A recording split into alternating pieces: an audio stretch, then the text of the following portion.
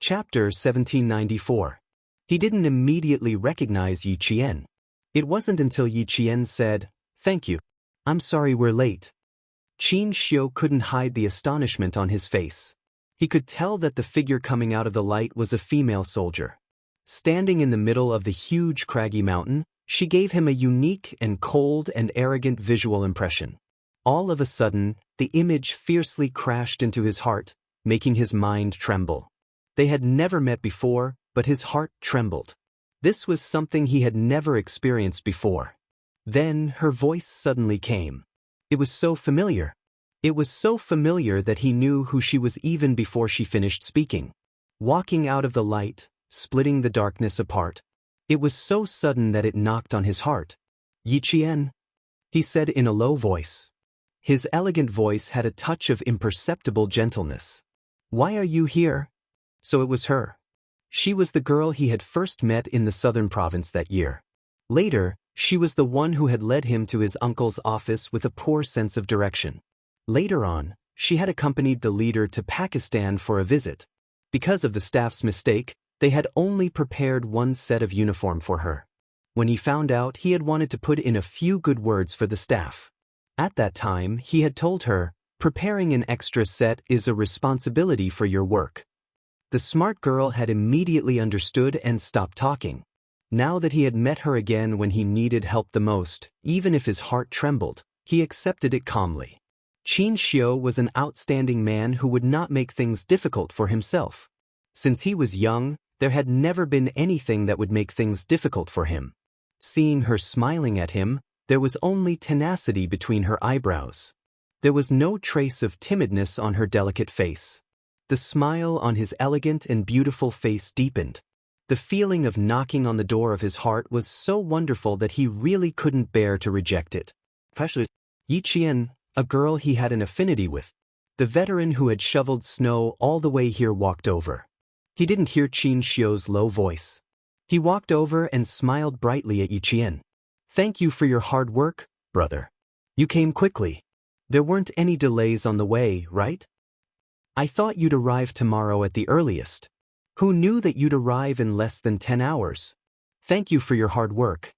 Third grade sergeant, 17 years in the army, hidden soldiers. "I'm reporter Qin from the news department." Suppressing his surprise, Qin Xiu immediately introduced him to Yi Qian. At the same time, he told Yi Qian about his current identity so that Yi Qian, who knew his true identity, wouldn't reveal it. They were pressed for time. Once everyone was gathered, they would have to start the rescue operation immediately. Therefore, they had to speak quickly. When Yi Qian heard this, he lightly nodded in understanding. Earlier, she had guessed that Qin Xiu might be hiding his true identity to make it easier for him to do things. Now, she was even more certain. He was afraid that she would accidentally let it slip, so he took the initiative to introduce himself as a reporter. Seeing this, Qin Xiu couldn't help but smile. She was a very smart girl who could always make people smile involuntarily. This was an open-minded Tibetan soldier, and also a genuine Tibetan. His Mandarin was a little stiff, and there was also a mixture of different dialects, which made people feel happy listening to him. Looking at this Tibetan soldier who wasn't affected by the avalanche and was instead grateful, Yi Qian, who was in awe, saluted him. "You're the ones who have worked hard. I'm very sorry that we're late." Even the regiment commander in the army would call a third-grade sergeant old squad leader. Yi Qian hadn't even been in the army for a year, so he couldn't be rude. Chapter 1795. Only then did Song Bing realize that the person standing in front of him wasn't his brother, but a female soldier. "Oh, so it's a female comrade. Not late, not late. But you're definitely not a military doctor from the military station. I haven't heard your voice before. Did you just get here?" The veteran who had been on the Tibetan line for more than 10 years could tell from her voice that she wasn't a military doctor from the military station. From 30 miles barracks to Shenzhen Bay outpost, there was no military doctor that he didn't know. As long as he opened his mouth, he would know who was in which military station. Yi Qian smiled and said, "I'm not a military doctor. I just joined the rescue team temporarily. Sorry to trouble you. 30 miles barracks is far from us. There aren't many people in the military station. You just happened to meet us, so I can only ask for your help. Song Bing was good at talking. Although his Mandarin wasn't very good, it didn't affect their communication at all. After a few words, J5 and the others got out of the car one by one. Under the light of the lights, Song Bing could tell that these brothers weren't from any military station. He didn't need to ask for confirmation. He could tell just by looking at their skin color. The situation in the car is temporarily unknown. It's been 7 hours since the accident happened. So far, we haven't heard any movement in the car. The driver sitting in the car said in a low voice.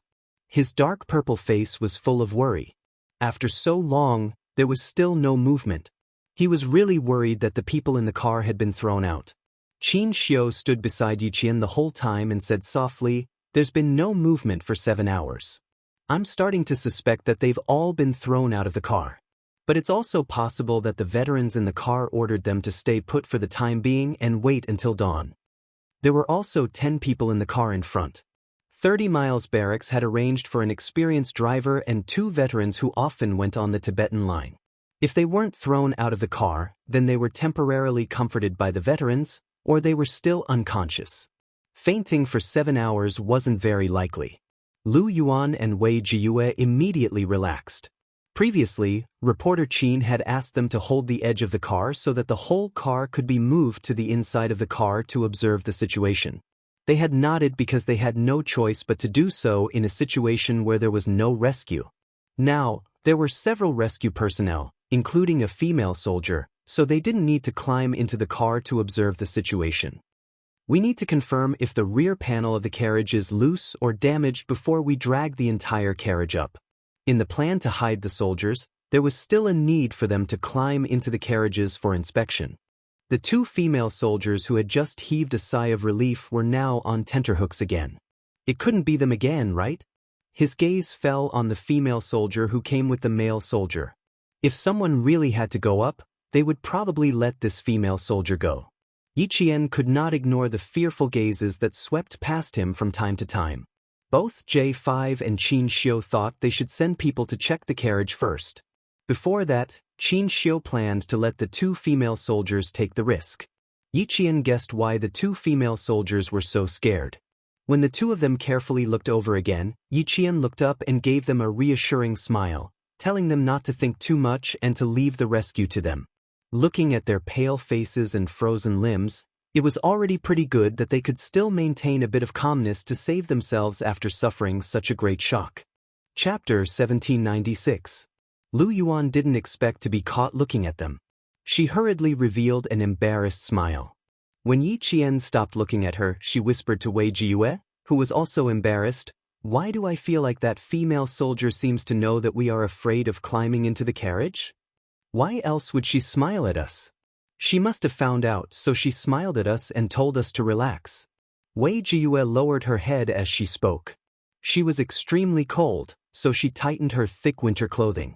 She deliberately avoided Yi Qian's gaze and turned her body slightly. "Don't be too embarrassing. We have to agree to whatever they want us to do later. Trust me, with them around, they definitely won't let us do dangerous work." They were all female soldiers, so they couldn't be too embarrassing. No one paid attention to what they were whispering to each other. They gathered together to quickly discuss the best rescue plan. While shoveling the snow, rescue them at the same time. When the ice on the road has been removed, if there are still people trapped in the carriage, start the tow truck. In less than 2 minutes, the best rescue plan was finalized. Originally, Qin Xiu and the Tibetan soldiers had discussed picking up the people in the carriages one by one. Now, they maintained his rescue plan and sped up the shovel truck so that the tow truck could start dragging the carriage in front back onto the road. However, because the 2 carriages were separated by a small mountain of snow, the safest method was to first pick up the people trapped in the carriages one by one and then carry out the towing operation. However, even if they rescued the people one by one before towing the carriages, they still had to check the situation in the carriages first. Only the light and agile female soldiers were suitable for the male soldiers' weight. There was no need for the 2 artistic women to take the risk. J5 directly said to Yi Qian, "You are light. Fasten the rope around your waist. We will pull you." climb over the roof of the carriage and enter the carriage to check the situation. Just as Wei Jiyue said, the rescue team had already arrived. How could they let the two female soldiers who had been trapped for 7 hours under -20 to -30 degrees Celsius enter the carriage? After fastening the rope around his waist and putting on a sturdy rescue rope, Yi Qian gave an "okay" sign to his comrades. Without any fear, he placed his hands on the top of the carriage and climbed up easily. The driver in the car said, "If the car shakes, I will tell you immediately. Don't hesitate, get out of the car immediately." So far, there was no movement in the cabin. The glass in the cabin was frozen. Otherwise, he could have used the searchlight to observe the situation in the cabin. There was no need for the female soldiers to take the risk. "Don't worry, we're here." Long Hawk and Sparrow Hawk stepped on the bumper in front of the car to maintain the stability of the car and prevent it from tilting due to excessive weight. Even if he had many comrades, he still needed to have the courage to go and check out the situation in a carriage that was suspended in the air as if it would fall into a bottomless abyss in the next second. Lu Yuan thought that she was famous for her boldness in the regiment. However, when she saw the female soldier, whose eyebrows and eyes were exceptionally exquisite, climb up, she immediately raised her hand to cover her eyes, not daring to look directly at her. Although Wei Jiyue didn't cover her eyes, she couldn't help but squint her eyes. She didn't dare to look directly at him. In less than a minute, she had climbed up to the roof of the carriage. She turned her head and said to the male soldier behind her, "Everything is normal. Loosen the rope." In order to ensure Yi Qian's safety, her comrades in the Snowfield Brigade didn't directly let Yi Qian pull the rope. Instead, they had to loosen the rope a little so that she could climb up a little. This was to prevent them from immediately pulling Yi Qian back if the carriage really fell. Chapter 1797. Loosen the rope. Loosen the rope. Long Eagle, who was staring at Yi Qian's figure, spoke without turning back. J5 and the others immediately loosened the rope a little to allow Yi Qian to move forward. A soft sound came from the top of the carriage, as if an extremely light animal was walking slowly on top. The carriage, which had been very stable all this time, trembled slightly, startling the people lying in the carriage. Their pupils shrank rapidly. "Is it a snow leopard?" someone asked in a hoarse voice. It used to be a delicate voice, but now it was trembling like the wind. She asked the soldier beside her in horror, "Is there a snow leopard here?" Mazadaban was a huge natural wildlife park. The common large animals were wild yaks, Tibetan antelopes, wolves, snow leopards, and so on. Only wolves and leopards would appear at night, and when wolves appeared, they would usually be able to hear wolf howls. Now that the surroundings were extremely quiet and there were no wolf howls, they guessed that it might be a snow leopard. "It's possible. Don't move, continue to lie down. I'll knock on the glass again to see if the driver has woken up." The person sitting in the innermost part was the rescue team leader. They were all experienced in entering and exiting Tibet, so when they woke up and found the carriage hanging on the cliff, they would immediately remind them to maintain their original posture and not move to avoid affecting the balance of the carriage. The rescue team leader, who was in the innermost part, carefully raised his hand, picked up the dagger that he always carried, and gently knocked on the thick ice glass again. He did not dare to use too much force. Previously, when he used a little force, he could feel the carriage falling backward, which scared everyone in the carriage and made them break out in a cold sweat. It was difficult for the driver to hear the sound of the dagger knocking on the thick ice. Moreover, he was leaning against the steering wheel, so it was even more impossible for him to hear anything. The rescue team leader knocked a few times, and suddenly the carriage shook violently, startling a few sleeping soldiers awake. "Don't move! Don't move!" The Tibetan soldier reminded the two male soldiers from the Arts and Crafts Regiment who were awakened. He felt the female soldier beside him was so nervous that she was trembling all over. He could not help but comfort her in a low voice. "It's okay, it's okay. We've endured for 7 hours. It'll be fine if we endure until dawn. The people at the military station must have cleared the road. We'll be out of danger tomorrow. Ma Min, don't move. Stay by Brother Gonga's side." A female soldier who was trapped close to the rear of the carriage said in a low voice. Her hands were tightly gripping the iron legs of the carriage. The hair on her forehead was frozen because of her sweat. In the entire carriage, she was the closest to the rear of the carriage. Fortunately, the entire carriage was flung out horizontally. She hit the other side of the carriage and slammed back into the carriage. Only then did she avoid being flung out of the carriage. Jiai, don't say anything.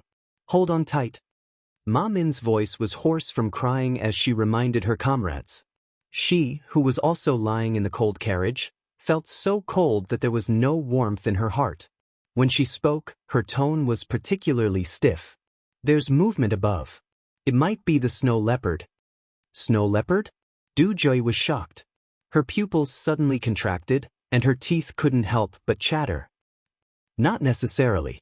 It could also be the person who saved us. Leader, please don't knock on the glass first.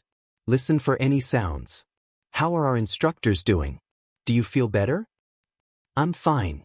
Jai, don't talk too much. Ma Min is right. You're in the most danger now. One of the rescue team's instructors spoke in a low voice. When he was flung out of the carriage, his right arm had slammed into the folding seat. Even now, it was still very painful. It was very likely that his arm was fractured. Chapter 1798. The wind in the cliff whistled. Yi Jian, who was crawling on all fours, didn't hear the voices in the carriage. She moved bit by bit. Everyone could only see her figure from the searchlights on both sides. Every time she crawled, the carriage would make a slight trembling sound, which made everyone who was standing on the spot nervous. Crawl slowly. Focus on spreading out. You must be steady. Zhang Bing reminded her occasionally. He was naturally afraid that the carriage would lose balance and cause everyone to fall off the cliff. Yi Qian nodded gently. She took a deep breath and inched towards the edge of the carriage. The carriage's wheels made a creaking sound. Even though the sound was very soft, it was exceptionally clear to the ears. Hearing such a sound made one's heart skip a few beats. I don't dare to look. Lu Yuan raised her hand and said in a trembling voice. She turned her back to the carriage and covered her ears, afraid that she would hear something bad. Wei Jiyue stood for a while longer. She watched as the female soldier, who was much stronger than them, approached the edge of the carriage. She pursed her lips and silently turned around. She's already moved to the edge. Half of her head is out of the carriage. As she spoke softly, she heard Lu Yuan take a deep breath. She was shocked by the female soldier's courage. It was the first time they had seen a female soldier who wasn't afraid of sacrificing herself. The sky was dotted with cold stars. The north wind whistled along the way. It blew from the mountains that had stood tall for countless years. It was as if thousands of soldiers and horses were passing through. It made the hearts of the people who were walking tremble. The members of the Snowfield Brigade were used to marching on a snowy night in the highlands. Every year, they would have marching training. They would set off at dawn and walk until dawn the next day. They would only take a short break before setting off again. This time, the patrol plane even sent them to the Kuta military station. When the station found out that they were on a rescue mission, they were so happy that they immediately sent a truck. After waiting for 3 hours, they jumped onto the truck. They didn't need a car to guide them. Xia Jinyuan drove them directly to Mazadaban. Only our Q King would dare to drive at this speed, and only we would dare to sit in it. Han Zheng, whose body was so bumpy that he looked like he was sitting on a spring, shook his head as he spoke. He maintained an inexplicable smile as he communicated with his comrades. G3 glanced at him a few times. Every time he wanted to ask him why he was smiling so smugly, he would patiently endure it when he saw Z7's look of waiting for him to ask. The strange smile on Z7's face started when Q King found out about the name list of the members of the Arts and Crafts Department. In that case, the reason for his infuriating smile was because of this name list. Could it be that there was a female soldier he liked in the Arts and Crafts Regiment? Was that why he was laughing the whole way? This was a possibility. As such, G3 simply stopped asking. He was the only one in the entire car who had confirmed their relationship and was planning to get married next year. The rest were all single. Q King did not choose anyone who was married or had a partner. Originally, he would not have chosen anyone. It was only because his driving skills were not bad that he was chosen. Not only was Han Zheng trying to hold back his laughter, He was even humming a song. The more he looked, the more he felt like he was meeting his beloved girl. G3 nudged V8's shoulder and lifted his chin in Han Zhang's direction. He whispered, "I'm afraid there's someone he knows in the arts and crafts department." The smile on his face never stopped. Chapter 1799. He's someone who has girlfriends everywhere. He's already dated more than 10 girls, so it's not strange that he knows someone in the art troupe. V8 did not really want to discuss such a sad topic. Other people dated more than 10 girls, but he broke up with them in less than half a year. So far, he was still single. The difference in the number of girls he dated was too great, so he did not want to continue talking about it. Han Zhang was secretly happy to be alone. From time to time, he would knock on the glass and mouth to T6, who was sitting in the front passenger seat. "Tell Q King not to be too anxious. Qing Miao might have already arrived by now. She might even have rescued the people from the art troupe. Tell him to calm down, don't be anxious." T6 conveyed his words to Xia Jinyuan, who had a serious expression and was focused on driving. Z7 is right. Q King, you're driving a little too fast. The ice will get worse at night. It might not be safe even if the wheels are equipped with ice teeth. He had to drive faster because there was a rather troublesome woman in the art troupe. The handsome and serious Xia Jinyuan secretly gritted his teeth. Du Joy. This woman was born with a glib tongue. She had the ability to turn white into black and black into white. One sentence from her had many hidden meanings. If someone offended her, this woman would smile sweetly and say that it was fine and she would not be calculative. But in the next moment, she would quietly make things difficult for that person until he or she would never be able to turn over a new leaf. She was capable and ambitious. She was a person who would seek revenge. However, he really did not dare to compliment her true nature. Now that something had happened and she had to wait for 6 to 7 hours, even if the rescue personnel risked their lives to rush over, based on her personality, she would definitely report it to the higher-ups after the incident. In the report, she would definitely sincerely thank the rescue personnel who participated in the rescue. Then, she would list a series of shortcomings that needed improvement and directly punish a large number of people. If he did not know about this and Yi Qian was not involved, then he would not care so much. Now that he knew about this matter and Yi Qian was involved, he had to step in and teach her a lesson. He had to teach this woman a lesson. She should not think that she was made of jade and that she was the most noble person in the world. Xia Jinyuan stepped on the accelerator a little more and said to V8 in a low voice, "There's a very troublesome person in the art troupe. She doesn't care about the lives of others, but she's very protective of her own life. The rescuers risked their lives to save her, but in the end, they still have to take the risk of being punished by her. I have to go over and take care of the situation. I don't want to get Qing Miao involved." As soon as he said this, V8's eyes immediately turned cold. "Biting the hand that feeds you. That's right. That's the guy." Xia Jinyuan smirked coldly. This guy just happened to have the surname Du. The Du family and family Xia had never been on good terms, but they had a close relationship with the former Mrs. Xia who abandoned her husband and children in pursuit of love. Yi Qian did not expect to rescue a snake beauty. She climbed into the car and turned on the lights. When she lowered her head and looked into the car, the lights on the windbreaker hatch shone into the car first. Then she heard countless voices coming from the car. The clearest sound was a woman's delicate voice coming from below her head. "Everyone is here. Our instructor's arm is fractured. Please think of a way to save our instructor first." This was the first time Yi Qian and Du Jie met. Before they even met, Yi Qian could already tell that Du Jie was a difficult person to get along with. Chapter 1800. Although her voice was delicate, there was a hint of questioning in it. She didn't even have the basic courtesy, as if everything that others did was natural. Having lived 2 lives, Yi Qian's mind was naturally sharper than others. In addition, she had lived carefully in the eyes of others in her previous life. She could distinguish what kind of words others said and what kind of tone they used. Even though this trapped female soldier had taken the initiative to ask to save the instructor who needed saving the most, Yi Qian could tell from her faint impatience that this was a female soldier who knew how to express herself. Is it true that other than the instructor who has a suspected fracture, the rest of the people don't have any obvious external injuries or pain? Yi Qian didn't answer her question, but confirmed it again. She needed to know the exact situation in the carriage, so much so that she needed to know everyone's condition. Du Jai, who had lost all feeling in her hands, began to call out names on instinct. She said, "Instructor, when I call out a person's name, I ask him to tell the rescue team outside if he has any problems. This way, the people outside can confirm that we are fine, so that they can start the rescue as soon as possible." When Yi Qian heard this, her brows furrowed slightly.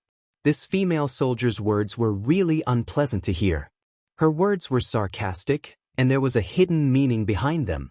Her rough words didn't sound like there was a problem, but when you thought about it carefully, there was a big problem. The situation was urgent. The carriage was suspended in the air, there was no telling if there would be more avalanches, and the instructor was injured. Everyone desperately wanted to be rescued, but the rescue team didn't do it immediately. They had to call out names to confirm everyone's condition. What kind of rescue was this? This was called delaying. When she said this, everyone in the carriage, including the Tibetan soldiers, became serious. They already had some complaints about Yi Qian. If Yi Qian was really an ordinary female soldier, they might have to thank her for her thoughtfulness. As soon as she finished speaking, Yi Qian, whose eyes were cold, said loudly, "There's no need to go through so much trouble. I just need to know if anyone is in obvious pain, external injuries, or bleeding, so that we can cooperate to rescue the injured first." This explanation made everyone in the carriage feel better. Naturally, they had to cooperate. "I'm sorry, I misunderstood. Other than our instructor who was seriously injured, the rest of them didn't feel any severe pain or bleed. It was just that when the carriage was thrown out, everyone was knocked out for a few hours. I'm Du Jui, a female soldier from the Arts and Crafts Regiment. Thank you for your hard work." Du Jai immediately apologized and very cooperatively summarized the situation in the carriage in one sentence. The art troops instructor said, "That's right. Other than me, the rest are only lightly injured.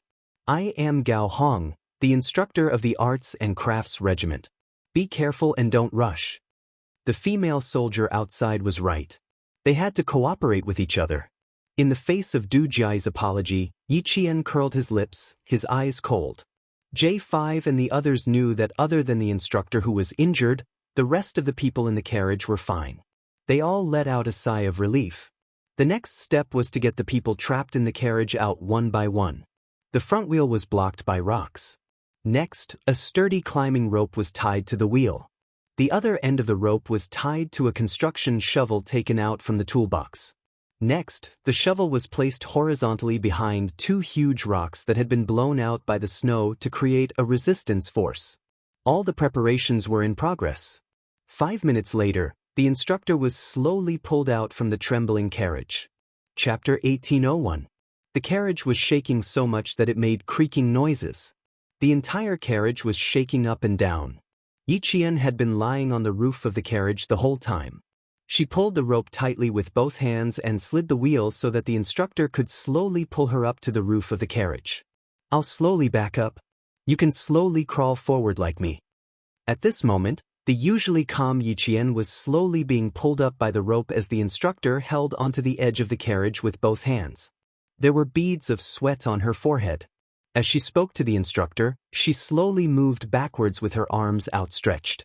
The instructor's arm was fractured, so her movements were inevitably restricted. Fortunately, there were comrades from the Snowfield Brigade pulling the rope from the front of the carriage. The instructor only needed to maintain her posture like Yi Qian. There was a layer of ice on the carriage. As Yi Qian moved forward and backward, she smoothed the surface of the ice a little. The slippery ice reduced the resistance and sped up the instructor's progress. "Steady, steady. Just a little bit more. Just a little bit more." Yi Qian retreated to the junction between the carriage and the front of the carriage. She pulled her arms back and tightened the rope around the instructor. After working together with her comrades for about 15 minutes, they finally succeeded in rescuing the first trapped person. As long as they successfully rescued the first person, it meant that this method worked. The creaking noises stopped when the instructor got out of the carriage. The shaking of the carriage also returned to normal. The J5 quickly laid on the ice to check if the front wheels showed any signs of slipping. After looking carefully, she stood up and said happily to Yiqian, "The wheels are not slipping. We can enter the second rescue round." What they feared the most was that the wheels would slide off the cliff during the rescue. Even if they used a rock to hold them back, they still couldn't be at ease. Now that they had rescued the injured and the wheels were still in their original state, it was undoubtedly good news. Yiqian, who was lying on the ground, let out a sigh of relief. She didn't stand up, but she gave the J5 an OK sign, indicating that they could enter the second rescue round. "Good job." The old Tibetan soldier who was supporting the instructor gave Yiqian a thumbs up and praised loudly, "You are a female soldier that we admire. You are amazing." "Very, very good." Qin Xiu, who was standing on top of a pile of snow, looked at the slender figure who had successfully rescued Instructor Gao from the Arts and Crafts Regiment. A faint smile appeared on his elegant and handsome face. Every time he saw her full of sunshine and fearless. She was very brave, but she always knew how to act according to her capabilities. A girl who knew how to act according to her capabilities would know how to move forward. He wouldn't go overboard either, just like how a glass of water wouldn't be filled to the brim. He had to grasp the scale just right. When the water was full, the moon would overflow, and when the moon was full, it would be a loss. This girl, who should be in her first year of university, seemed to understand this principle quite well. Therefore, she and Du Jie went back and forth, knowing when to stop. From the capital to the northwest of the border, Du Jie's way of dealing with things had surprised him. Madame Qin had said that she was a good wife for her husband and children, and had urged him to take good care of her and try to make some progress. He took Madame Qin's words to heart. For people like them, they didn't marry the person they loved, but a wife who would be helpful to the whole family. Along the way, her calm and collected demeanor had made those dissatisfied soldiers suffer losses again and again. It was as if they had to suffer in silence, unable to voice out their bitterness. She had only used a few taels to achieve 1,000 caddies, and the leaders of the rescue construction approved of her. They had criticized the few female soldiers who didn't get along with Du Jie several times. Chapter 1802. From this, he could see Du Jie's methods. Just like what Mrs. Qin said, the second daughter of the Du family was indeed suitable to be a wife. But in the end, such a capable person met Yiqian and was suppressed with just a few words. This was the first time he heard her take the initiative to apologize and admit her mistake in front of the leader. From this, it could be seen that not only was Yiqian meticulous, but he was also very strict. He could immediately tell that Du Jie's words, which seemed to be helping her, were actually secretly trying to trip her up. When she heard Du Jie's apology, she didn't say anything like, "It's okay." Instead, she just smiled and remained silent. This was to tell Du Jie that she didn't want to make a fuss about it, so please behave yourself. Using silence to reply was far more effective in intimidating Du Jie than speaking. It couldn't be denied that this was a girl with a pure heart and knew how to protect herself. Du Jie wanted to take the opportunity to step on her and gain a good impression in front of the leader, but this move was useless. "Pull it tight. Pull it up, pull it up." The J5's voice came from the front. They were now starting to rescue the second trapped art troop soldier. Men were heavy to begin with, so when the art troop soldier's hands grabbed onto the carriage, he could see the entire carriage sink. The J5 was so shocked that he repeatedly ordered the male soldier to pull the rope harder. Qin Xiu, whose heart sank along with the carriage, locked his gaze on Yiqian even more tightly.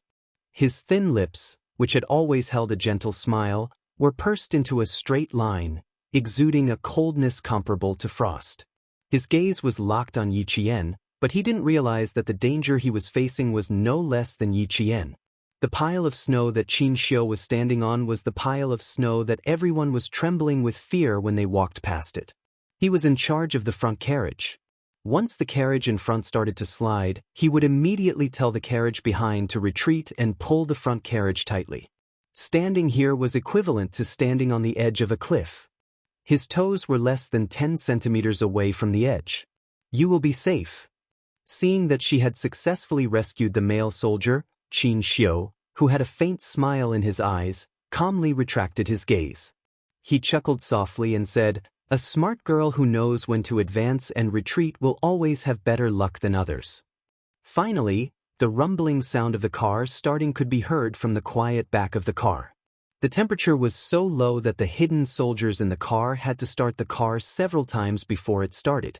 Listening to the sound of the motor in the wind, it inexplicably gave people a sense of security.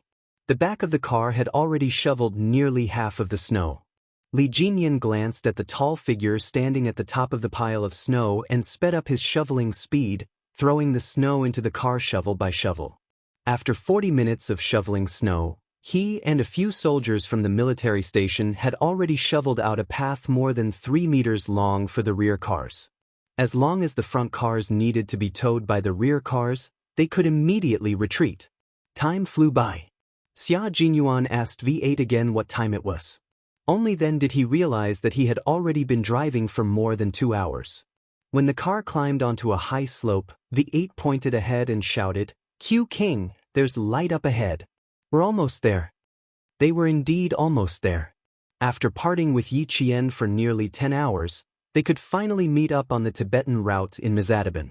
Similarly, Qin Xiu also saw the sound of a car's high beam flashing by on the high slope in the distance. The military station had sent reinforcements. The rescue operation was almost at the end.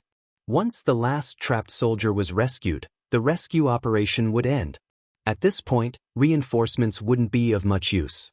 Most of them were shoveling away the snow from the broken Tibetan route and restoring the route to normal. Chapter 1803. In a situation where communication was inconvenient, the military station only knew that 20 people had lost contact and did not know the rescue results. They continuously sent reinforcements to increase the number of reinforcements to ensure safety. The communication base station and satellite base station in the northwest of the border had entered the final phase of construction. By June, the various military stations would be able to maintain communication through the satellite base station even if there was a snowstorm.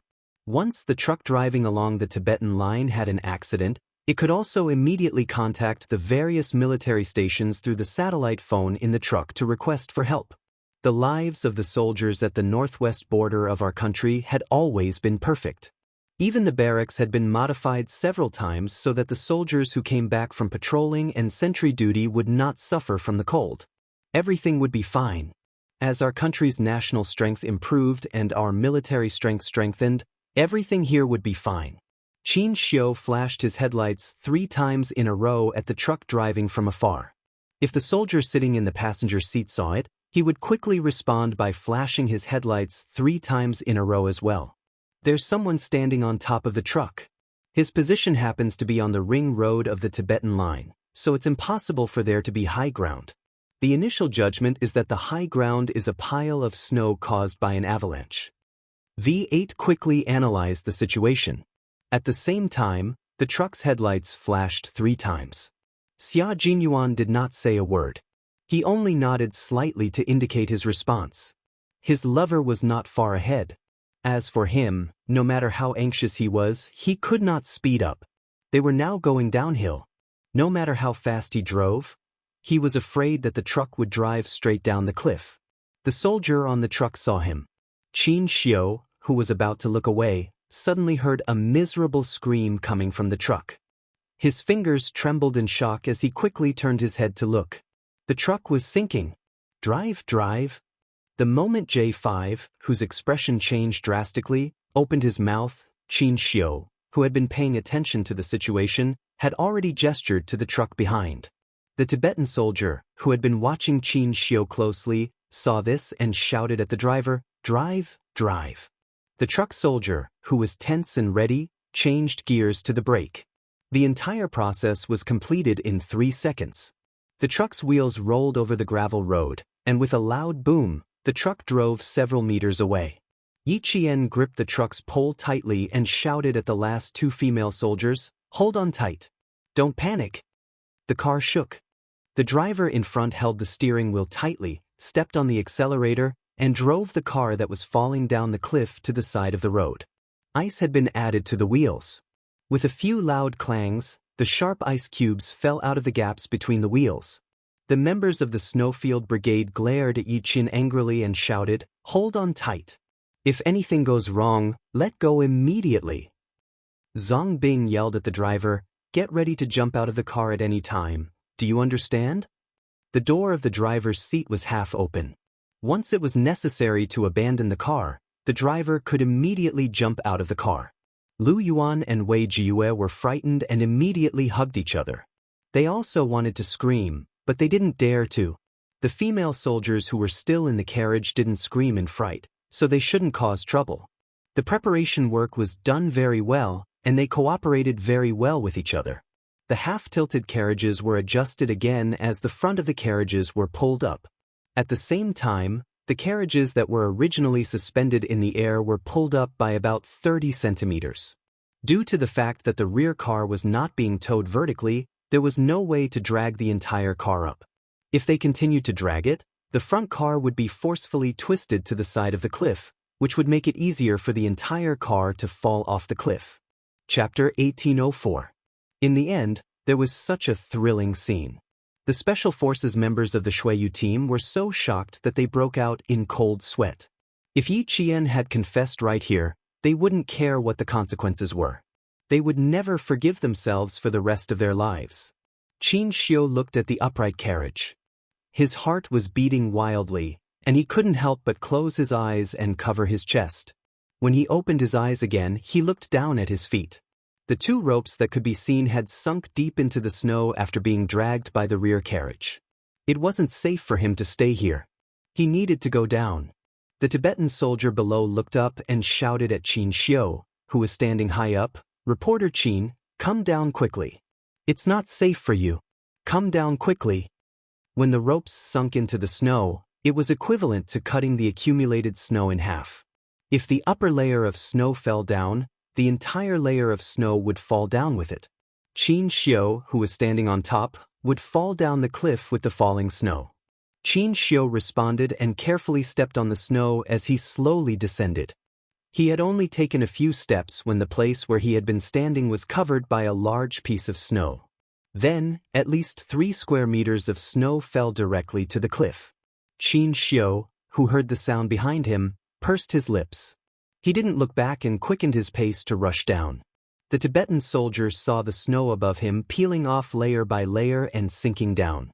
The snow piled up to the mountain was falling down in large chunks. Even though he was a veteran who had been on the Tibetan line for 17 years, he was scared out of his wits. Fortunately, Reporter Qin wasn't a coward. He knew the situation behind him wasn't right, so he didn't look back and just rushed down. Qin Xiu, who was rushing down, was in a sorry state.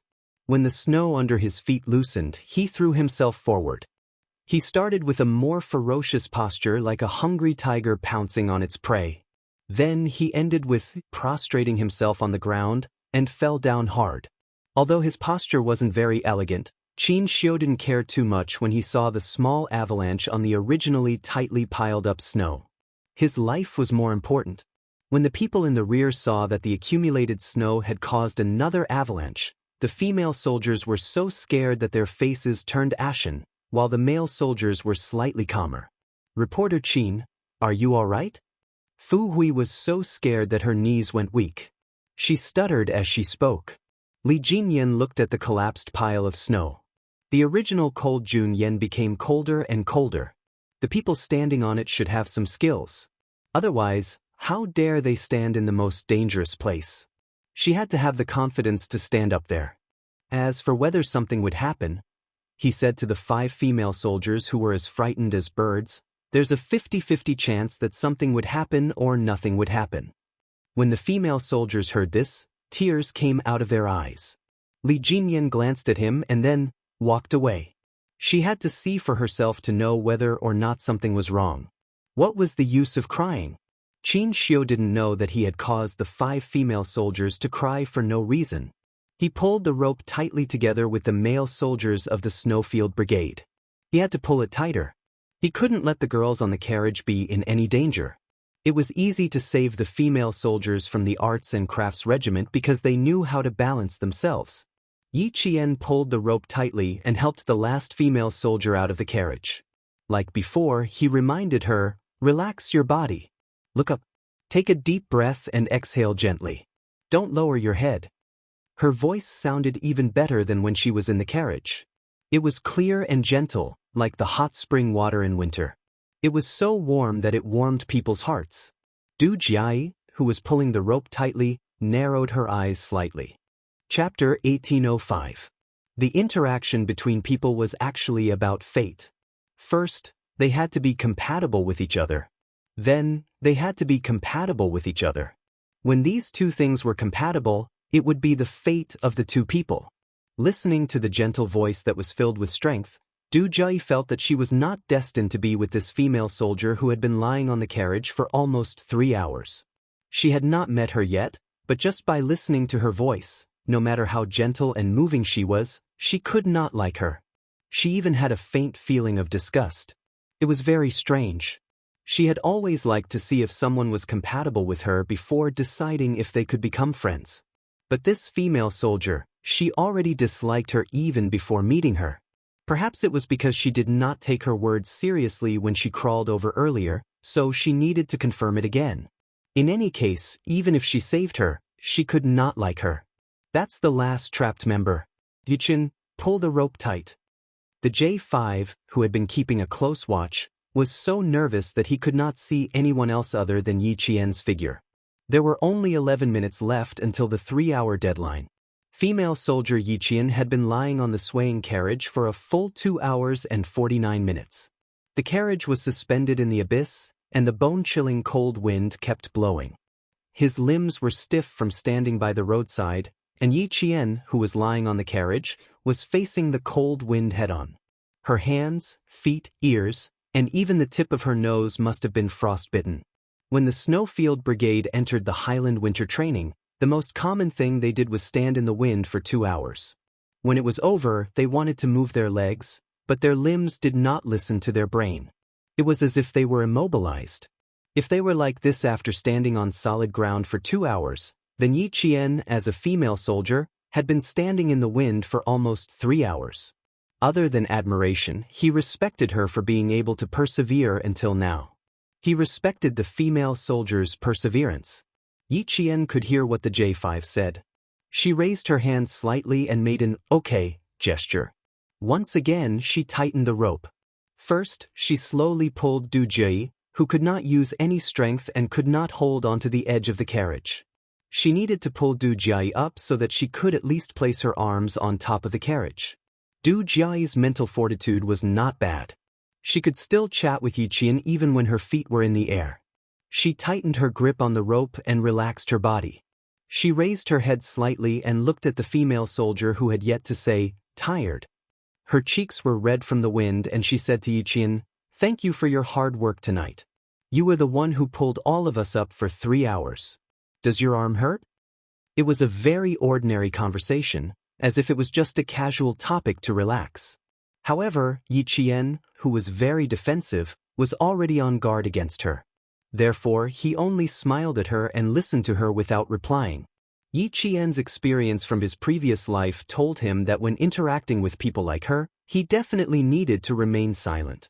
As long as it was not a question that he had to answer, it was best to smile and use his silence to let her know that he did not want to talk too much. Du Jiai, who was waiting for Yi Qian's reply with a smile, narrowed her eyes again. She lowered her head to hide the displeasure in her eyes as her shoulders were now parallel to the carriage. The moment she lowered her head, her originally relaxed body suddenly tensed up. With a look of horror on her face, she quickly looked up, not daring to lower her head again. She was suspended in the air, and below her feet was a bottomless abyss. Just one look at it was enough to make all the cells in her body scream.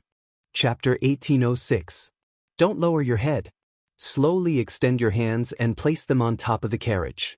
Take a deep breath and place your center of gravity on your arms. Don't be afraid. The male soldiers are pulling on the ropes in front of the carriage. They will pull you all the way to the front of the carriage. Yi Qian naturally noticed the fear in her eyes and knew why she was frightened. The searchlight on the windbreaker had emitted a snow-white light. Du Jiai couldn't help but close her eyes and avert her gaze. Without a doubt, Du Jiai was a very beautiful and elegant civilian soldier. She had a beautiful oval face and a pair of classical willow leaf eyebrows. Although her eyes were closed, her eyeliner was long and it was obvious that she had a pair of bright eyes. At this moment, although her eyes were closed, the arrogance and confidence between her eyebrows were still soaring. This was a female soldier who liked to put herself at the center of everything. No wonder when they first met, she spoke as if she was giving orders. Yi Qian moved back. When the J5 saw that the last female soldier had half of her body pulled up, he immediately ordered Yi Qian to move back. After he finished speaking, he immediately stared at the wheels. The muscles on his face were tense, as if he had entered a battle. Every part of his face exuded a fierce aura.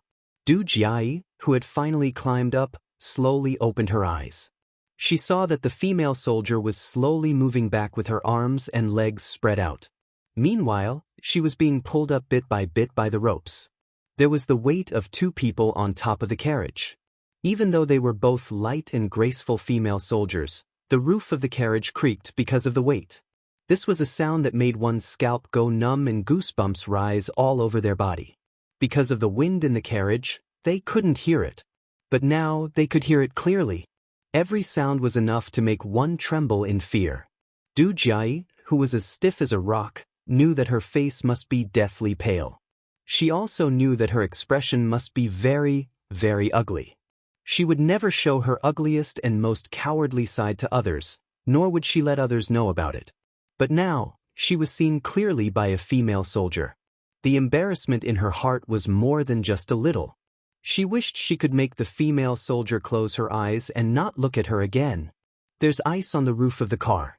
If you spread your arms and legs like me, not only can you spread your body's center of gravity, you can also maintain your balance. Yi Qian had been watching Du Jiai the whole time. He saw the stiffness on her face, and he also saw the moment she opened her eyes, a haze flashed across her beautiful eyes. Yi Qian wasn't a meddlesome person, and he wasn't very curious either. He didn't pay much attention to why there was a haze in the other party's eyes, and only did his duty to remind her. At the same time, Xia Jinyuan had already arrived at the back of the car. He jumped out of the car and covered his face, revealing only his sharp eyes. Li Jinyan looked at the familiar figure who was completely covered. It took him a few seconds to realize who it was. He said to the 5 female soldiers who were so cold that they looked like they would faint at any moment, "The 5 of you, go rest in the car." They really needed a good rest. Their feet were stepping on the cold gravel. No matter how they moved, even if they stomped their feet, there was no way to warm their feet. They didn't even want to move their lips. They quickly nodded at him to express their gratitude. Then, one by one, they moved their frozen feet to the car that had just turned off. Han Zheng was the first to jump out of the car. At a glance, he saw the 5 figures who, although dressed in swollen clothes, had the figures of women walking towards him. His eyes lit up, and his gaze swept across the 5 figures like an X-ray. He was looking for his target. Chapter 1807. The first one wasn't. She was a little short. The second one wasn't either. Her walking posture wasn't right. The third, fourth, fifth, none of them were. They didn't have the aura Du Jiai had when she walked. That noble, including his mother, had said that the second daughter of the Du family had a classy aura. Even if she wore clothes that cost 10 or 20 yuan, she would still look luxurious. To him, that was called arrogance. It couldn't be called classy at all. You must be frozen. Hurry up and rest in the car. The water in the thermal flask hasn't cooled down yet. Hurry up and drink some warm water to warm your stomach. Han Zheng went up and helped one of the female soldiers who walked like a pretty girl from a humble family. His deep voice was filled with doting gentleness. G3, who had jumped down from the car, saw this and felt goosebumps all over his body. Then he coughed in a low voice. The V8 in front seemed to have its own receiver and decoder, and in a second, it accurately interpreted his comrade's low cough. He quickly and accurately translated it. Guys who had dated more than 10 times were indeed different. They were so experienced that they were at the point of perfection when it came to seducing girls. While they were still thinking about how to open their mouths, His hands were already on the female soldier's shoulders. What was worse was that he didn't share his experience with his comrades in advance, leaving them standing there like wooden pillars. When the female soldier came over, he only nodded reservedly.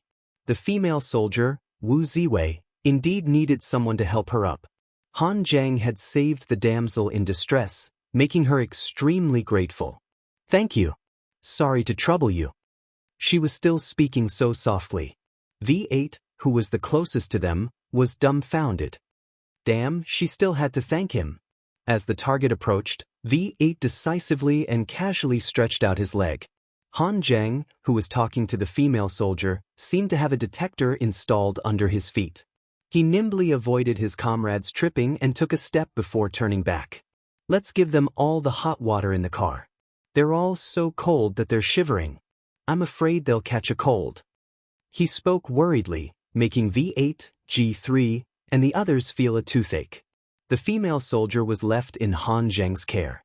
Xia Jinyuan, who had already exchanged a few words with Li Jinyan, ordered loudly, "Get the snow shovels. Try to shovel the road out in 5 hours." It was not a small area of collapse. 5 hours was considered a conservative time. Li Jinyan only saw the figures of the Snowfield Brigade and knew that his comrades from the Storm Commandos had not come up. His eyes darkened slightly as he shoveled the snow, and he said to Xia Jinyuan, "I plan to apply to enter the northwest of Xinjiang every winter to complete winter training. When the time comes, I'll need your guidance. Not only do we need to enter the highlands to complete winter training every year, but we also need to strengthen our land operations. Your water combat skills are already quite advanced. Next, raise your land combat skills. After 3 years of hard work, you will have some results. Look up to the SEALs of West America and aim to surpass them." The Western SEAL Special Forces were one of the top 10 special forces in the world. They were known as the Western American Amphibious Commando Team. They were established in 1962 and had a history of nearly 40 years. They had become the Western Americans' trump card to carry out local wars and deal with emergencies. Hearing this, Li Jinyan shoveled a large piece of snow down the cliff and said calmly, "The Special Forces team you lead is the real amphibious commando team in our country. If you and I didn't work together this time, I wouldn't have known that you're so strong. You're my target now. As for the SEALs..." At this point, Li Jinyan lowered his head slightly and did not continue. The sound of shoveling snow was heard. He seemed to have said something else. His thin lips moved slightly, but no one knew what he said. Chapter 1808. Xia Jinyuan tossed the snow in the engineering shovel away. Wearing gloves, he raised his hand and patted Li Jinyan, whose eyebrows were tightly knitted. He sneered, "With your ability, we all believe that such a day will come." He shoveled the snow quickly, removing a large chunk with each shovel. In just a few sentences, he had removed a few square meters of snow. There was no way he could be unhappy. Du Jiayi, the snake, was right beside his little fox. Although he knew that his little fox was a smart girl, Du Jiayi was a woman who knew how to conduct herself well. She was also very good at talking. When he talked to her, he felt that she was a very cultured woman. This was her appearance, the appearance that had fooled countless people. The real Du Jiayi was a venomous snake. No one knew when she would bite someone, and the person who was bitten might not even know that the person who bit them was Du Jiayi, who was kind, caring, and considerate of others. This woman's methods were even more ruthless and scheming than a man's. If his little fox were to encounter her, he was really afraid that she would be at a disadvantage. When Li Jinyan saw this, he thought that Han Zholi was speeding up so that he could see Yi Qian earlier. He couldn't help but increase the strength in his hands. He also caught up with him and threw large chunks of snow down the cliff. You have to be bold, meticulous, and accurate to know what they need from a man at that moment. Just like just now, a few female soldiers were swaying as they walked. It was obvious that they needed someone to support them. Then, I helped them into the car and said a few words of concern and consideration. They would only thank me if I said something considerate. How could they be angry? I wasn't like a hungry wolf who pounced on them and touched them. I was very gentlemanly, okay? Didn't you see that I only supported them by their arms and shoulders when I helped them into the car? If they couldn't get up, I would let them kneel on my knee and climb up by themselves with one hand on my shoulder. I didn't do anything inappropriate during the entire process. This is called gentlemanly. Han Zheng shared his experience generously so that the group of bachelors would be able to resolve their confusion. When the group of bachelors heard this, they really felt that listening to a gentleman's words is better than studying for 10 years. His ability to date more than 10 girls was not a bluff. He really had some ability. Receiving the gazes of admiration from his comrades, Han Zheng enjoyed it very much. All right, I'll teach you more in the future so that you'll know how to please girls when you go out. Each of you will marry a good wife. Let's get to work first. Shovel the road open in 5 hours. It's a big project. The Snowfield Brigade members helped Yiqian loosen her bones, massaged her shoulders, and warmed up her hands.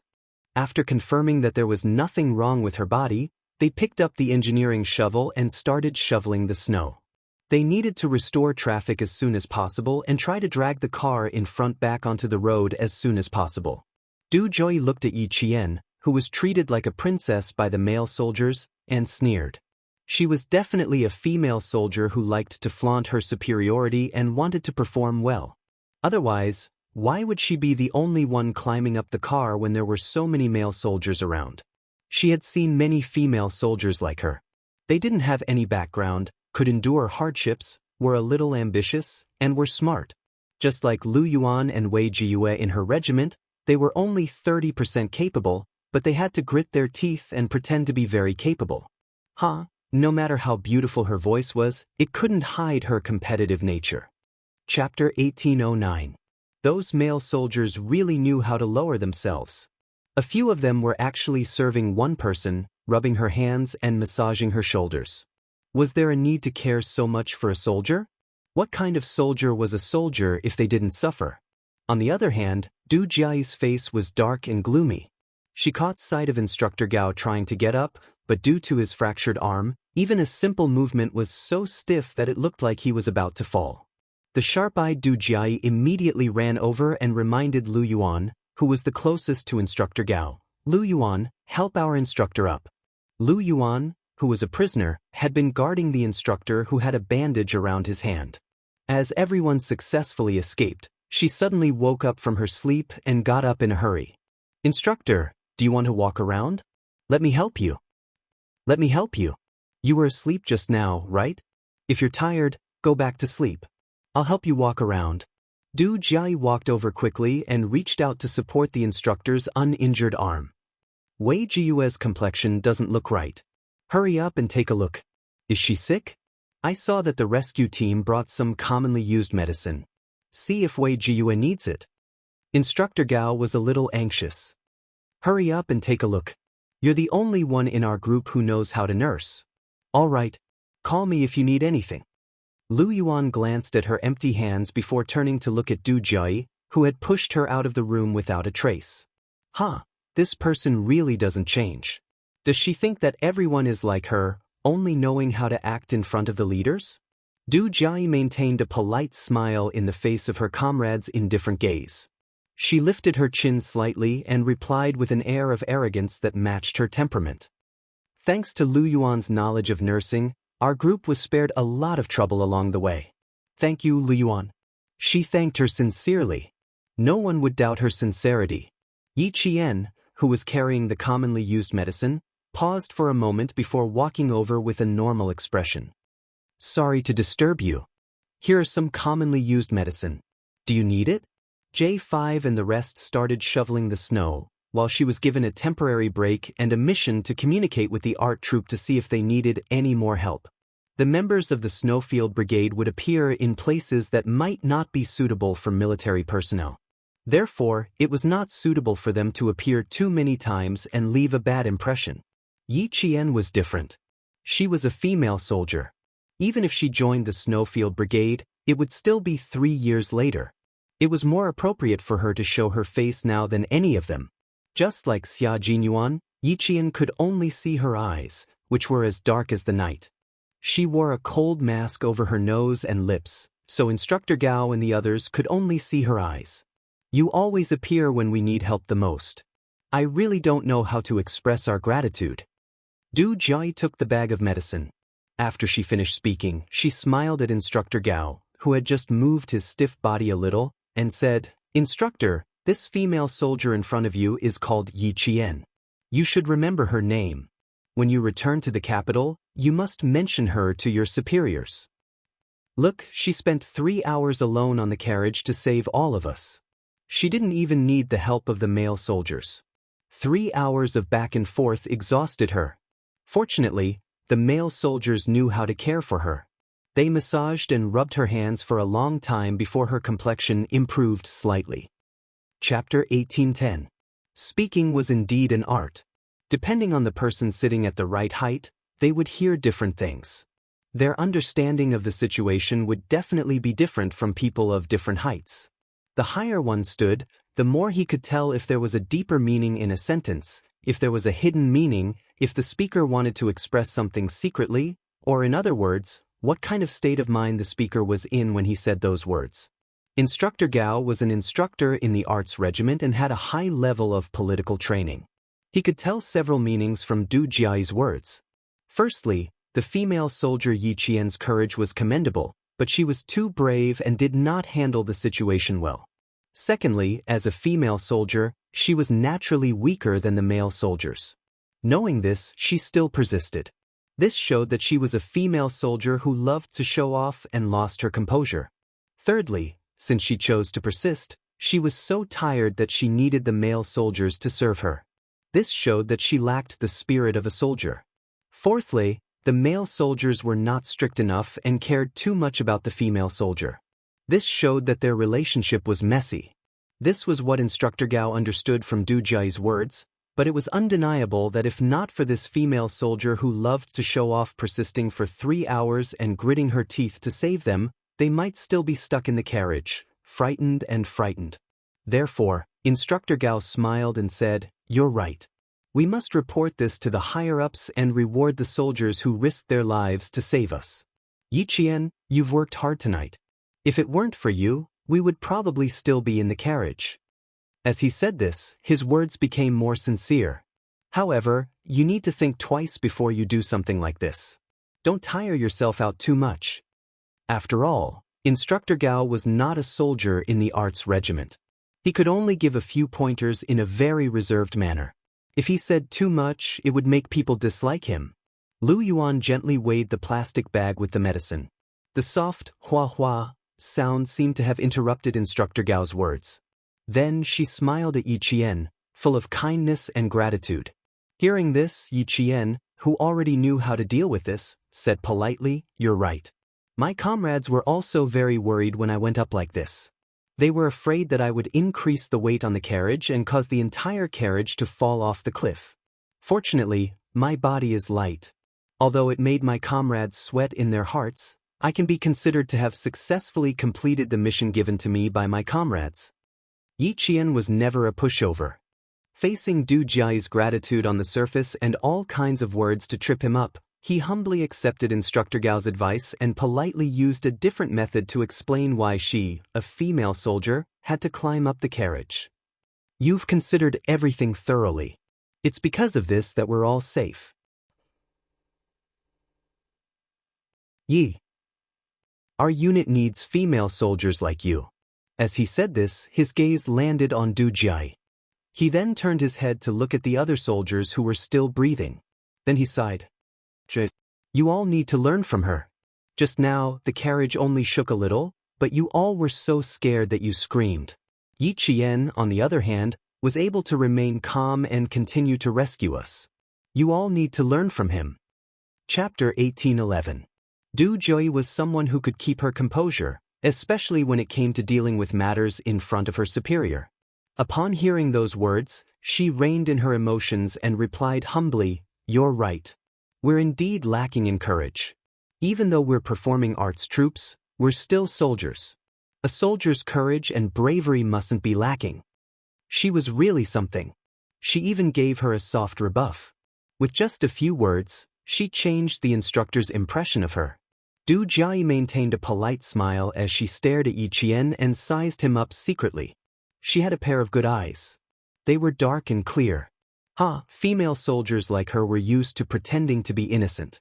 She was wearing a cold mask so she couldn't see what she looked like. It was a pity. It didn't matter. As long as she knew her name, she would find out when she returned to the capital.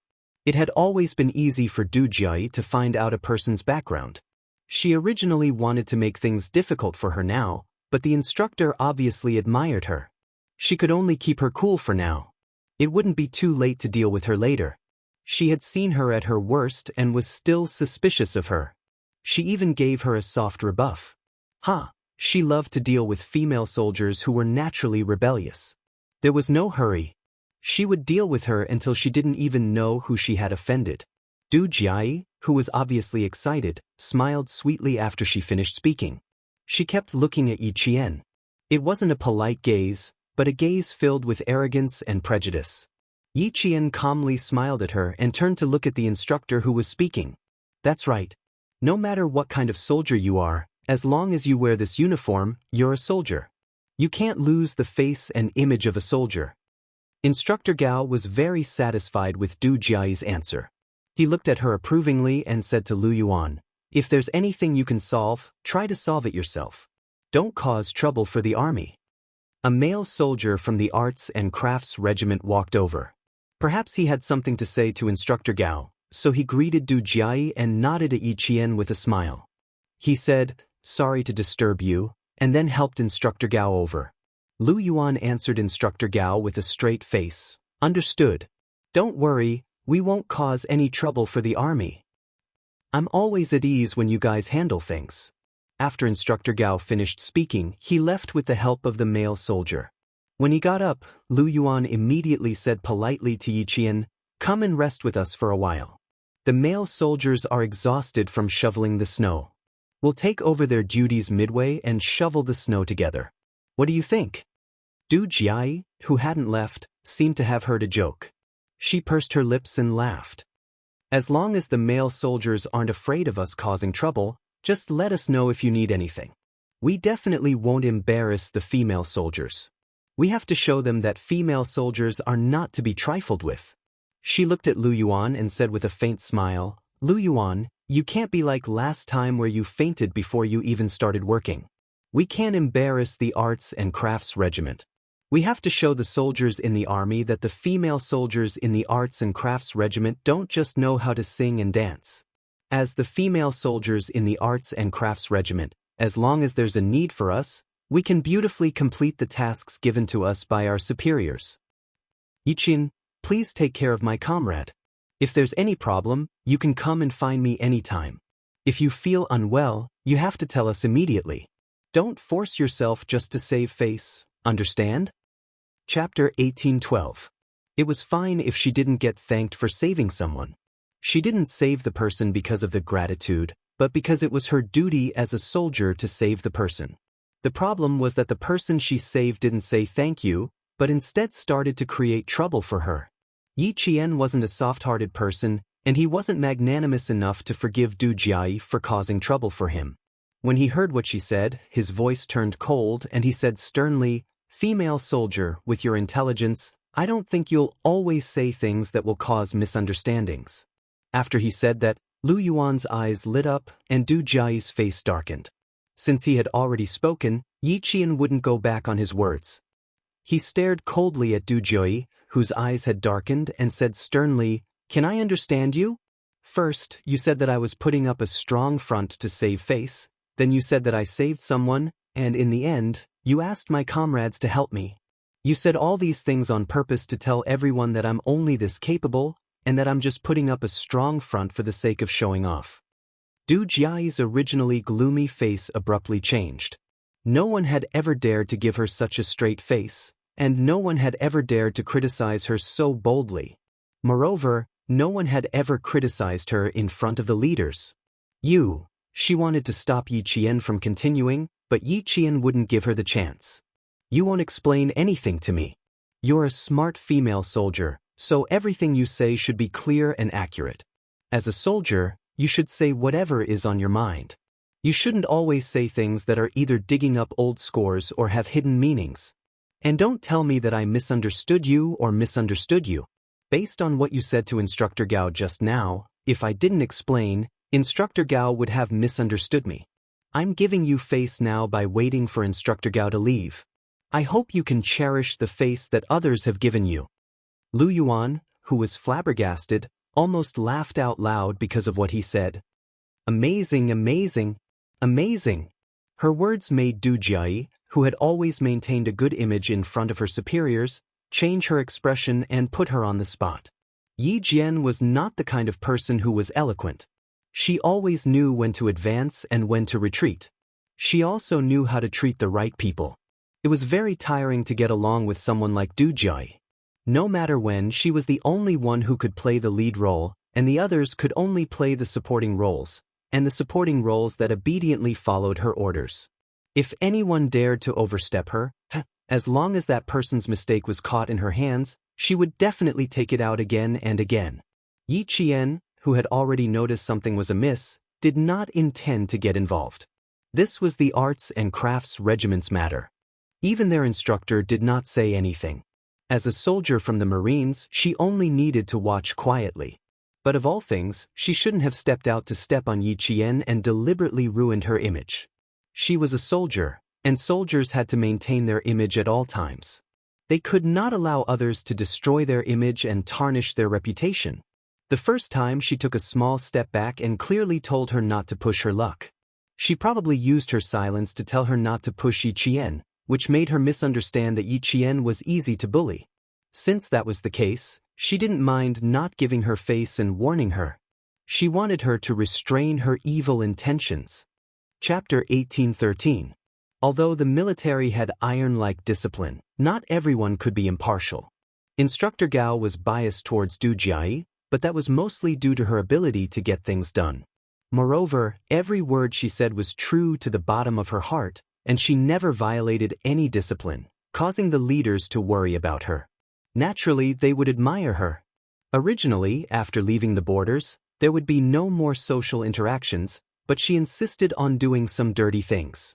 How could Yi Qian allow her to do so again and again? Du Jiayi was so angry that she almost fainted.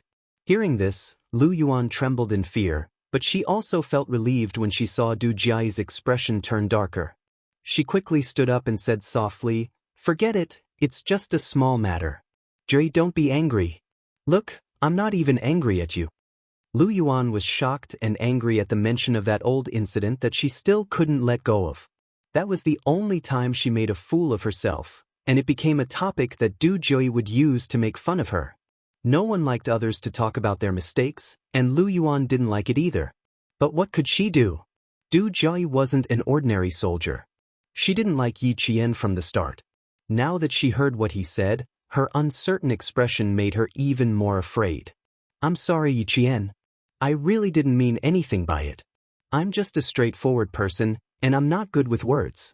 If I've offended you, please forgive me." Du Jiayi's uncertain expression only took a few seconds to adjust. Her bright eyes under the hood were filled with sincerity. "I'm very, very sorry. Please forgive me." Lu Yuan originally felt that her anger had been vented, but now, following Du Jiayi's apology, she felt an extremely cold chill run up from the bottom of her feet. Based on her understanding of Du Jiayi, the more amiable she was, the more it meant that she had set her sights on someone and would make that person suffer. Seeing her gaze on Yi Qian, Lu Yuan's fingers trembled violently. It was one thing for her to be scolded by her. That incident was indeed her fault. But what about Yi Qian? Not only did she not thank Yi Qian, she even hinted to Instructor Gao that Yi Qian was just a stubborn female soldier and made things difficult for him. How could she do this? It was one thing to trample on those new recruits from time to time, but how could she make things difficult for Yi Qian, who had saved her life? Now that Yi Qian was angry, she still thought that Yi Qian was wrong. He even targeted Yi Qian. "Du Jiayi, do you really think you're a big shot?" Instructor Gao, who had said something to the male soldier, walked over again. Du Jiayi was used to destroying peace. She held Lu Yuan's arm and said to Yi Qian, "I'm very, very sorry, and I'm very, very grateful." Instructor Gao wanted to go over to see how much snow needed to be shoveled. He did not give Du Jiayi a chance to continue speaking. He came over and said, Come with us to see how the snow is being shoveled and discuss the situation with the army. He reminded Lu Yuan to take good care of Wei Jiyue and left. Finally, Instructor Gao showed concern for Yi Qian. You have to be careful too. You've been exposed to the cold wind for a few hours.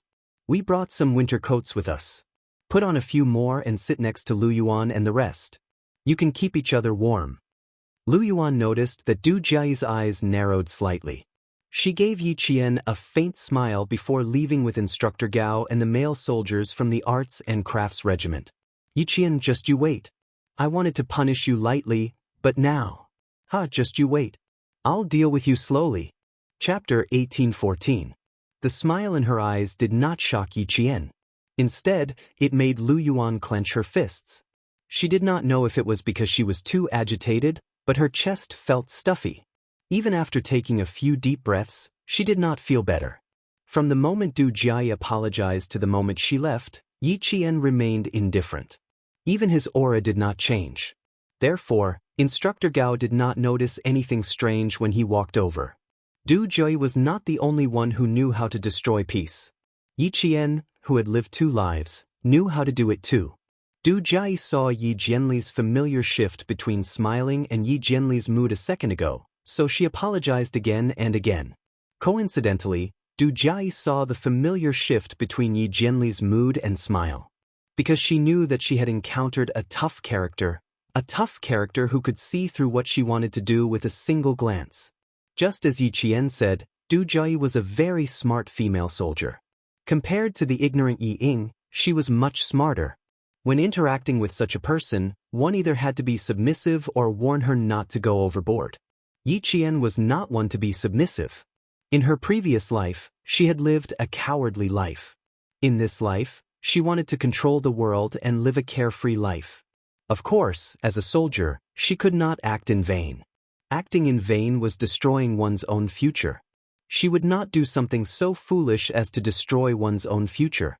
With a faint smile in her eyes, she sent Instructor Gao off. Turning her head sideways, she saw Lu Yuan staring at Du Jiayi's back view with an unfathomable gaze. Even she could tell that they had some conflicts in the past, so how could Instructor Gao not be able to tell? I'll go with you to see your comrades. Now that the roads are disrupted, a small cold will cause big problems. The smiling voice pulled Lu Yuan's attention back. Yi Qian looked at the female soldier who was looking at her with a complicated expression. She pretended not to notice anything and glanced at Wei Jiyue. She whispered, "It looks like something is wrong." Lu Yuan originally wanted to say a few more words to Yi Qian, but hearing this she immediately trotted over to Wei Jiyue's side. She saw that Wei Jiyue and Ma Min were leaning against each other with their eyes closed. They were so tired that they had fallen asleep. Wearing an oxygen mask to sleep, Wei Jiyue did not have a fever, but she looked very tired. Fortunately, the Zhang soldiers had already set up the tents that were originally for the sentries and were calling them over to sleep. He woke up the 2 people who were fast asleep and helped them to the tent. Sleep in the tent. Watch your feet first. Yi Qian reminded Wei Jiyue, who was so sleepy that she was stumbling. He put his arm around her shoulders and put her weight on him to make her feel more comfortable. Du Jiayi is the daughter of a high-ranking official in the capital. She is 24 years old this year and has a brother who is 9 years older than her and has real power in the Nanguang military region. We belong to the Nanguang military region's art troupe, so everyone has to give in to us. Fortunately, you're not from the Nanguang military region's army. Her sister is 7 years older than her, and her brother is 1 year younger than her. He's also quite capable. Last year, he graduated from university and worked in the provincial government. Du Jiayi has a sweet tongue and knows how to coax people, so she's quite popular in her family.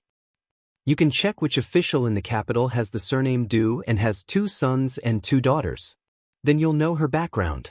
Also, her mother, Madame Li, is also a very powerful person. If anyone dares to bully her daughter, she will not let them off easily. However, this family is very prideful, so they will be amiable on the surface. Just like just now, no matter how angry she was able to put down her pride and apologize to you. Chapter 1815. Yi Qian, who was listening quietly, had a dark look in his eyes when he heard the words Madame Li. They were only 5 meters away from the tent. Wei Jiyue spoke quickly and softly into Yi Qian's ear. Even Lu Yuan did not hear her. Why did she have to tell Yi Qian? Because this was the only thing she could do to help. She only hoped that Yi Qian would be more vigilant and avoid them in the future. The Wei family was considered a big family, so even they had to give in to the Du family. Yi Qian, who had been listening quietly, said, "Thank you." Then he reminded her, "Sleep a little deeper. We only set up one tent." They did not know when they would be able to shovel the snow away, so the Tibetan soldiers used 2 tents to avoid the cold. Lu Yuan, who had not noticed anything, walked out of the tent and said to Yi Qian, "Thank you for your hard work tonight. You saved so many of us. Although I can't mention your name in the report and let the army reward you, I will always remember that there was a female soldier who took the risk to save others. Thank you, Yi Qian." Compared to Du Jiai's gratitude, Lu Yuan's gratitude was much more sincere. She straightened her back and looked at Yi Qian with a sincere expression as she saluted him. "Thank you, Yi Qian. Thank you. If not for your timely appearance, she and her comrades would not have dared to climb onto the roof of the carriage, and it would not have been possible for them to save so many people in just 3 hours." She stood at the side and listened to the creaking sound of the carriage. She was so scared that her knees went weak. On the other hand, Yi Qian, who was lying on the roof, was so calm and brave. Even when they screamed in fear, he was still calm and collected until he saved everyone. Even if Du Jia had her eyes on Yi Qian, she was not afraid. She belonged to a different division and branch. No matter how powerful she was, it was impossible for her to cross divisions and branch to cause trouble for Yi Qian. Looking at Yi Qian, who was working for them, Lu Yuan, who felt apologetic, bit her lip, as if she was making a big decision. After a while, she said, "Du Jia and I were both female soldiers for 2 years. We were friends for a year, so close that we could share meals together. Later on, when new soldiers joined the army, their opinions differed from hers, and the conflict began to deepen. But it's only about class affairs. Last July, when I got close to Wei Jiyue, who was transferred here, our relationship deteriorated even more. In the end, I applied to be transferred to Wei Jiyue's dormitory, far away from her. The further I was from her, the clearer I could see Du Jiai's character." Lu Yuan could not directly tell Yi Qian to be careful.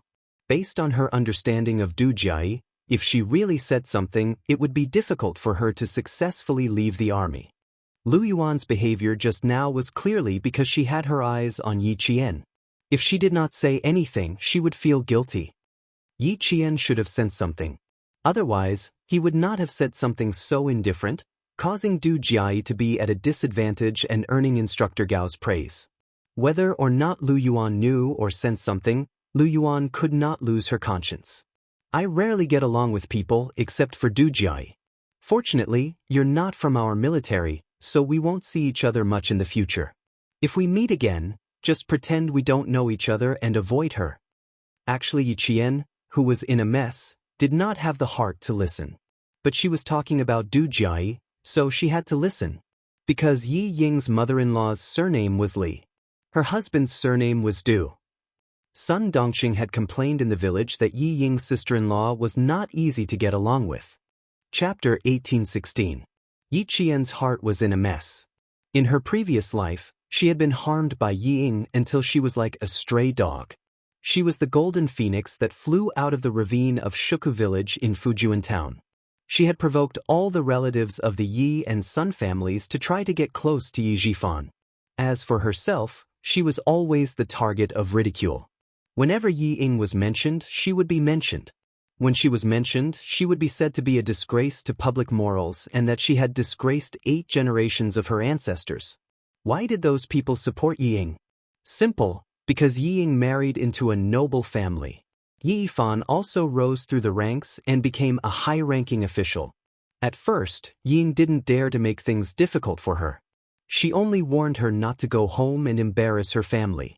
She also said that her father was successful in his career and that if she went back and ruined her father's reputation, the whole family would want to beat her to death.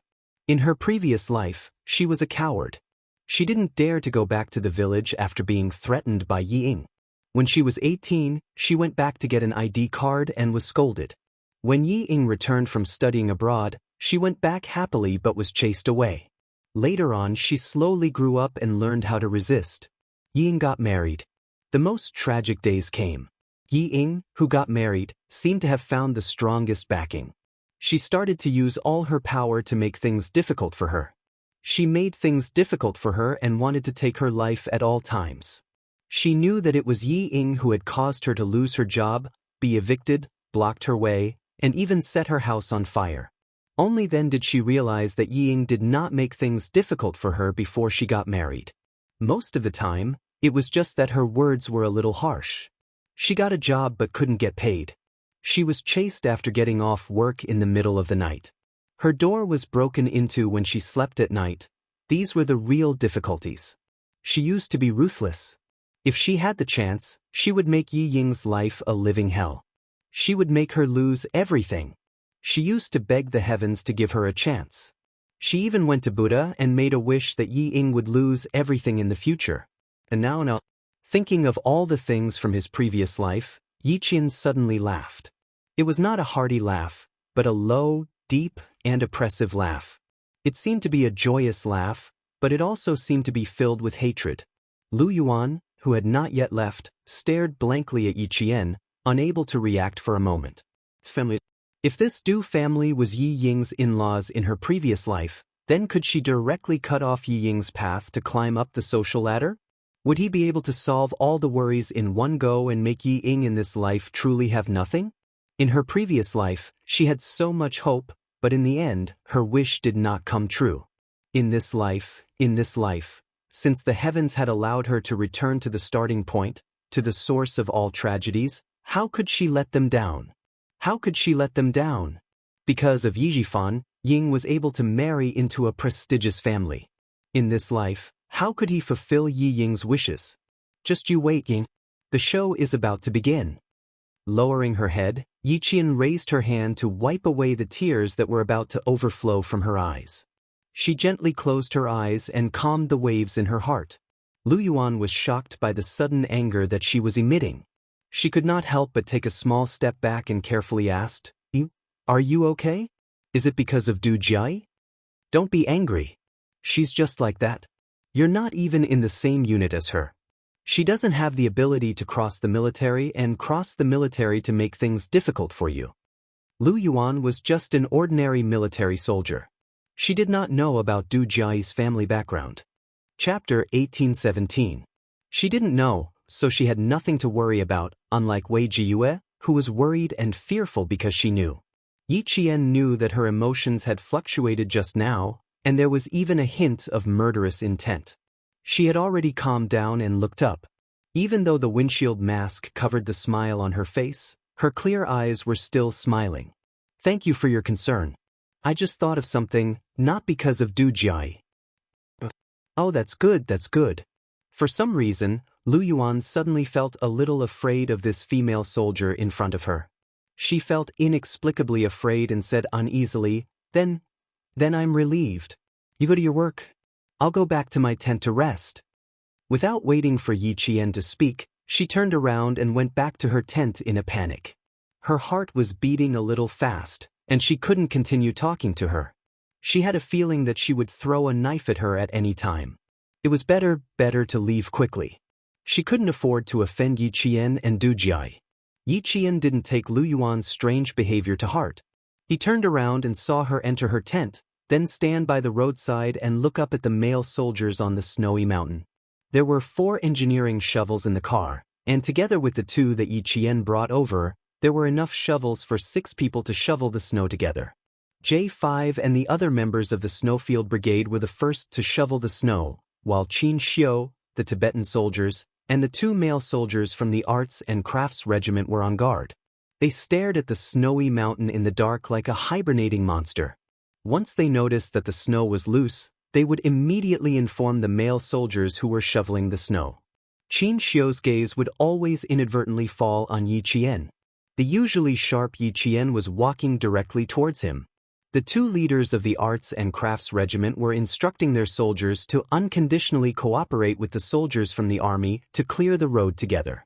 As Yi Qian walked closer, He heard a male soldier from the Arts and Crafts Regiment say worriedly, "The Matza army hasn't arrived yet. I suspect that there might be an avalanche ahead. Maybe they're also trying to save people." The Tibetan route through Mazadaban was a very big S-curve. If the curve ahead was blocked, they would not be able to see anything. There's no need to be suspicious. Since we haven't arrived yet, there's definitely an avalanche ahead of us. Let's clear the path for the two vehicles first. The rescue commander frowned as he looked at the huge pile of snow. At this rate, it would be difficult for him to complete the task within 5 hours. Qin Xiu, who had already noticed Yi Qian walking out, lowered his head and said something to Instructor Gao, then strode over. Yi Qian looked at Qin Xiu, who was not affected by the cold at all, just like the J5 and the others. He could not help muttering in his heart, "He looks like a gentleman who is painting by the window, but why does he look like a marching soldier now?" The other two male soldiers from the Arts and Crafts Regiment were so cold that they wrapped themselves in thick winter clothing. Fortunately, their backs were straight enough. Otherwise, they would look like brown bears in the mountains. They were very clumsy. "Are you looking for me?" Qin Xiu came over and asked, "Are you worried about when the road will open?" Yi Qian raised his eyebrows. "You kept looking at me just now. I thought you were looking for me." If he was looking for her for no reason, then why was he looking at her? He only looked at her occasionally, and it was not on purpose. He only looked at her from the corner of his eyes. How did she notice him like that? Qin Xiu wanted to laugh. He was indeed a soldier. His sensitivity was indeed shocking. Chapter 1818. It seemed like he could not sneak a few glances at her in the future. He might as well look at her openly. If he was caught, he could still smile. Qin Xiu, who had always had a clear goal, was already thinking about how to get along with Yi Qian. There is indeed something. It's about my identity. Since she was already here, he could not let her come for nothing. Qin Xiu gestured for her to speak further away. "I have something to do here. Originally, I came here with another interpreter. When I arrived at 30 Miles Camp, I heard that the Nanguang military's art troupe was here, so I followed them as a reporter. The people in the art troupe have always thought that I'm a reporter. That's why I need your cooperation." Yi Qian's face was serious.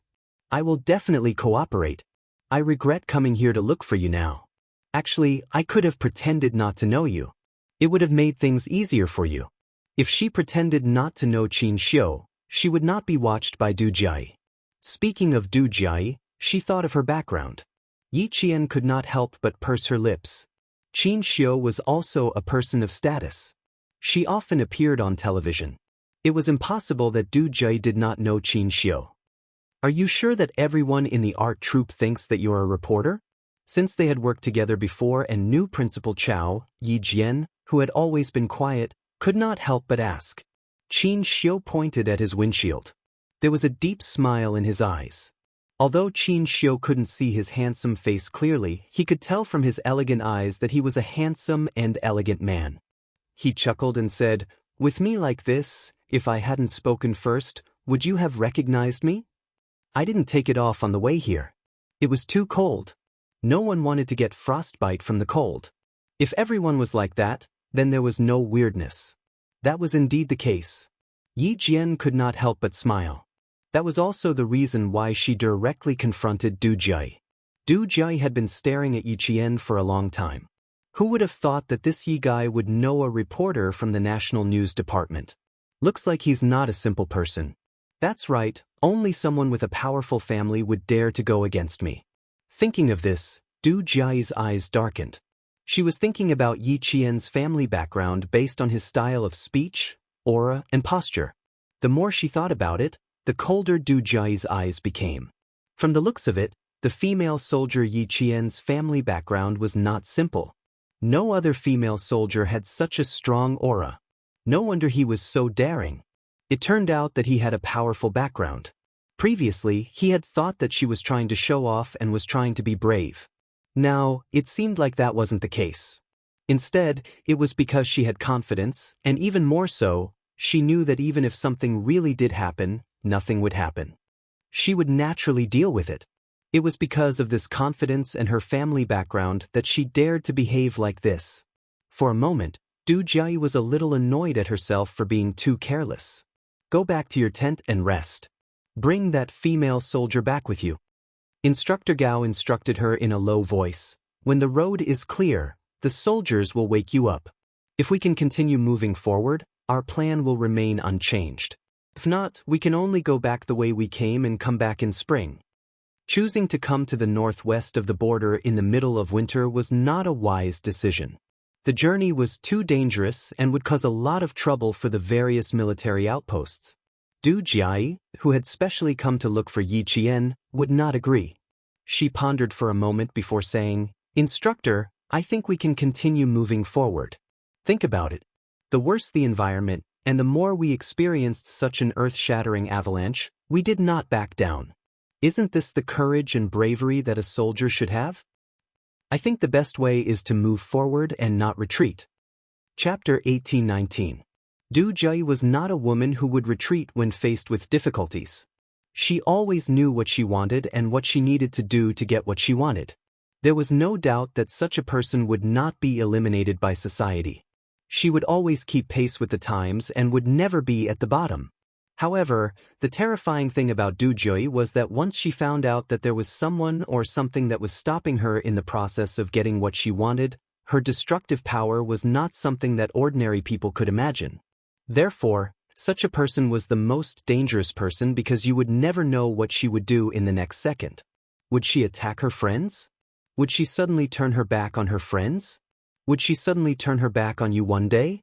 She knew what she wanted and she knew how to get it. She also had the ability to control things, so when interacting with her, one must always be clear-headed and carefully avoid her minefields, lest one be blasted into nothingness one day. Since such a person came with a purpose, how could she retreat so easily? In addition, she was already out of danger. If she continued to move forward, she could deepen the leader's impression of her. As smart as Du Jiayi was, she would choose a beneficial path for herself. Obviously, the instructor was also moved by her words.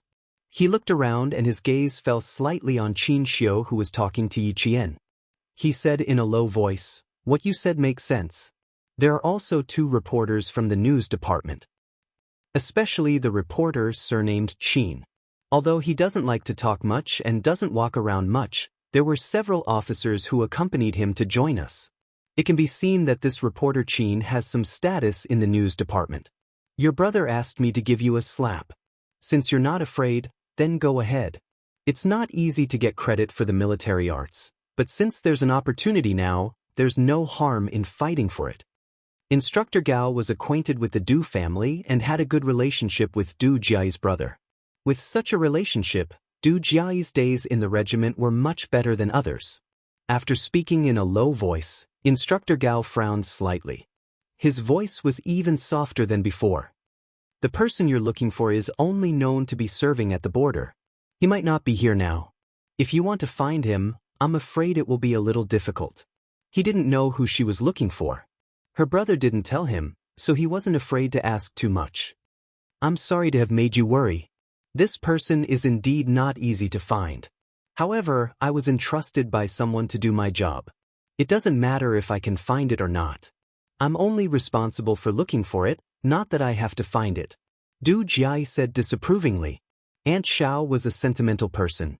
This time, she asked her to find her son by the way. Maybe she would forget what she asked for. But since he had already promised, he had to put in some effort and not be careless. Besides, Family Xia and the Du family had different political views. Auntie Xiao had asked her to look for her son, so she wasn't a good choice. It had been 10 years since she last saw Xia Jinyuan. Who knew if he still recognized her? However, if she saw him, she would definitely recognize him. She didn't know how many times she had been bullied by him. Every time they had a group of people, he would never give her any face. He would always gang up with the Han family to bully her. She had been bullied so much when she was young that the memory was still fresh. She always wanted to get back the face she had lost back then. Since Auntie Xiao asked her to look for her son, she would do it. Instructor Gao didn't say anything else. She had always been a person with her own ideas. As long as she didn't cause trouble, it didn't matter. Chapter 18-20. In the middle of the night, the temperature dropped even further. J5, Chang'ing, and the others shoveled snow for 3 hours straight before they were called back to the tent by Yi Qian, who had just woken up from his nap. Along the way, Yi Qian sternly warned them that if they continued like this, their limbs would freeze to death. The male soldiers were not angry at her scolding. Instead, they were quite happy. Although it took longer, it was not a big deal. Every year during winter training, it was common for them to be suddenly woken up in the middle of the night to run with weights. 3 hours was not a big deal. Furthermore, they were divided into 3 groups. The Snowfield Brigade had 3 hours and the Tibetan soldiers had 2 hours. Once the road was cleared, the Tibetan soldiers had to drive. The 2 male soldiers from the Arts and Crafts Regiment and the 2 reporters from the News Department were in one group. They only needed 1 hour. The Tibetan soldiers couldn't help but laugh heartily. He was quite protective of his own people. It was good to have female soldiers in the team. They knew how to protect their comrades. As they walked towards the tent, J5 joked, "Oh no, Q King is going to have a lot to worry about in the future. He wants us to talk less and work more. Shoveling snow increases lung exercise. He likes to make us work and train at the same time." Yi Qian said, "That's not the same. That's a compulsory training in the team. We can divide the work and work together to recover the energy we expended. I don't think we should do everything just because we're soldiers. It's better if we work together." "Alright, we'll listen to you. Let's rest now. You should go back to the tent and rest too." J5 agreed readily and reminded him, "Don't call us by our code names. You don't know our names either. If you have anything to say, just come over and talk. You can't say your code name either. Our reports only have code names, not names. Remember, don't reveal each other's code names." So when he reminded him, he called out Yi Qian's name. There was Yi Qian's information in the military system, but it was as good as nothing. Even if someone knew his surname, they would not be able to find anything. The code names of the Snowfield Brigade members were much more important than their names. The commander of the rescue team and the injured instructor Gao were still in the tent. Yi Qian could not go in with them, so he left amidst the chuckles of his comrades. He took 2 steps and said, "I'll watch you guys enter the tent." His comrades were stunned. Then they laughed louder. "Young Sparrow, I suddenly feel like I'm being controlled by my girlfriend." As soon as he said that, his comrades' laughter stopped. "Of course. Of the tiger. Of the tiger. Of the day. Whose girlfriend was Yi Jian? Of Yi.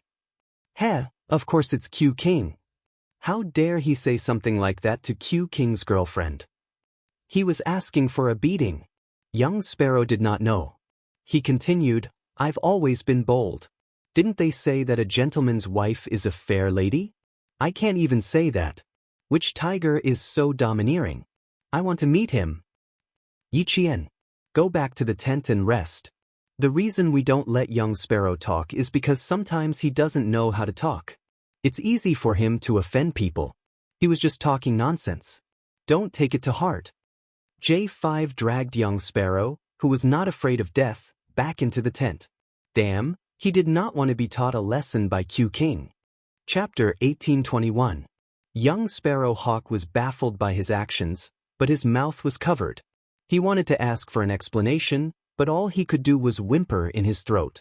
"Why are you still struggling? I'm trying to save you, you know? Behave yourself. Don't start a dye shop just because I gave you some color," J5 warned in a low voice. There was an indescribable seriousness in his voice. "Is Yi Qian your girlfriend? Can you woo her?"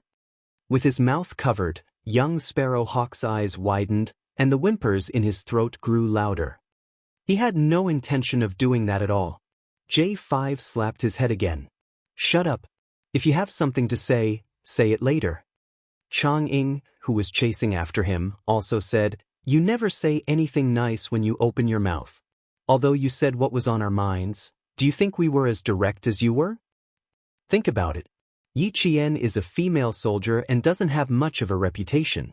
How awkward would it be for you to say such things in front of us? Can't you see that the smile on her face is a little stiff?" Young Sparrow Hawk, who finally realized what was going on, obediently allowed himself to be dragged away by J5. Seeing this, Chang Ing was relieved, but he was still a little nervous. Young Sparrow Hawk wouldn't really have feelings for Yi Qian, would he? He clearly knew that Q King looked at Yi Qian in a strange way, so how could he have feelings for her? J5 was really troubled. He wasn't worried about Yi Qian being embarrassed, he was worried that Q King would teach him a lesson.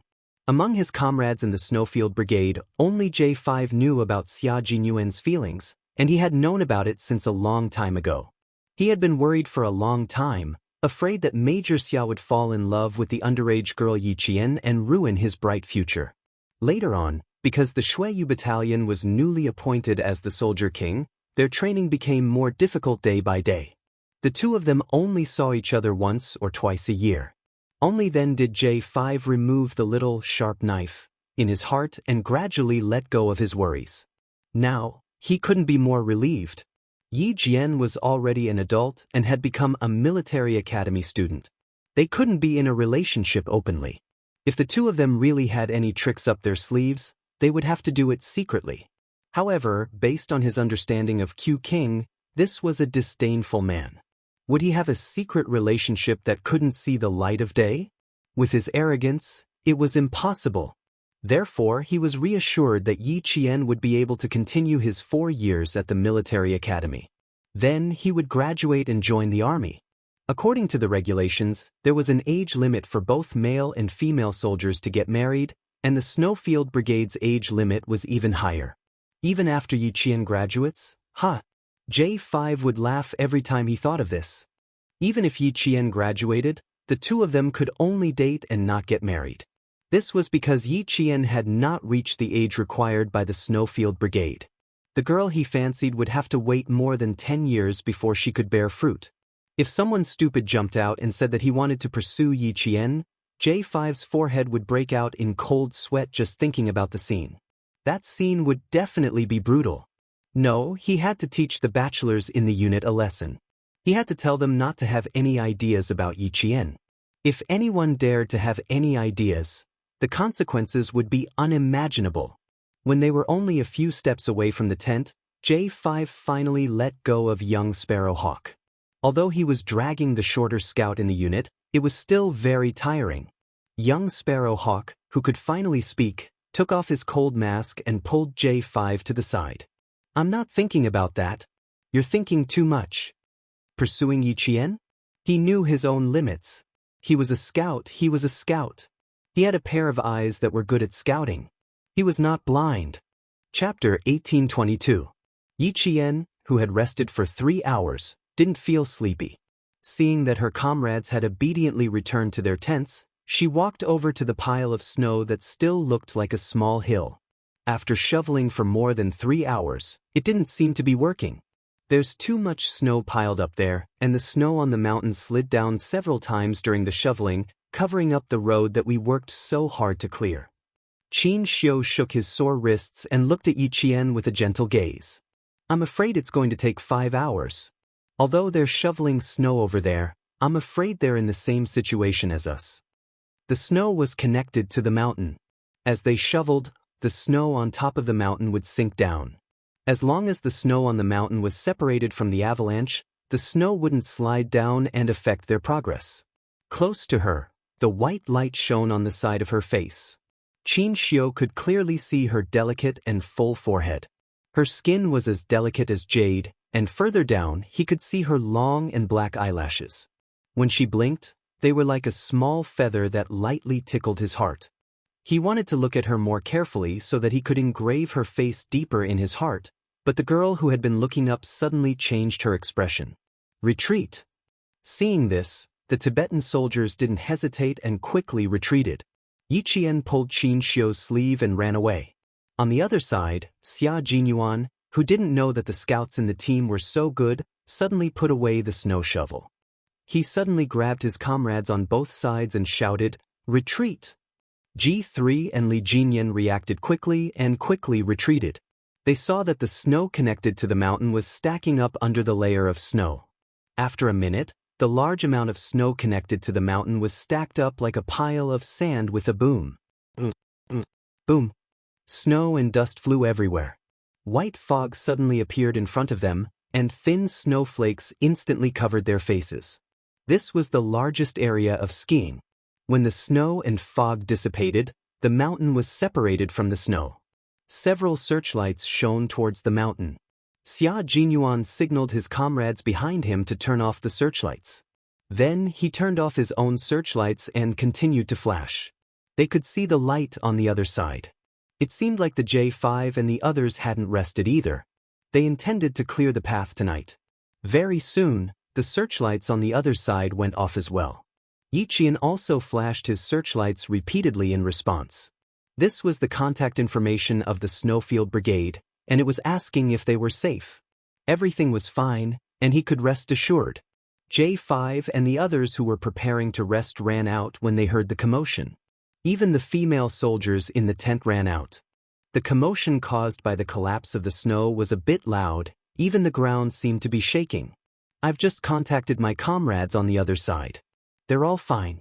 The Tibetan soldiers said that we don't have to worry about the snow on the mountain sinking down again. We just need to shovel the snow to clear the way. Yi Jian explained to J5.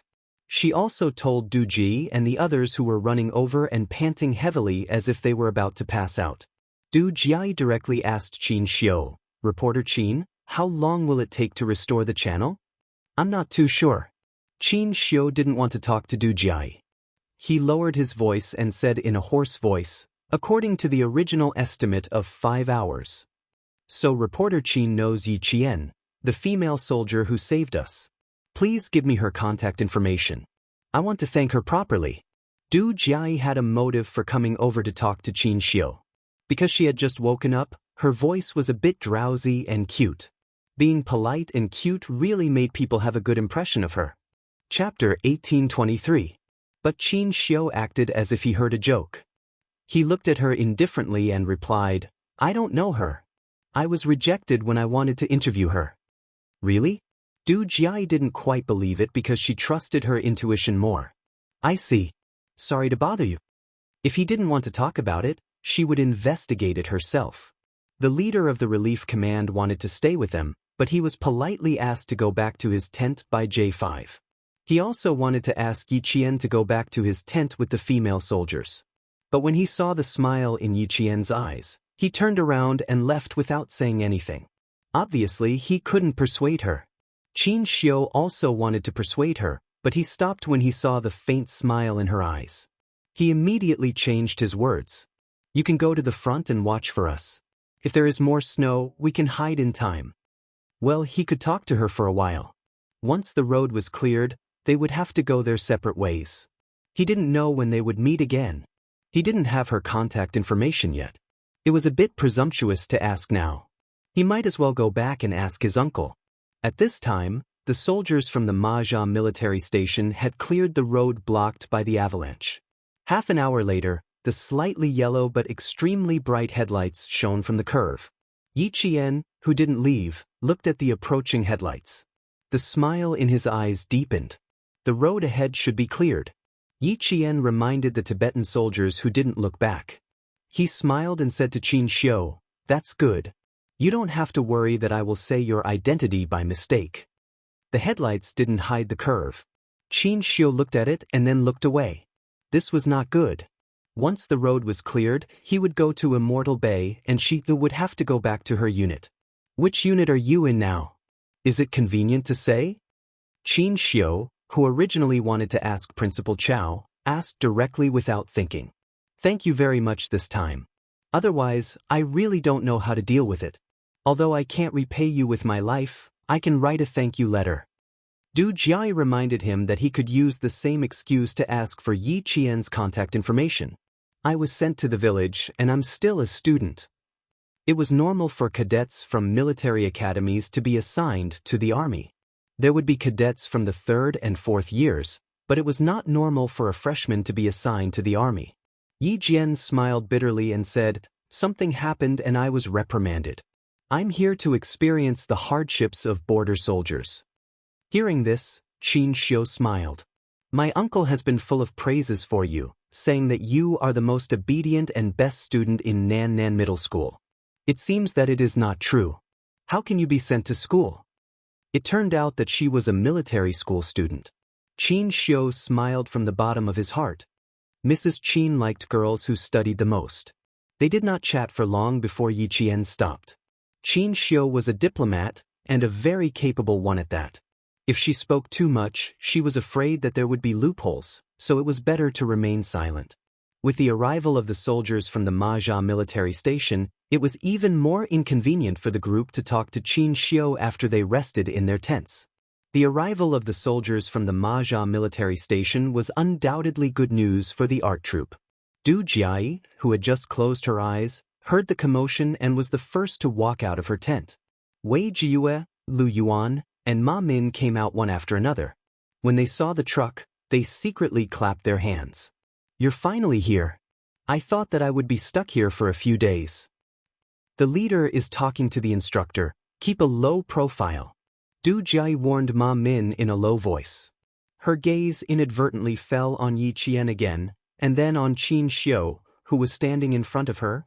Did they really not know each other? Chapter 1824. Without giving Du Jiai a chance to stand quietly and speculate, Instructor Gao asked her to take the lead to pack up the tents of the female soldiers, while the soldiers of the Matsa military station picked up the ice shovels and began to shovel away the last layer of snow that was blocking the path from Kadadaban to Matsa. The snow pile became smaller and smaller, and gradually, the sound of shoveling could be heard. G3 threw away a piece of snow that was frozen at the bottom and whispered to Xia Jinyuan, "There are more sounds of shoveling snow from the opposite side. It's highly likely that people from the military station are here. We can withdraw now." It was better for them not to show up too much for the secret training. At most, they would be able to clear the path in another hour. Han Zheng said softly, "If I remember correctly, we are all soldiers serving in the border area. If they really see us, they will only think that we are doing winter training." The military would always make careful arrangements for the training of a group of special forces with the country's hidden strength. They would also list out all the possible problems that might arise. Even if other troops knew about it, they would think that it was just a group of special forces in the military region undergoing winter training. G3 did not agree. They had also patrolled the secretly built satellite base with the soldiers of the Matsa military station. It was better to be cautious. Withdraw. Xia Jinyuan agreed with G3's words. It was indeed time to withdraw. Previously, he was worried because of Du Jiai. Now that a few hours had passed, if anything had really happened, it would have happened long ago. If he appeared and confronted this hypocritical woman who he had not seen for almost 10 years, with her narrow-mindedness, it would be more troublesome. When he met with Little Fox, he would ask her alone. Han Zheng felt that it was a pity and silently said in his heart, "I still want to meet Du Jiai and talk about what happened between us back then. I really want to see her clearly angry, but she has to pretend to be magnanimous." Sigh, "I really miss it," muttering silently did not escape Xia Jinyuan's eyes. He turned around and glanced at him coldly. Han Zheng immediately stood at attention and made a "shut up" gesture. Yi Qian saw Xia Jinyuan at 4:17 in the morning. The snow blocking their vision was shoveled away, and their searchlights shone directly at each other. Their eyes met and they saw each other immediately. The soldiers at the Matsa military depot, Kudi military depot, and Sanli military barracks were the first to speak. Then, the commander of the construction team stepped forward. Yi Qian moved to Xia Jinyuan's side and stood quietly by the side as he watched the J5's eloquent speech. Upon receiving Xia Jinyuan's signal, J5 took on the role of leader. Well, it wasn't really a role since he was the instructor of the Snowfield Brigade. Du Jiai is a difficult person to deal with. Did you suffer any losses? That was the first thing Major Xia asked. Yi Qian sensed something and raised his eyebrows slightly. An old acquaintance? There was something wrong with the intonation of these 3 words. It seemed to have some other meaning. Major Xia, who was keenly aware of it, turned his head and glanced at her. Within a few seconds, he reacted. No wonder it sounded a little strange. It turned out to be jealousy. There was a smile in his handsome eyes. You can say that I'm an old acquaintance. About 10 years ago, when I was still a prince, I caused a ruckus. There was a hypocritical beauty snake. I had a deep grudge with her. How is it? Are you satisfied with my answer? Ahem. I guess I'm satisfied. Yi Qian felt a little uncomfortable. He had been jealous too much. There were many types of old acquaintances. Captain Xia's tone was so cold just now, yet he did not notice it. Chapter 1825. After exchanging a few words with Xia Jinyuan, Yi Jianqian noticed that there was an inquisitive look in her direction. He couldn't help but glance over to see who it was. He said to Xia Jinyuan, I didn't lose out, but I was targeted. They belong to the category of people who don't get along with each other. I don't even want to say one more word. It's good that you didn't lose out. It doesn't matter if you're targeted. When Xia Jinyuan heard that he did not suffer any losses, the smile in his eyes deepened. He said with relief, You won't suffer any losses in her hands. I feel relieved in the future.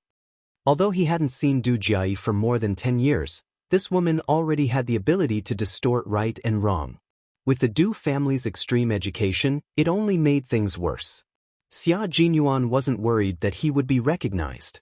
Other than Chang Ying and Yan Zizi, who were the main scouts, the rest of his comrades in the Snowfield Brigade were all at least 185 meters tall. He wore his snow boots, a winter jacket, and a winter mask. It would be strange if Du Jiayi could recognize him. He didn't even recognize Du Jiayi from the group of female soldiers. But it really made him feel helpless.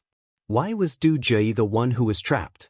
Could it be that she had done too many bad things and started to have bad luck when she reached a place without the protection of the Du family? It was fine if she was unlucky, but she even had to be rescued by Little Fox. Bad people really lived long lives. Du Jiayi's gaze fell on Yi Qian. She saw him standing among a group of tall and straight army soldiers. Her figure looked even more slender, as if she was being protected by the male soldiers while she was being pampered. Fortunately, she had seen reporter Qin, who was calm and composed and had the temperament of a scholar, and knew Yi Jian. Thus, she had guessed that this female soldier had some background. But now, it seemed that her first impression was right. She was just an ordinary female soldier who had some ability and was willing to be cruel to herself to climb up the ranks. If someone like her entered the capital or the military, would she try to stand out? She would be beaten back to her original state at any time. With that thought in mind, Du Jiayi's apprehension toward Qin Xiu dissipated in an instant. As she stared at him, she even lifted her chin a little. When Yi Jian looked over, she happened to see Du Jiayi, who had her chin slightly raised and did not hide her arrogance. She didn't wait for him to notice and calmly retracted her gaze. She stood side by side with Xia Jinyuan, and while waiting for J5 to speak with the station commander, she also spoke with G3 and the others in a low voice. It wasn't a formal occasion, so they could talk on their own. G3 looked at the female soldier who was almost half a head shorter than him, and there was a hint of a smile in his usually hoarse voice. Your courage is commendable. You have guts. He looked at the carriage that had not been dragged up yet. The entire carriage was supported by the front of the carriage. Although he had made sufficient preparations, the danger inside was too great. Even if he had made sufficient preparations, there was still a possibility that he would fall off the cliff with the carriage. Yi Jian climbed down just like that. She was able to rescue everyone trapped inside by herself. It was not enough to be brave enough. She also had to be calm enough. She was getting closer and closer to the requirements to enter the Snowfield Brigade. She was getting closer and closer to meeting the requirements. Xia Jinyuan listened to his comrade and Yi Qian's conversation. His eyes were dark, but there was a deep smile in them. He was worried for her, and even more so, he was cheering for her growth. As a Special Forces soldier who walked on a knife's edge, she danced with death every time she carried out a mission. Courage, perseverance, calmness, and so on were all indispensable. Only then could she defeat death and return to the team with glory. Chapter 1826. Qin Xiu had also secretly glanced at Yi Qian, but he was very good at hiding himself, so Yi Qian didn't notice. As a diplomat, he had the ability to observe people from head to toe. Now that he had used this ability, Yi Qian really didn't notice. Otherwise, why would Qin Xiu be the youngest and most promising diplomat? Qin Xiu couldn't get Yi Qian's attention even after glancing at him several times. Qin Xiu couldn't help but rub his forehead and smile helplessly. Seeing that the meeting had ended, Yi Qin only focused on the tall and imposing soldiers after returning to his team. He didn't even look at Qin Xiu from the corner of his eyes. It seemed like she thought that he was just a stranger she was familiar with. Qin Xiu didn't notice that Xia Jinyuan's gaze had swept over him the moment he lowered his head. Major Xia had only glanced at him for a moment before looking away. Why did this guy who looked at Yi Qian 6 times look a little like Qin Xiu? Why was he with the arts team? Also, there was something wrong with the way he looked at Qin Xiu. It was as if he was hoping for something. Major Xia, the Soldier King, was not someone to be trifled with. He had only taken a few more glances at Yi Jian, and he immediately caught her. Perhaps because Yi Qian didn't give any response, Qin Xiu didn't look at him anymore. Major Xia didn't think too much about it since he didn't see him clearly. In front of them, the station master thanked J5. Then, Instructor Gao and the leaders of the rescue team thanked them one by one. After about 10 minutes, the meeting finally ended. The female soldiers of the arts team were shivering from the cold. They hugged their winter clothes tightly and had to maintain their image, so they could only stomp their feet occasionally. When they were finally allowed to board the car, Yi Qian saw that they all heaved a sigh of relief. Wei Jiyue, who was standing by the side, looked back at Yi Qian before getting into the car. She only stepped into the car after being urged by her comrades. If Du Jiuyi really did something, how should she contact Yi Qian? Should she ask her family to help her check? Come in, I'm freezing. If I stand any longer, I'm really afraid that I'll fall straight down in front of the leaders. I really want to drink some hot water, even if it's 70 degrees Celsius. Right now, I feel like my heart is cold and there's no warmth at all. I'm afraid I'll be skinned alive when I get back to the outpost. As the vehicle swayed as it drove, the female soldiers who were too cold to sleep started chatting with each other. The sky seemed to be brightening. Wei Jiyue, who was sitting at the outermost part of the carriage, pulled the curtain to a gap. There was a truck in front of them driving in the opposite direction. The female soldier whom she admired was getting further and further away from them. She could hear her comrades discussing her. They all thought that Yi Qian was the most outstanding and the bravest female soldier they had ever met. Wu Ziwei, who came from a liberal arts background, suddenly sighed. After Yi Qian, there will be no Yi Qian. After Yi Qian, there will be no Yi Qian. After some time, Lu Yuan said softly, after Yi Qian, there will be no Yi Qian. But I don't know if there will be any Yi Qian in the future.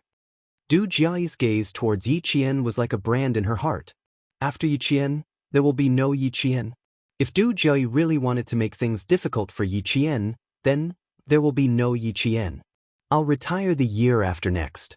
I don't know if I'll be able to see Yi Qian again. A female soldier like her is really admirable and worthy of respect. Don't talk about retiring. It makes me uncomfortable. Chapter 1827. Translator, Henyi Translations Editor. Henyi Translations. Being discharged from the military was always a topic that soldiers didn't want to talk about. Even Wei Jiyue, who hadn't joined the conversation, couldn't help but frown. When she heard them speculating that Yi Qian was a female soldier from the border troops, Wei Jiyue interrupted them. Her comrades were chatting excitedly and said calmly, "Let bygones be bygones. Let bygones be bygones. You all know why I'm saying this." The atmosphere in the car was originally quite good. Everyone had survived the disaster and met a powerful female soldier, so they were in a good mood to chat. But now, the atmosphere was cold. They looked at each other and no longer had the interest to chat. After a soft sigh, the car returned to silence. Only the heavy sound of the wheels grinding on the snow could be heard. Let's not talk about it anymore. If we really got Du Jiayi involved, no one would have a good ending.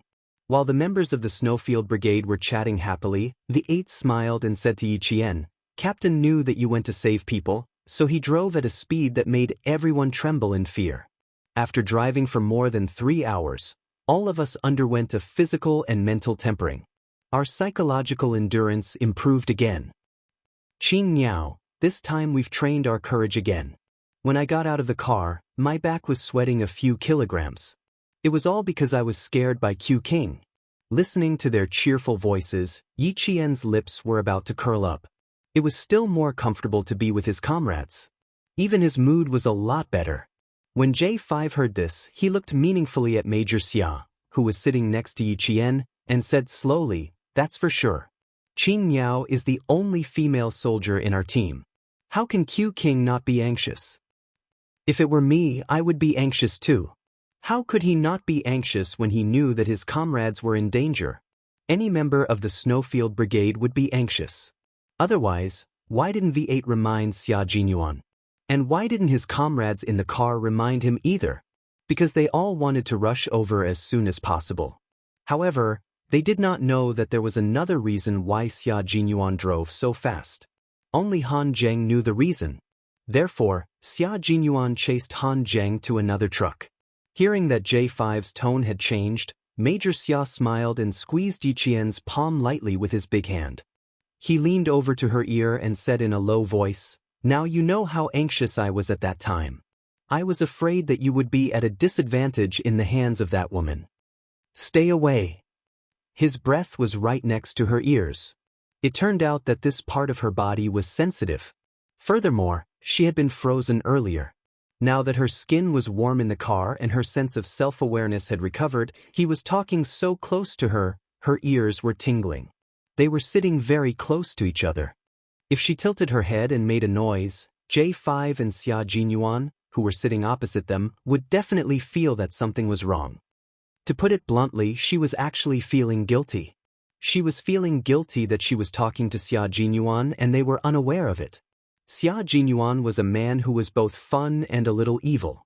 Seeing this, he raised his brows slightly. Instead of keeping a distance, he leaned closer and grabbed Yi Qian's right hand with both hands. His voice was as low as the strings of a zither. "You heartless little fox. I was so worried about you. How could you bear to reject me? You should at least give me some benefits. For example, come closer and talk to me like I'm doing right now." If she really leaned over, he would take advantage of the bumpy ride to tilt his head and let her kiss his cheek. He was prepared. Otherwise, why would he take off his windbreaker and windbreaker hat when he got into the car? His intentions were indeed good. Chapter 1828. Today, Yi Qian was no longer the prickly Yi Qian who kept everyone at a distance and was always vigilant. He was also no longer the young girl who was so flustered that she didn't know what to do when Major Xia pressed her under his body. After interacting with him for so many years and being intimate with him for so long, Yi Qian now had his own way of dealing with Major Xia's thick skin. In the past, he would have blushed and sat on pins and needles whenever he heard such words. Now that he heard this, Yi Qian only raised his eyebrows and glanced at him from the corner of his eyes. He said with interest, "Captain Xia, I'm afraid you won't be satisfied with the sweetness you want to taste. But if you're not satisfied with it, I'm afraid there will be more to discuss. However, at the end of the day, Captain Xia, you're worried about whether I will be taken advantage of because of an old friend. You know Du Joy first, so you know her well. Because you know her well, you're worried that she will get into a fight with me and cause me to be taken advantage of." Hearing this, Major Xia's eyelids twitched slightly. He suddenly had a bad feeling. Then he heard Yi Jian's faint smile. "Actually, if Captain Xia didn't know my old friend, he wouldn't have thought that I would be at a disadvantage and wouldn't have rushed over so anxiously." Major Xia immediately sat up straight. Even if the car bumped, he still straightened his back and didn't dare to act rashly. If Commander-in-Chief Xia was here, he would definitely clap his hands and laugh heartily. He would also say to the daughter-in-law he approved of, "This is the right way to teach him a lesson. We can't let him have the chance to take advantage of us."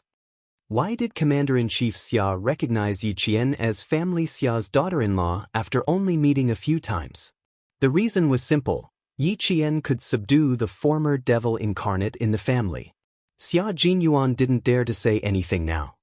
He needed to listen to what Yi Jian had to say and ponder over it before he opened his mouth. Family Xia was a little strange. There was one type of person in the family that a family Xia man didn't dare to offend, and that was his own wife. The men of the Xia family could do whatever they wanted outside, but when they were at home, they were all filial men who loved and coaxed their wives. They had no choice. They were in the army all year round. It wasn't easy for them to come home and get together with their wives. If they didn't behave well and dote on their wives, if their wives ran off with someone else, they would suffer a huge loss. Major Xia had inherited the Xia family's excellent family style very well. At this moment, he was also listening to whatever Yi Jian said seriously and did not dare to suddenly open his mouth and interrupt. It was also because he loved and respected Yi Jian from the bottom of his heart that he was willing to put down his pride. In the end, you're worried. Because you're worried. If you're not, of course, you're because I don't teet. If I didn't know him, based on my understanding of the major, he would have definitely sat high up in the stands. No matter how worried or nervous he was, he would have let me face it alone instead of rushing over in such a hurry. Major, am I right? Xia Jinyuan didn't dare to talk about giving him a taste of the sweetness, and changed the topic. If he continued to talk about this sweetness, he would only have to suffer. You're absolutely right. If he didn't say, yes, now, when would he? If he didn't go along with his girlfriend's wishes, he would be an idiot. Without any hesitation, Xia Jinyuan immediately expressed his absolute approval. I know her first, that's why I'm worried. If I didn't know her and didn't know her, I would have waited for you at the military depot. This was the truth. There was no lie. Chapter 1829. The smile on Yi Jian's face deepened. She believed him because he would tell her the truth when it came to serious business. We're not afraid of anything. Missions of life and death are nothing. These are things we have to face. I won't step in because this is something you have to face as a special forces soldier. Xia Jinyuan was Xia Jinyuan after all. With just a few words, the smile on Yi Qian's face gradually disappeared, and she listened to him attentively. You're a soldier brought up by Uncle Chen and Uncle General. They brought you out with the hope that you can go further in the military and stand at a higher position. I, on the other hand, am taking you on a more arduous and dangerous path filled with thorns. Little fox, your life is my life. I cherish it very, very much. I can't bear to see you in any danger. The more it's like this, the more I have to let go. The more ruthless I have to be. As long as I'm not resting, I'm only your superior and not your boyfriend. I don't want to hurt you. I just want to be with you for the rest of our lives. Sweet nothings didn't need to go back and forth like, you can't leave me, I can't leave you, I love you, you love me, you're the wind, I'm the sand, and so on. Sentimental but easily forgettable sweet nothings. Words of love could be like Xia Jinyuan's, full of bloodthirst, ruthlessness, and ferocity. However, this was just the surface. Once this surface was peeled off, you would see his sincerity. He only wanted to be with you for the rest of his life, to be with you through trials and hardships, and to be able to survive through the smoke of war. If you could withstand the smoke of war, withstand the rain of bullets, and temper it with blood, then your love would be stronger than gold, and you would have no regrets in life. Yi Qian was a female soldier who didn't like to hear overly emotional confessions. After living 2 lives, she had seen too much hypocrisy. Instead, she preferred the truth. Therefore, Xia Jinyuan's words were always able to move her. Major Xia, who originally had some ulterior motives, saw her solemn expression and became even more serious. We will meet many different kinds of people in our lives. Today, let's talk about villains. I'm worried about you because the most dangerous kind of villains have appeared. You have to be careful when villains appear. Otherwise, you will become a stepping stone for them. Especially people like Du Jiai, who is kind on the outside but cruel on the inside. She looks kind and generous on the outside, but secretly stabs you in the back. You have to be even more careful. I've known her for a long time. I used to be a gangster. Not many people dared to offend me because of my family background. I had a few friends who didn't want to study. One of my friend's sister was good friends with Du Jiai. One time, when a good friend of his went abroad to take an exam, he accidentally lost his well-kept admission ticket. He couldn't find it even when the exam started. Du Jiai. As a good friend, Du Jiai was anxious. A few minutes before the exam, she went around looking for her friend's exam ticket. Du Jiai also had to take the exam. She was in a different exam room. A few minutes before the exam, she was worried and worried. She comforted her friend and said that they would think of a solution together. She really did make a few calls to see if there was a solution. Everyone thought that it was worth it to have a friend like Du Jai. When Xia Jinyuan said this, the coldness in his eyes disappeared. I believe it too. I feel that this little girl is quite loyal. I even told my friends that a girl like her is better than a boy and is worth befriending. Chapter 1830. In the end, Du Jai was the one who picked up the admission test long ago. The reason was because his brother's sister had said that her dress wasn't pretty.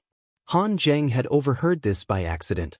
Otherwise, no one would have believed that his good friend would miss the entrance exam just because someone said that her dress was ugly.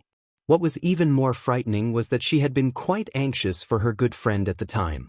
His friend's family had wanted to use their connections, so they didn't care about Du Jiai's presence and told her all the countermeasures. Du Jai, who was anxious in front of others, took the initiative to cut off her good friend's escape route. She directly went to the examiner and told him that someone had lost their admission ticket and was looking for connections to take the exam without a permit. She pretended to help you time and time again, and cut off your escape route again and again. Only when you no longer have the strength to fight back would she stop and quickly kick you out. This kind of villain is the scariest. She has the ability to keep her composure. She can kill people without batting an eyelid. Du Jai is already so terrifying when she was in her teens. 10 years later, Du Jai will be even more difficult to deal with. Yi Qian was really dumbfounded when he heard this. Just because his good friend had said that her dress was ugly in front of others, she had kept it in her heart. She had taken action to cut off his good future. Moreover, she was only in her teens at the time. The two of them sat side by side. The lighting in the car was dim. Although Xia Jinyuan couldn't see Yi Qian's expression, he knew that he must be very surprised. When Han Zheng told him that year, he didn't believe it. Just now, Little Fox said that she didn't suffer any losses. It was clear that the two of them had met. Major Xia raised his eyebrows and said calmly, "Come, tell me how you met her. With this woman's tolerance, she will definitely secretly investigate your identity when she returns from the border. We need to come up with a countermeasure first." He was not afraid that Du Jai would make any moves. He only hoped that she could make some big moves. In the end, he would definitely give Advisor Du a headache. When Yi Qian heard this, she felt that something was not quite right. He seemed to be hoping that Du Jai would secretly investigate her identity.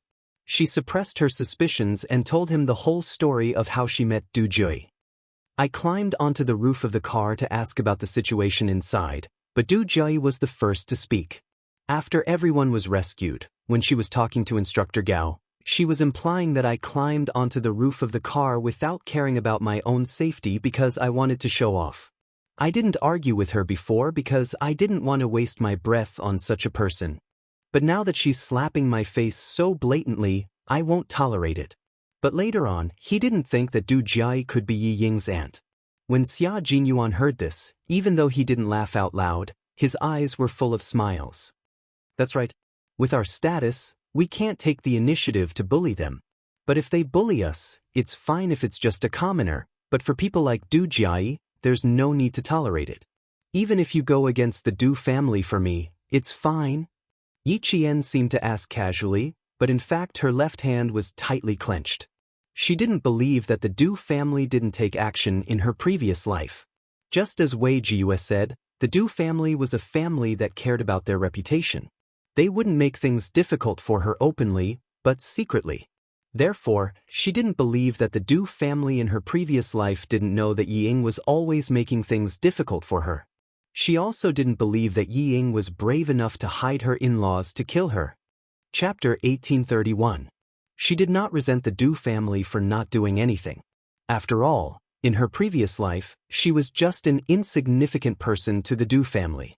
They would not deliberately make things difficult for her. At most, they would turn a blind eye. But now, if Du Jai really wanted to take revenge for something that was her fault in the first place and she was merely retaliating, then she would really go against the Du family. Yi Ying was related to the Du family, but she would directly go against the Du family. Yi Qian only now felt that the battle between her and Yi Ying had begun.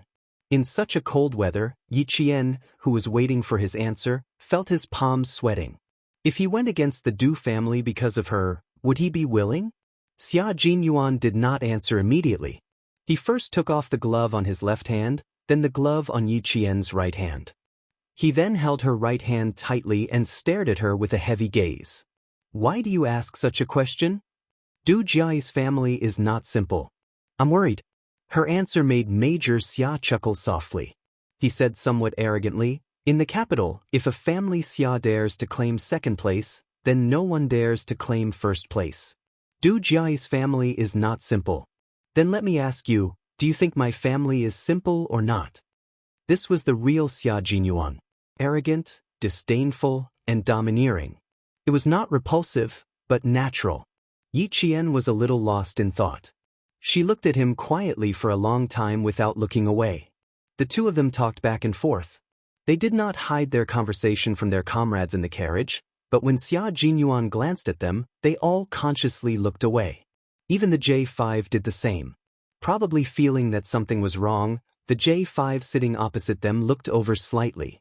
He only glanced at Yi Qian for a moment before immediately looking away. He nudged G3 with his elbow. G3 turned his head and saw the J5 winking at him. He said softly, "Why do they look like they're fighting?"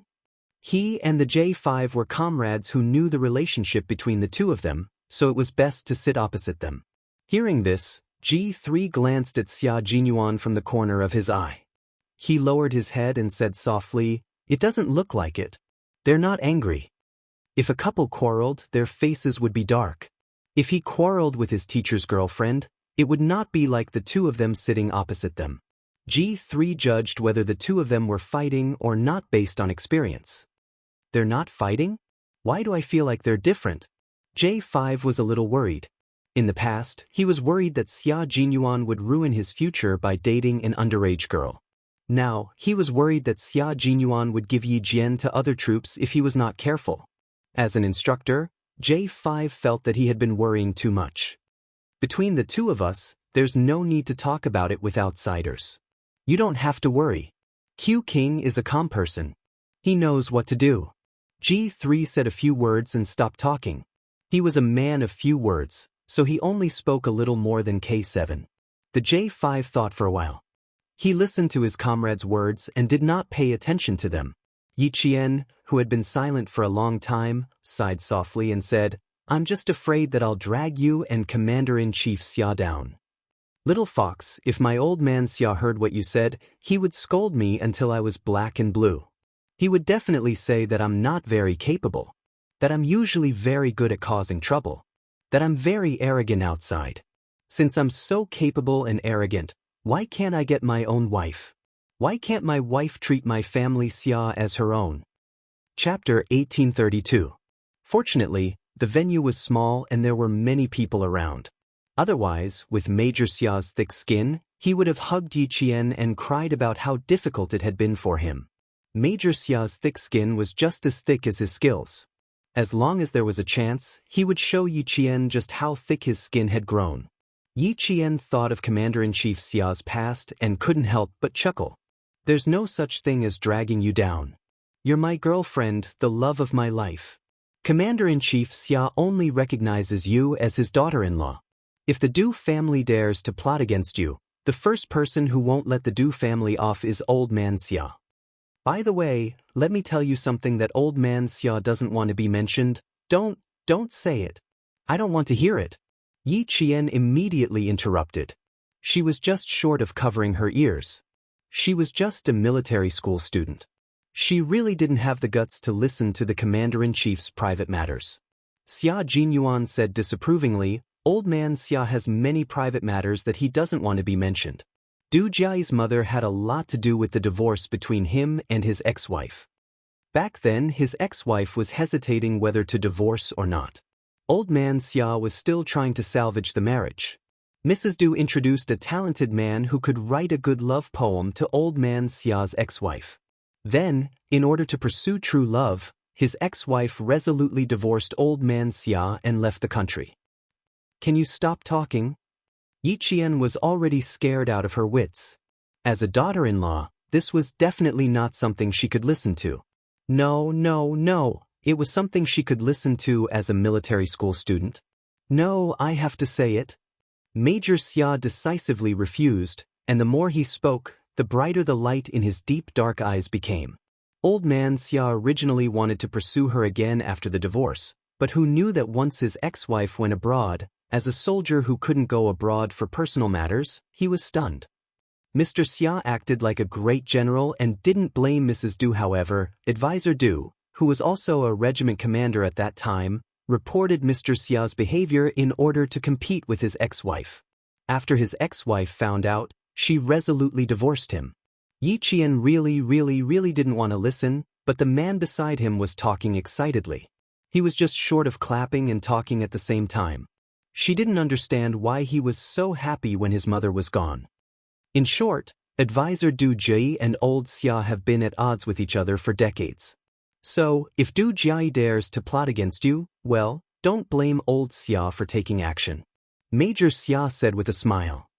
He saw that his little fox was holding her forehead with her left hand, so he added, "And I am really grateful to Madame Du. It was all thanks to her that I have a good life today." Old man Xia really didn't have a good eye for choosing a wife back then. No wonder my old madam was against it. If that ex-wife of his is still in the family Xia, I doubt if I can walk the right path. After living for 2 lifetimes, Yi Qian really heard a son talk about his own mother like that for the first time. What did Commander-in-Chief Xia's ex-wife do to make her own son treat her so coldly?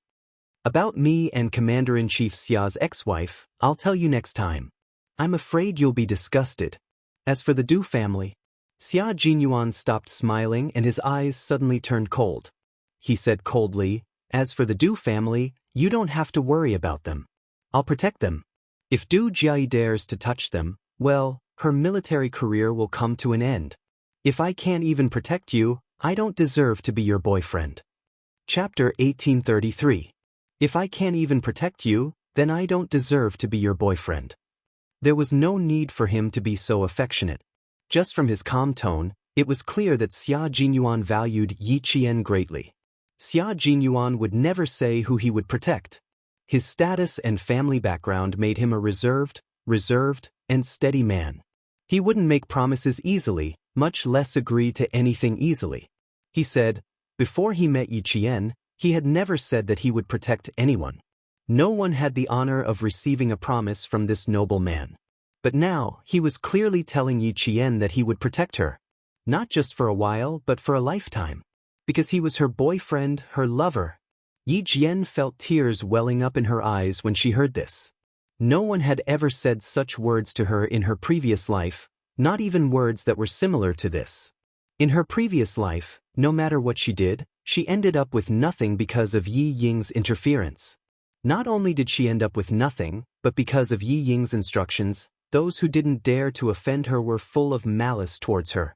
Thinking back to her previous life, only the security company gave her a sense of security and the medical school gave her a temporary peace. After a long time, she gently shook his strong hand and said softly, "Thank you, Captain Xia. Thank you. Thank you for saving me from being homeless in this life. Thank you. Thank you for letting me know what it's like to be pampered. Thank you. Thank you for letting me not be afraid anymore. Thank you even more. I only know what it means to be complete with you in this life." Yi Qian was a girl who was easily satisfied. Xia Jinyuan had always known that she had never made excessive demands of him. She had never thought of relying on him to solve those troublesome matters.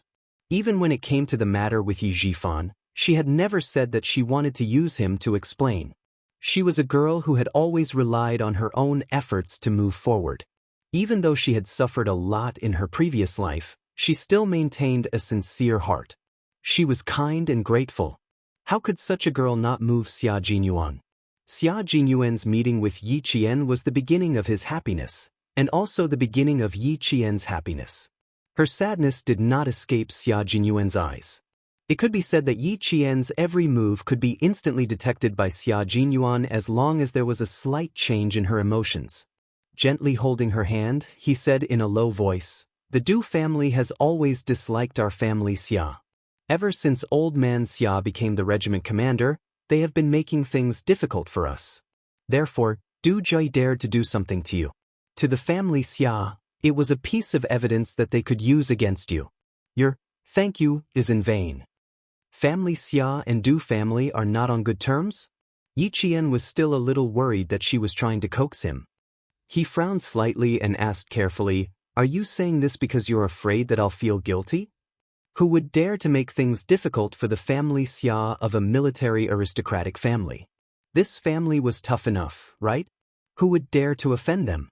Did this person not want to live long enough? If he wanted to make an enemy out of the Xia family, he would have to weigh his own abilities first." Chapter 1834. You're just a silly fox. Do you think I would make up such a big lie out of fear that you would feel guilty? Her cautious expression pierced his heart deeply. His girl had suffered a lot since she was a child. Before she met Uncle Jen and Uncle Chen, she did not receive the love and protection she deserved. Therefore, she was so afraid of losing her family and everything beautiful. She was even more afraid of implicating the people who cared about her. Clasping her fingers tightly, Xia Jinyuan said word by word in a low voice, "The matter between the two families can't be explained in a few words. If you are interested, I will tell you another day." Only then did Yi Jian believe her. Her frown visibly relaxed as she smiled. "No wonder I didn't like Du Jie the moment she opened her mouth. It's because of you." Seeing her smile, Xia Jinyuan's heart softened. Before the age of 14, no one loved her, no one protected her, and she was bullied by Yi Jifan's family everywhere. Even in such an environment, she was still able to be physically and mentally healthy. In the words of old man Xia, the daughter of a martyr must be different. She was indeed different. It was Xia Jinyuan's fortune to have met such a different girl. Therefore, he did not want to see her sad because of the past. His girl should be happy. Even if the road to the military was full of thorns, he still wanted his girl to be happy. If she was not happy, he would use his own way to help her walk out of her sadness and regain her happiness. Major Xia, who prioritized Yi Jian, gently squeezed the slender little hand in his big hand. His thin lips curled up slightly, revealing a hint of a mischievous smile. "I actually don't want to accept your thank you. If I accept it, I won't be able to make any other requests. But if I don't accept it, I'm worried that you will feel uneasy." Her sadness did not escape Xia Jinyuan's eyes. Therefore, he began to show his mischievous nature again. "How about this? I'll accept your thank you, and then you can give me some benefits. For example, a kiss?" Speaking of sweetness, Major Xia, who had forgotten the pain after his scar healed, became energetic again. He glanced at all his comrades in the car and saw that all of them had their eyes closed. He leaned over and said, "Just once, not too much." Every time this happened, Yi Qian felt helpless. Why was it that the dignified Major Xia, who was always so proper in front of others, could only be proper in front of her for less than 5 minutes? Other than in battle, there was no one else who could be so serious the entire time. The moment she heard that bad tone, she just couldn't feel any disgust. Fortunately, the comrades who had been running around for a day and a night had already fallen asleep. Even the J5 and G3 sitting opposite had their heads leaning against each other. They hugged their rifles tightly and closed their eyes as if they were sleeping soundly. With their eyes closed, they saved Yi Qian from a lot of embarrassment. "Are you shy? Then I'll close my eyes too." Before he could finish his sentence, Yi Qian suddenly leaned over. She found her target and kissed him directly with her slightly cold and delicate lips. Her target, Major Xia's thin lips. Major Xia was a little stunned when he felt her slightly cold lips. His little fox was so bold as to kiss him on the lips in front of all his comrades. And he actually had his eyes closed and wasn't looking at her properly. "How is it? The dessert tastes good, right?" Yi Qian had already sat up straight and asked him calmly, "Compared to the dessert you wanted, I think Captain Xia would like this dessert more." Although it was a light kiss, what did he mean by that? It meant that his girl was beginning to accept him completely. Chapter 1835. It wasn't just a little bit of pleasure, it made him so happy that he really wanted to do it again. But that was obviously impossible.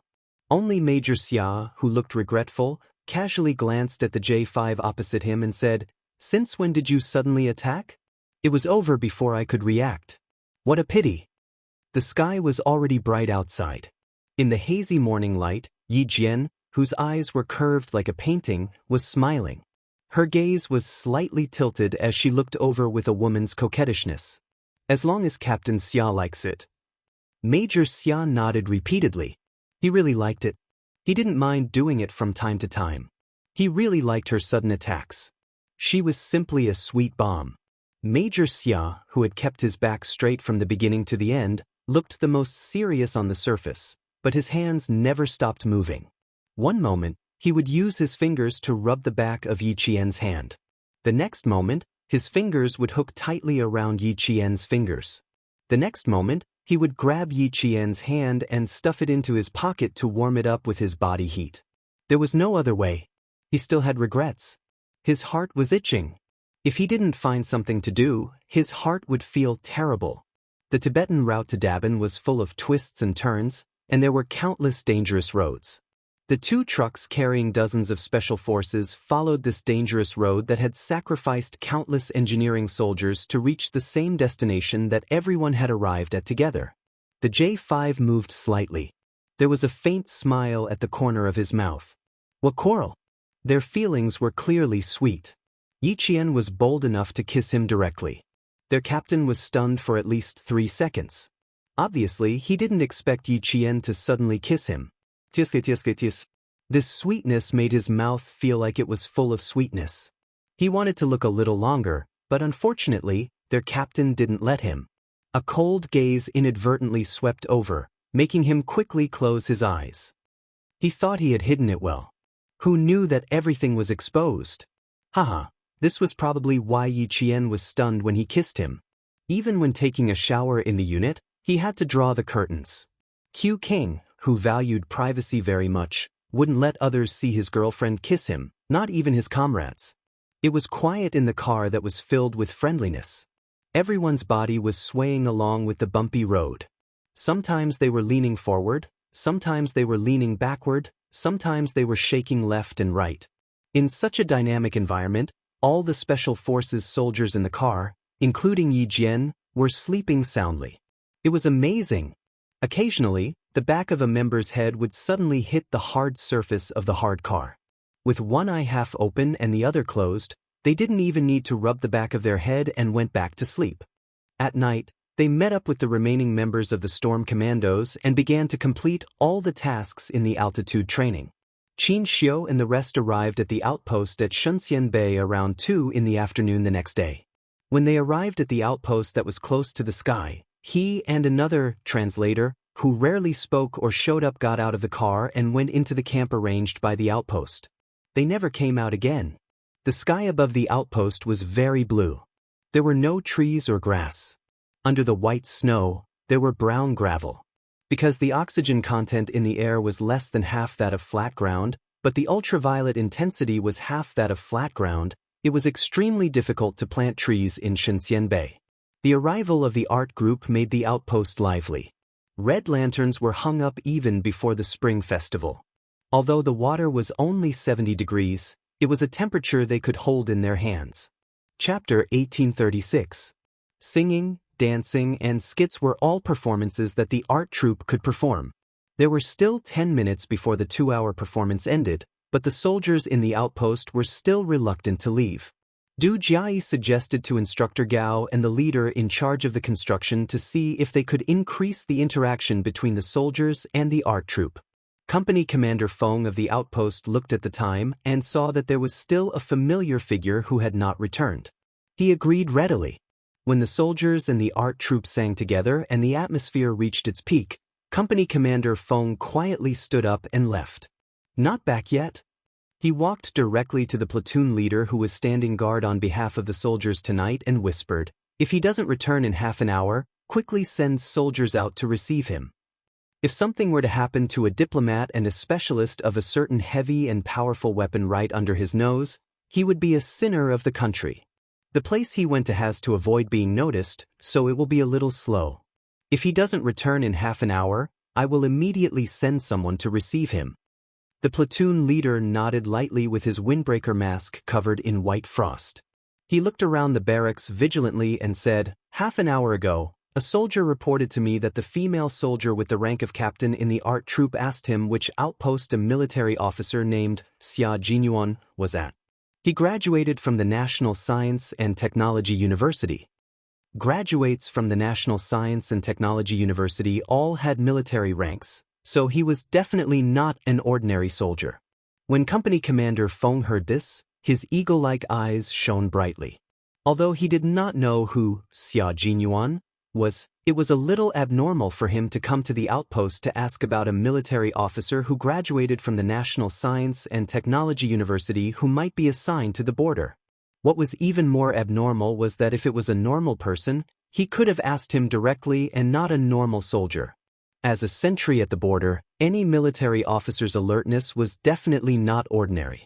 Only the female soldier with the surname Du is a captain in the art troupe. Ask the soldiers to keep an eye on her and not let her wander around. Company Commander Feng no longer had a smile on his face. He became very serious. If she asks the soldiers again, ask the soldiers to bring her to see me. As he spoke, a few small black dots moved faintly. The platoon leader immediately looked through his binoculars. Company Commander, the political commissar is back. Keep an eye on the inside. I'll go pick them up. Compared to the performance of the art troupe, Company Commander Feng naturally placed more importance on the commissioner who came for the border defense, as well as the diplomat who was also a translator. The translator accompanying Qin Xiu was not a translator, but a missile specialist who carried an important object with him. The satellite launch base at the northwest border of the entire frontier had entered the final phase of testing. At the same time, there was also the construction of a national defense base. The snowy mountains in the northwest of the frigid winter border were sealed off, but it was also the best time for some national defense to be launched. Qin Xiu accompanied the commissioner here and was in charge of completing the exchange between the commissioner and an important figure of a certain country that purchased our country's missiles. Exchanges between countries that could appear on TV could be widely publicized. Exchanges that could not be released could only be considered core exchanges that were completed in secret. Qin Xiu, who was protected all the way back, saw the national flag fluttering in the wind in front of him. Although he could only see the outline of the flag, Qin Xiu still felt a sense of security, as if everything had finally been arranged. As a citizen, only in his own country could he truly feel a sense of belonging and security. Qin Xiu, who had finally completed his mission, declined Company Commander Feng's invitation to watch the art troupe's performance. Du Jiui was present, so he did not go. He did not want to be recognized. Chapter 1837. As for Mrs. Qin's advice, Qin Xiu chose to forget about it. The commissioner didn't go to watch the performance either. He returned to the barracks with Qin Xiu, closed the door, and rested. Their mission was complete. They could finally have a good night's sleep. Qin Xiu lay on the bed and didn't fall asleep immediately. Although his body was very tired, so tired that he couldn't even open his eyes, the image of Qin Yan, who was full of spiritual energy, still appeared in his mind. She was an interesting girl. She didn't resemble any of the girls he had seen before. The real socialites in Beijing were all capable, but compared to Yi Qian, they were still a bit lacking. His first impression of Yi Qian was her unforgettable face. The sunlight shone through the clouds and through the glass, scattering light on the girl sitting by the window. As he waited, he inadvertently looked up. The girl bathed in the sunlight had delicate skin. When she looked back, her watery eyes seemed to gather the purest spiritual energy in the world. She was attractive at first sight. She was very beautiful. At the time, he thought so. Moreover, he used the pillars as a cover to blatantly admire her smile. At the time, he didn't hide his bad nature at all. Her youthful face, youthful figure, bright smile. Later, when he saw her again, he recognized her at first glance. A second-year high school student could accompany a leader overseas. Which socialite in Beijing had such an honor? If he wanted to pursue Yi Qian, he would have to tell his rigid Mrs. Qin. Only if she agreed could he succeed. Otherwise, with Mrs. Qin's feudal mindset, she wouldn't accept a daughter-in-law with an ordinary background. Thinking of this, Qin Xiu couldn't help but chuckle. He was really daydreaming. Daughter-in-law? With Yi Qian's talent, She had the right to choose a daughter-in-law, not her.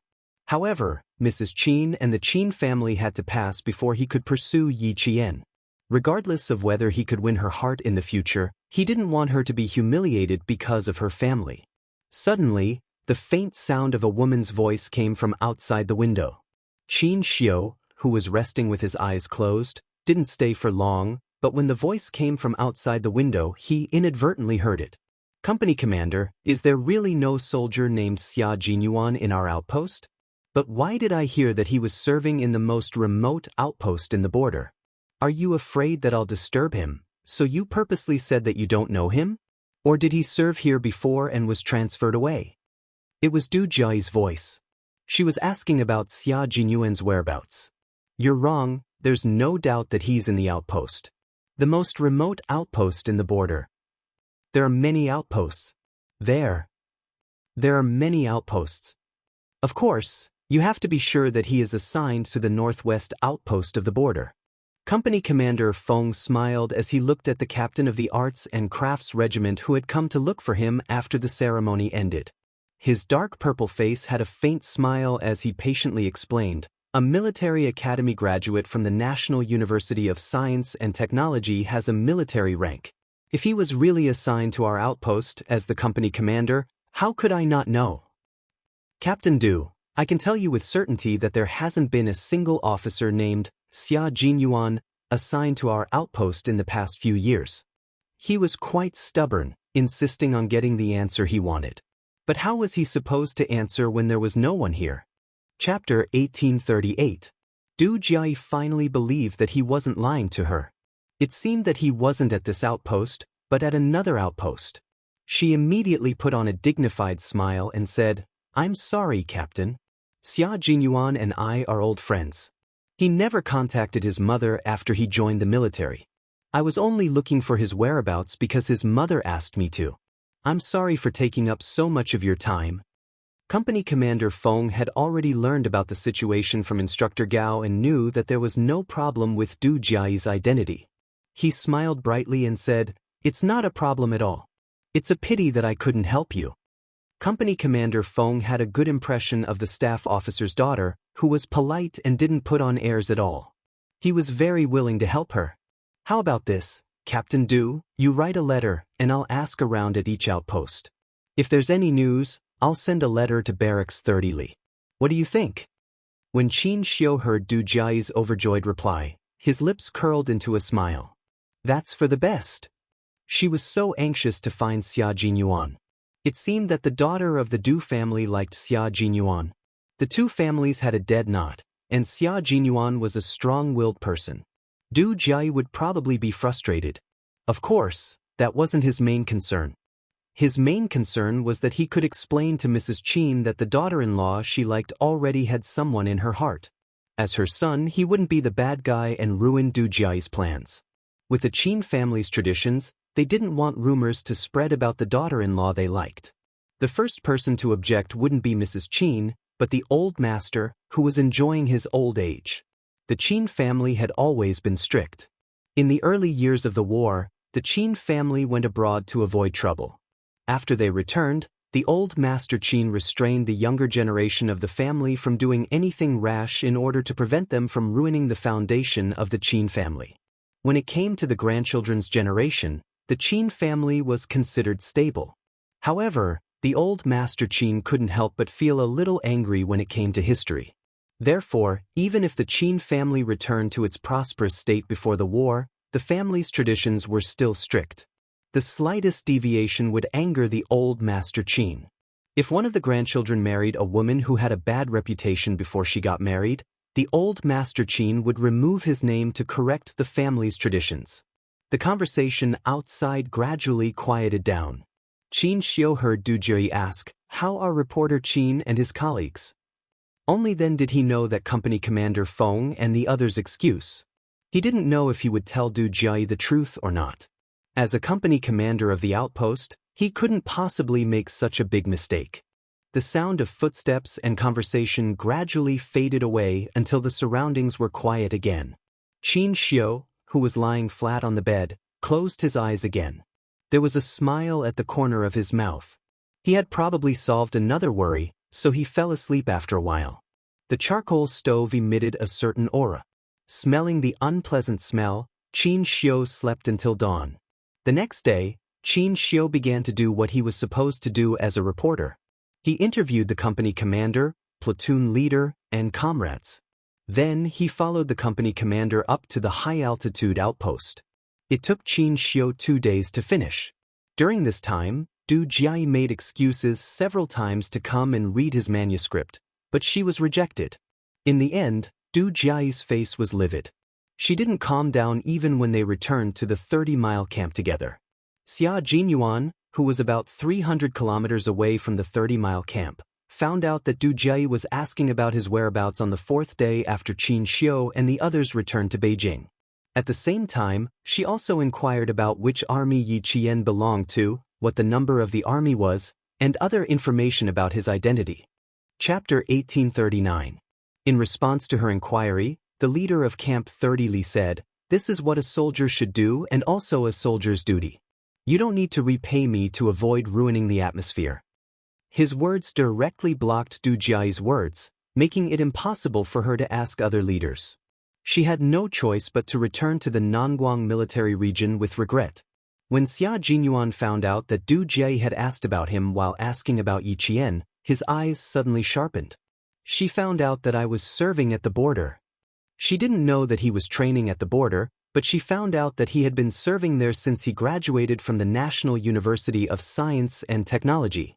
On the 3rd year of Yi Qian, he had entered the Snowfield Brigade and received a mission to protect the construction of a satellite base in the border.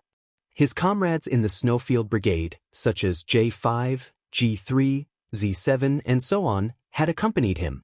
Because of some unknown reasons, this group of comrades had to travel to the border of a certain country to meet with the military there.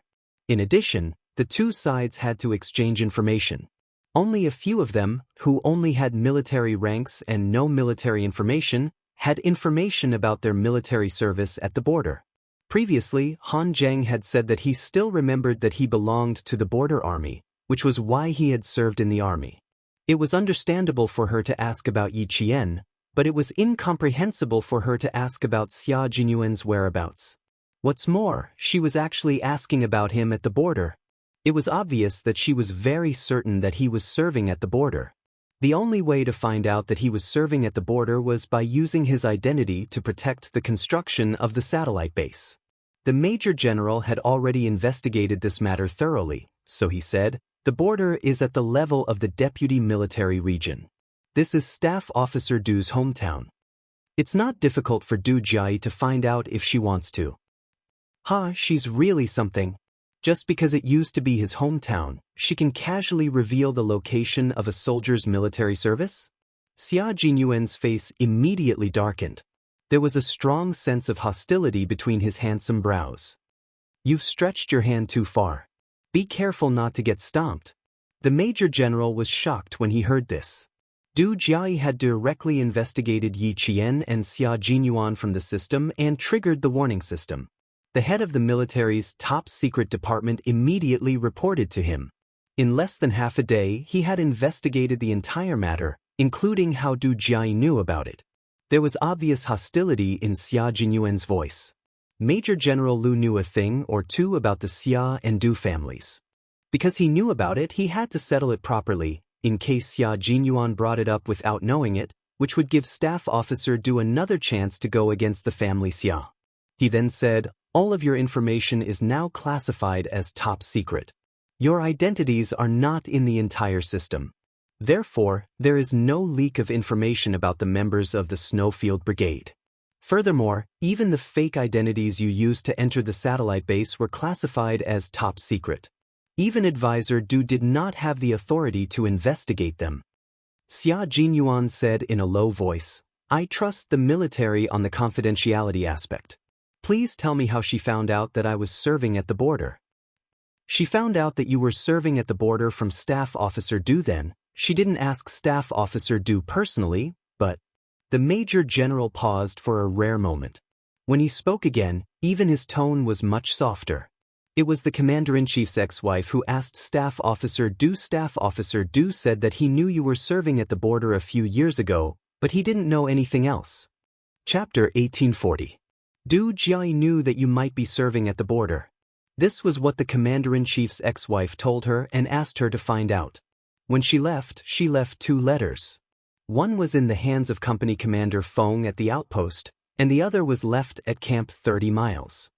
Wasn't Madame Xiao the Commander-in-Chief's ex-wife? Why would Madame Xiao, who had brought her son along when she was having an affair, suddenly want to find out about him? He didn't tell Mr. Xia about her affair, which was considered repaying her for giving birth to him. When you went to the border to ensure the construction of the base, you went there as an ordinary officer. Staff Officer Du was the one who approved you, so it's normal for him to know. Moreover, he only said that you were serving at the border, but he didn't say anything about the army or other details. You should calm down a little. Major General Lu didn't want him to lose his mind, especially when the Commander-in-Chief's ex-wife, Madame Xiao, was involved. In this family, the person who didn't want to contact Madame Xiao the most was Xia Jinyuan. It was already unbelievable that Du Jie wanted to find out where he was serving, but in the end, it was actually Madame Xiao who asked her to do it. Xia Jinyuan couldn't help but look up at the sky. The sun didn't rise in the west and set in the east today. You don't have to give me the letter. Just destroy it. As for the anger in my heart, to be honest, I'm not angry at all. He originally wanted to find out what Du Jiai's motive was, but now it was completely unnecessary. Didn't Madame Xiao see her as her biological daughter? Madame Xiao asked her biological daughter to do something, so her biological daughter had no choice but to accept it. Xia Jinyuan, who contacted Major General Lu through the ground navigation system, smiled faintly and said, since she was asked by Madame Xiao, it doesn't matter much. However, you still need to keep an eye on Yi Qian. She can't find out Yi Qian's information just because she wants to. Moreover, her information is classified as top secret along with yours. If anyone searches for Yi Qian's information in the system, the military's confidential department will immediately know and contact me. Yi Qian hasn't joined the army yet, so she can't find anything even if she wanted to. The Major General was not worried that Yi Qian's information would be investigated, nor was he worried that someone would find out about Xia Jinyuan. Instead, he was worried that Xia Jinyuan would do something irrational because of Ms. Xiao's interference. The Snowfield Brigade did not belong to any army.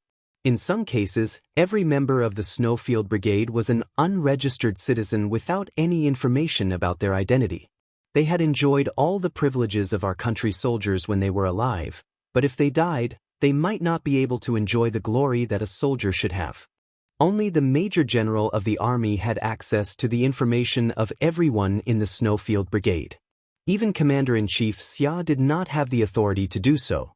However, Xia Jinyuan wanted the Major General to be careful, so he told him about the friction between Yi Qian and Du Jia. It's not that I'm overly worried, but Du Jia is a vicious and merciless person. Major General, you still need to inform the school. With Xia Jinyuan's reminder, the Major General frowned and said coldly, she's so narrow-minded. She repaid kindness with ingratitude. If she dares to do anything to Yi Qian, she won't be able to wear her military uniform for long. Yi Qian was the focus of the military's training. She was not at fault for rescuing Yi Qian, but she used her family's power to harm Yi Qian just because he replied to her. The military was not the Du family's military. It was also not a place where the Du family could cover the sky with one hand. With the Major General's nod, Xia Jinyuan felt a lot more relieved. Then he listened to the Major General talk about the meeting between the Snowfield Brigade and the Storm Commandos. He picked out the main points of the meeting and told him about it.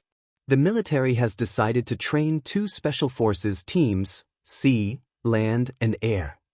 Chapter 1841. The Snowfield Brigade is already one, and the Storm Commandos will be the 2nd special forces of our country. In the future, no local troops will be involved in the training of these 2 forces. This decision was made because, with the development of the internet, all kinds of eavesdropping and stealing methods were directly related to high technology. In addition, China's self-developed high-tech weapons were unveiled during the Great Celebration, and all the developed countries had already turned their attention to them. Since the Great Celebration until now, the various countries had already caught countless spies who had tried to get close to the troops and bribe military personnel. The Snowfield Brigade was not only the top special forces of our country, but also the most mysterious special forces of our country. In the future, as the country's military strength increased, this mysterious special forces would receive more and more difficult missions. Therefore, the Snowfield Brigade would also usher in a brand new reform. We will discuss the reform proposal you proposed 3 years ago again in the meeting. We agree that the Snowfield Brigade will be divided into 2 teams, and we will use Chinese and English as a substitute for each other. We agree that each team will have 2 combat commanders, but you still have to be the overall commander. Regarding the reform of the Snowfield Brigade, Xia Jinyuan had already mentioned it to the military in the form of a document 3 years ago. However, because the changes were too big, the military did not make any moves. After the Great Celebration, the spies in the country suddenly became rampant, and there were even a few cases of intelligence leaks.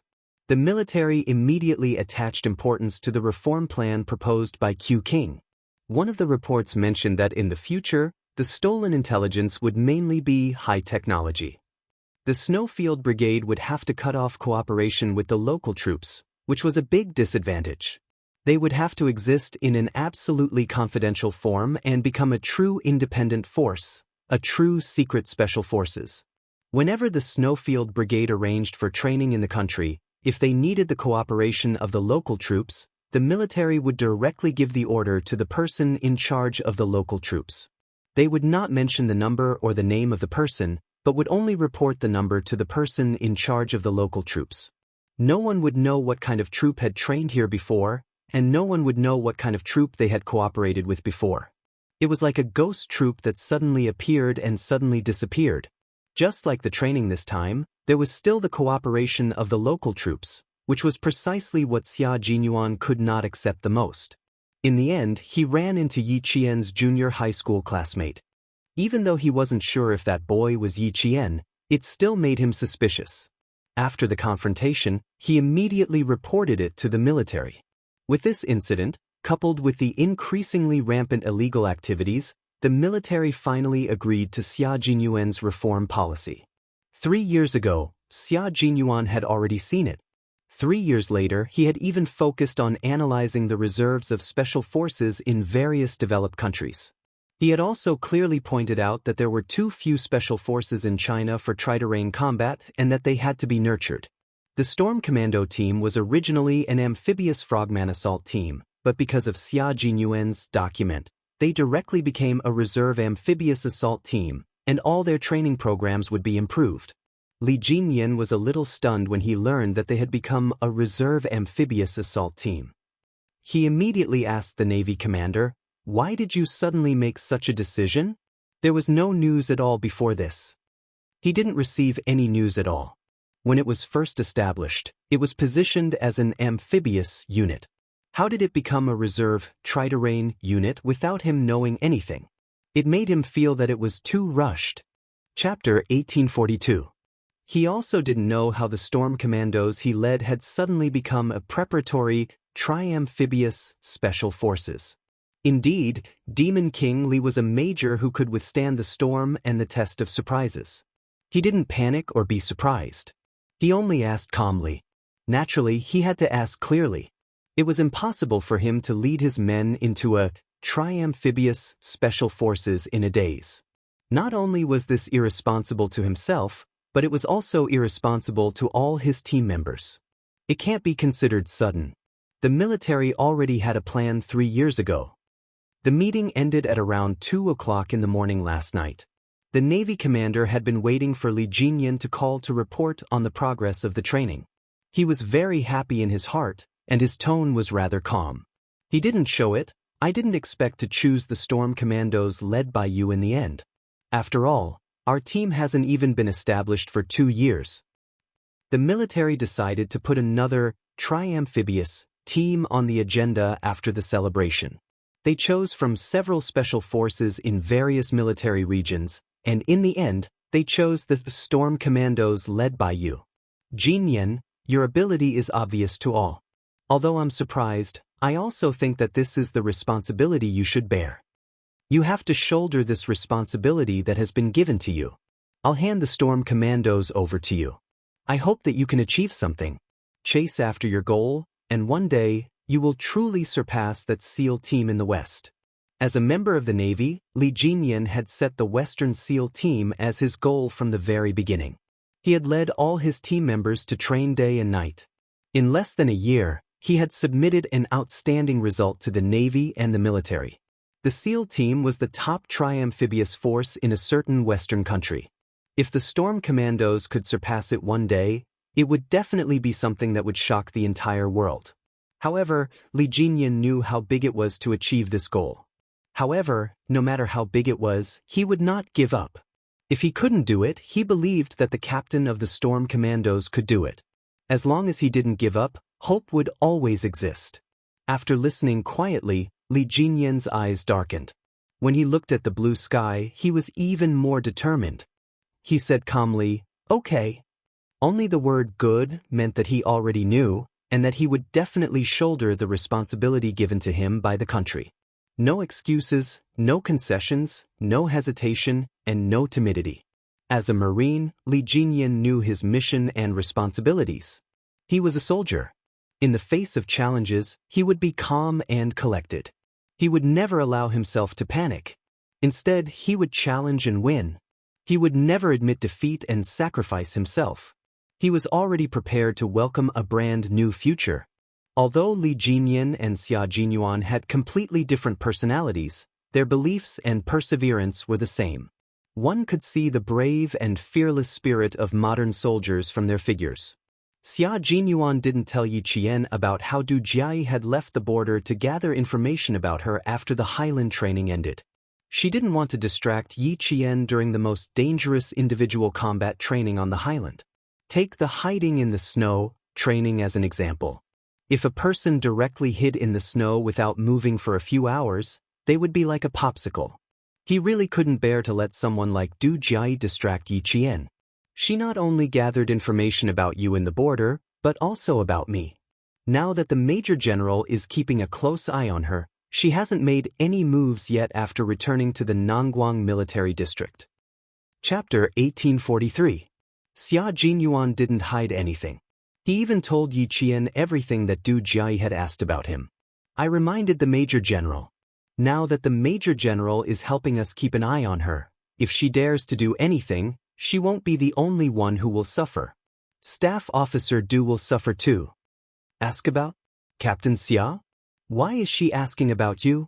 This was Yi Qian's main concern. Even his tone was much colder. Why would she come to the border to ask about you? Where did she get the news that you're in the border? Is it from her father's place? Captain Xia didn't show up that night. If she knew that he was in the border, it would be a very serious matter. It was an important matter regarding Captain Xia's safety in the country. Xia Jinyuan had already seen Yi Qian's sharp senses. Now that she had grasped the main point and asked directly, he wasn't surprised at all. He gently brushed off the frost that had gathered on her eyebrows and explained, "She didn't know that I was training here. Do you still remember that year when we fought together in the snowy highlands? I was on a mission at that time. For some reason, I became an ordinary platoon leader in the border. The border was where Staff Officer Du had worked his way up. At that time, he only knew that I graduated from the National University of Science and Technology and was serving in the border. Madame Xiao found out from Staff Officer Du that I was serving in the border, so she asked Du Jiayi to ask about me. As for why she asked about me, I don't want to know. It couldn't be anything good. Moreover, he didn't want to have anything to do with Madame Xiao." Yi Qian was relieved. He was afraid that she knew that Captain Xia was training in the border, so she directly asked about him. She also noticed that his tone was especially cold when he mentioned Madame Xiao, even with a hint of disgust. Yi Qian knew who Madame Xiao was. Although she didn't know why he had such an expression, she was definitely on his side. Just ignore her. It's not worth getting angry over someone you don't like. She advised him with some heartache. During this period of time, he had been planning the training. Sometimes, he didn't even have time to give her homework at night. If you're tired, don't let someone you don't like affect your mood. Xia Jinyuan wasn't someone who would get angry over Madame Xiao. He just simply discussed. Affect his mood? Heh, she really didn't have that right. As it was a private matter between the two of them, they chose a place where no one else was around. After glancing around to make sure there were no comrades around, Xia Jinyuan suddenly bent down and gave Yi Qian a quick peck on the cheek. His thin lips curved into a wanton smile as he said, "You guessed wrong. You should be punished. Your Captain Xia is not someone who is easily affected by others. Of course, this little fox in front of me is an exception. Just a small look or a small action from her can make my mood fluctuate." Indeed, it didn't affect his mood at all. It could be seen from his indecent behavior.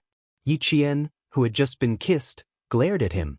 There was no anger in her eyes, only coquettishness.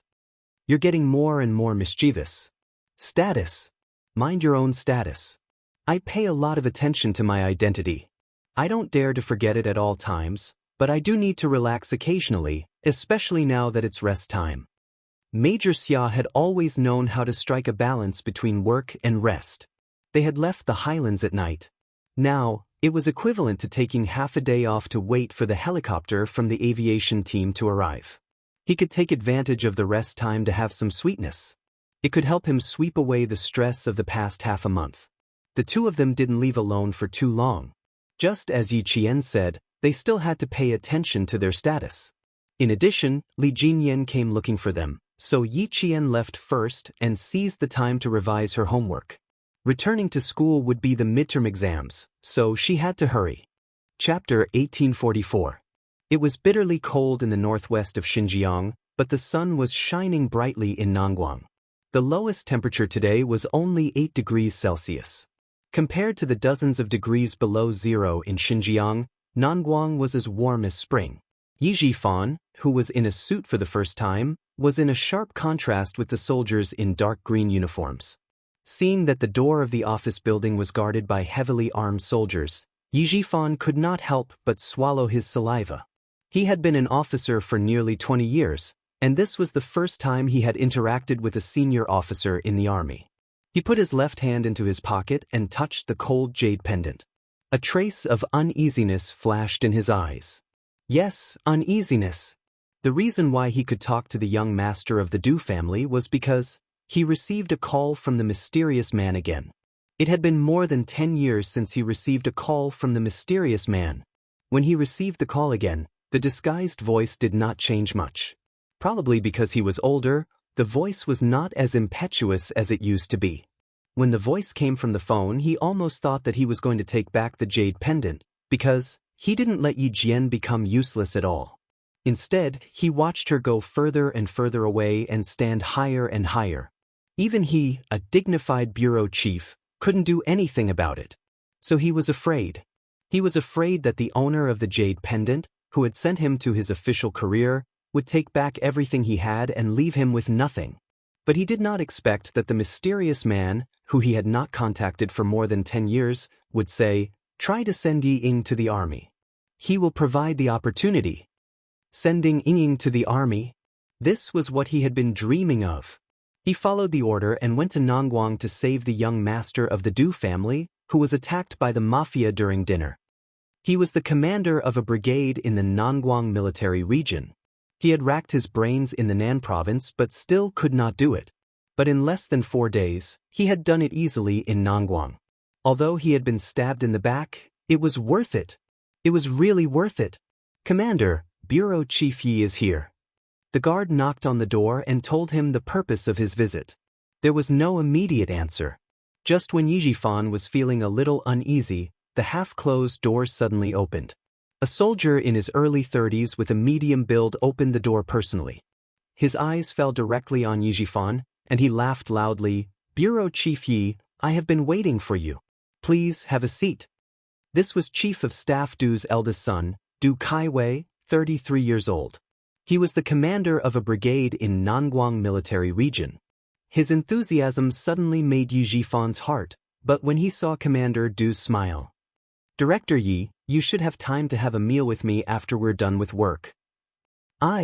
Calm. Of course. An eye. Director Yi had blocked the knife for him. If he hadn't blocked it, the knife would have landed on Du Kaiwei's neck, and his head would have fallen to the ground on the spot. Just because of this, he could not neglect it. Yi Jifan smiled very elegantly.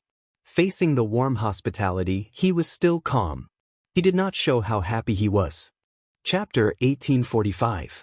Before Yi Jifan went to Nanguang for the business trip, he had already roughly learned about the Du family's situation. Although it was not a real prominent family, it was still quite rich.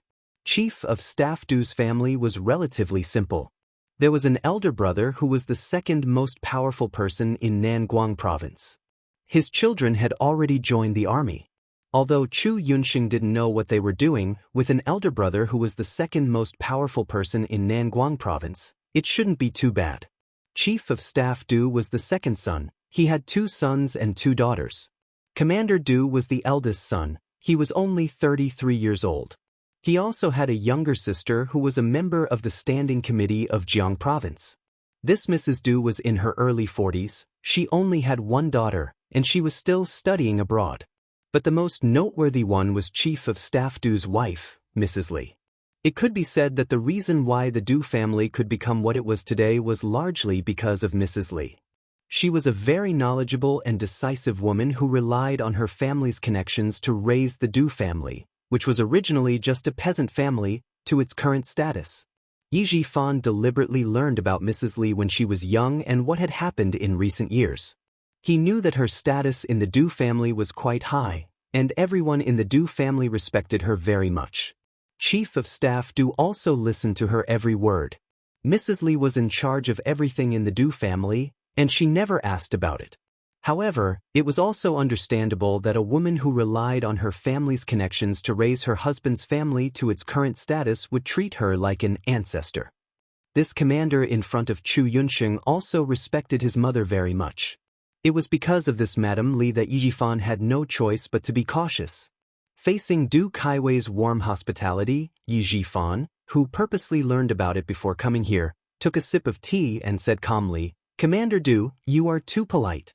The thing you told me last time, I have thought about it again and again. My daughter is studying abroad in France. If she suddenly drops out of school and joins the army, once she stops studying, it will be very difficult for her to pick it up again. She just turned 19 years old a few days ago. I'm afraid that she won't be able to handle the hardships if she joins the army at such a young age." It was not that he didn't want to bring Yingying back to Nanguang province, but with Mrs. Li, a powerful woman who didn't like other people forcing her to help him, he needed to know what she wanted. In the Du family, only when Mrs. Li nodded her head would things go smoothly. Moreover, he didn't believe that Mrs. Li didn't know that he saved Du Kaiwei. He even suspected that it was Madame Li who suggested to let Yingying join the army. She wanted to test him. If he had really met Du Kaiwei by chance, it would have been fine. However, he had been arranged step by step by someone else. The Du family was not an ordinary family, so he felt a little uneasy. He had to be careful at every step. Du Kaiwei's eyes flickered when he heard this. It was a little strange that he had actually refused. Du Kaiwei gently placed the teacup in his hand back on the solid wooden coffee table. He rested one arm on the back of the sofa and spread his legs slightly. He sat casually and had a domineering aura. He couldn't help but smile and ask, "Director Yi, you don't believe me, right?" According to his investigation, in order to send his daughter to the army, Director Yi had put in a lot of effort and tried to establish a relationship with the Southern Province military region. Unfortunately, he failed every time. In his opinion, the biggest failure of Director Yi was that he married a wife who was as stupid as a pig. It would be strange if Director Yi could establish a relationship with the Southern Province military region after offending a national treasure like that. Du Kaiwei did investigate Yi Jifan's affairs. When he learned that the person who saved him was the director of the construction bureau of the Southern Province, he was a little relieved. He originally suspected that it was a trap. Chapter 1846. She also found out that Yi Jifan's political achievements were excellent, but he didn't have any connections with the military. She wanted to build a relationship with the military, but he was always rejected. So she completely believed that saving him was not a trap. But Mrs. Li was right. No matter what the result of the investigation was, seeing was believing. After he finished speaking, Du Kaiwei, who had been very polite the whole time, stared at him without blinking, patiently waiting for him to answer his question. Commander Du, this is not a matter of whether I believe you or not. I just don't want my daughter to stop studying. Also, my daughter is still young and naughty. She made a big mistake in the college entrance examination, so she can't take the college entrance examination for the next 5 years. Yi Jifan said very slowly. He told Commander Du the truth about Yi Ying's situation. He didn't believe that Commander Du didn't send someone to investigate these things. Since he couldn't hide it, he might as well tell him everything. At least, he could leave a good impression. At that time, I thought that I couldn't let my daughter go to the military. Since she can't take the college entrance examination, then she should go to the military. But I didn't know, Sai, because of some things in my family, my daughter also fainted in junior high school. When she went to the People's Hospital for a checkup, they found out that she had a heart problem. All these reasons made it even more impossible for her to go to the military. Although I wanted to, I had no choice but to accept the fact. After thinking for a while, I finally decided to send my daughter to study abroad. Yi Jifan let out a long sigh and said, "It's all because I didn't teach her well when she was young. Fortunately, she is not a bad girl. Otherwise, I would have a headache." After he told Commander Du the truth, the smile in Commander Du's eyes deepened. What he said was not different from his investigation. It was reasonable that Director Yi didn't want to talk about his family's problems. If she has a heart problem, she can go for a more detailed checkup. Other things are not important. It's just my daughter's little mind. Du Kaiwei had a little sister who was even more troublesome, so he didn't think that Yi Ying's things were out of line. Director Yi, you can think about it carefully. You don't need to answer me in a hurry. Director Yi is now in a high position, I can't help you with other things. Only if your daughter goes to the military, I can say something. Also, when my family found out that it was Director Yi who saved me, my parents really wanted to come to Southern Province to thank Director Yi in person. Unfortunately, both my parents were busy and couldn't get away. They could only wait for an opportunity to express their gratitude to Director Yi. When Yi Jifan heard this, he knew that he had made the right move. The Du family was indeed trying to rope him in. Thank goodness, thank goodness. Fortunately, he knew about Madame Li's past, so he did not rush to agree. When the Du family was investigating Yi Jifan had already investigated the Du family. However, he had always been cautious. When he found out that Madame Li was actually in charge of the Du family, he hurriedly investigated Madame Li's character. As a result, he found out that Madame Li had done something back then, which made him break out in a cold sweat. The old madam of the Du family had a cousin who had once lent half a liter of rice to the Du family during their most difficult time. About 10 years ago, that cousin saw that the Du family had become rich. He had not visited the Du family for a long time, so he took this opportunity to visit the Du family. He wanted to help his grandson, who had not been admitted to a good university, get in through the back door. Mrs. Li immediately agreed and sent her grandson to university. As a result, he was directly assigned to the most remote place after graduation. Chapter 1847. The cousin tried to get in through the back door again, but was rejected by Madame Li. She said, "I've already repaid the debt of half a liter of rice." "Cousin, are you trying to force me to repay your debt?" "I'm sorry, but I won't fall for that." It wasn't easy to investigate this incident, and it came from Staff Officer Du's hometown. If he didn't know, he would have brought his daughter's information to them.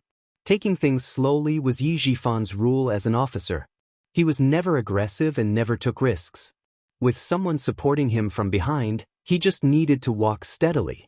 He knew that as long as he didn't make any mistakes, he would have a meteoric rise. Therefore, Yi Jifan was so cautious that he wouldn't take action immediately.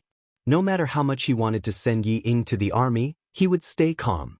Because of his cautiousness, he avoided the minefield again and didn't let the Du family notice anything suspicious.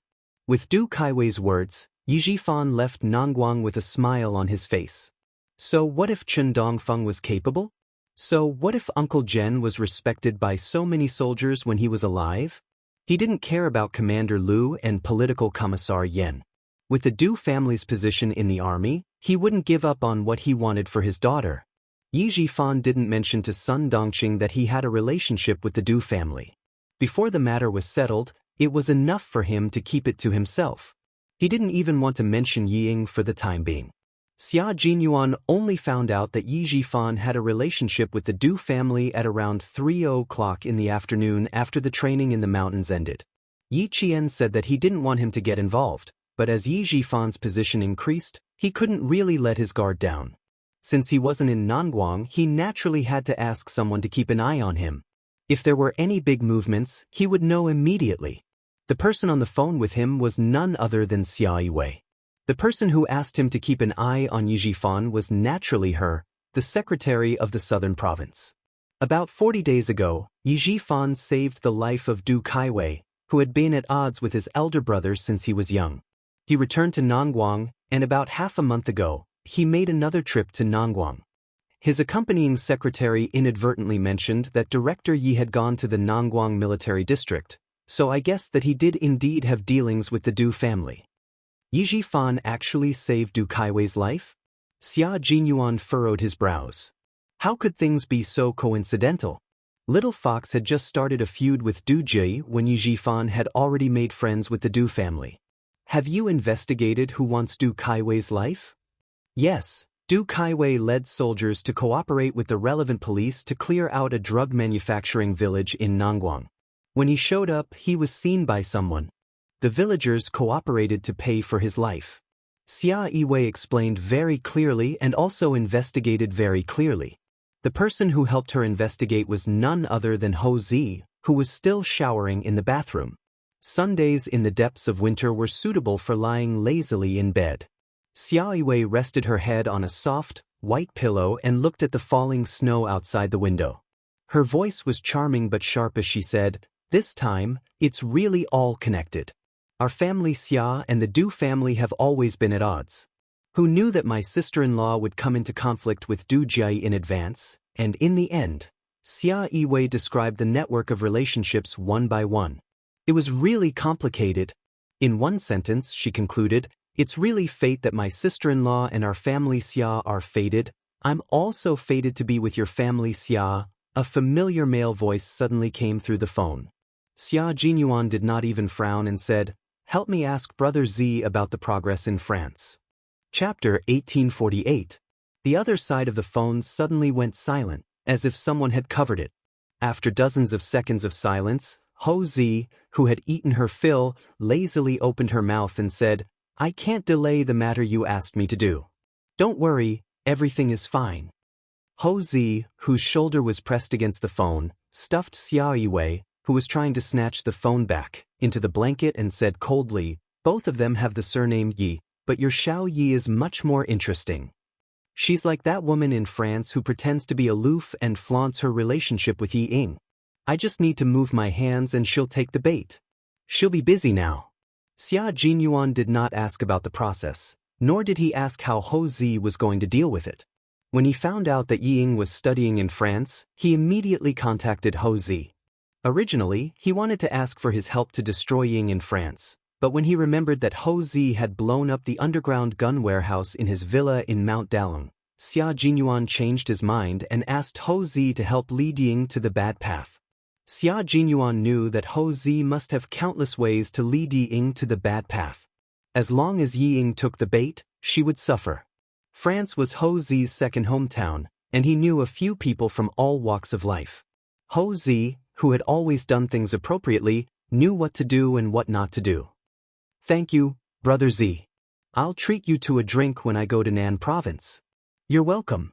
I've been quitting drinking and smoking recently. Your sister has cut off all forms of entertainment that are harmful to the liver and lungs. If you want to treat me to a drink, I don't mind, but your sister does." Ho Zi used the blanket to wrap Xia Yiwei, who was struggling to get out of the blanket. His flirtatious peach blossom eyes smiled as he looked at his beloved woman who was blushing. He held the phone in one hand and the blanket in the other to prevent her from jumping up and making a fuss. He had been an underground lover for most of his life. It was time for him to become an official lover. Xia Yiwei's face was sullen, and her eyes were filled with anger. Ho-zi, if you don't let go, I'll make you pack up and leave right now. Let go of me, do you hear me? Xia Jinyuan heard her words clearly. The two of them had been entangled with each other for so many years and had gone through so many times, but they had never really cut off all ties. It was impossible for the two of them to break up. Ho-zi had hardened his heart and cut off his underworld ways. It took him 2 years to clear his name. He knew that Xia Yiwei would not be able to dump Ho-zi and marry another man. Seeing that the two of them had reconciled, Xia Jinyuan did not say much. He only said one more thing before hanging up the phone. Brother Z, old madam has been waiting for my sister to get married and have children. Don't worry. I'll definitely let old madam get what she wants. I'm hanging up first. I'm still a little scared of your sister's temper. Last night, she wanted me to kneel on 2 bowls. Now, she's so scared that she wants me to kneel on cactus. Ho-zi, shut up. Give me the phone. Xia Yiwei, who was wrapped up like a cocoon, roared. Just by listening to her voice, one could tell that Secretary Xia was not as intellectual and dignified as she usually was. Xia Jinyuan was not interested in eavesdropping on other people's private matters. He was about to hang up, but when he heard that Xia Yiwei still had something to say to him, he moved the phone away from his ear. He did not want to overhear the fun between the two of them. Yes. Baby, are you going through menopause? Why is your temper getting worse? Ho-zi was a gangster and did not mind talking dirty. Now that he had finally won the heart of his beloved woman, he coaxed her and approached her step by step, making it impossible for her to leave him. Chapter 1849. Xia Yiwei, who struggled out of the blanket, was choked by the word menopause.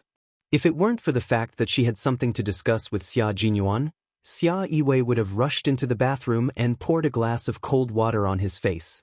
Since she had something important to discuss, she only gave him a cold stare. Her snow-white arm came out of the blanket, revealing the kiss marks on the inside of her arm, adding to the ambiguous atmosphere. Old 6, tell Xiao Yi to be careful. We've been investigating the person behind Yi Jifan for several years, but we haven't been able to find any clues.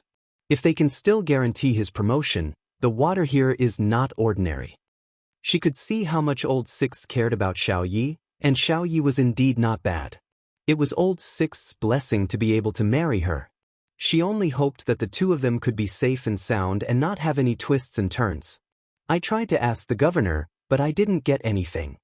Yi Jifan's resume was clean, and his political achievements were excellent. It could be said that he could achieve some political achievements no matter what position he was in.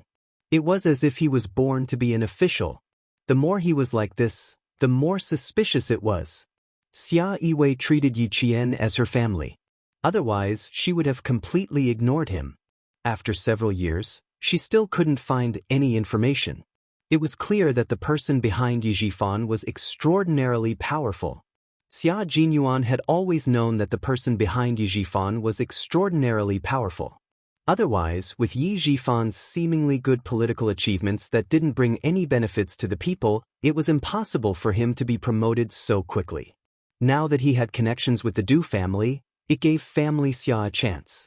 Hearing this, she said calmly, continue to help me keep an eye on him.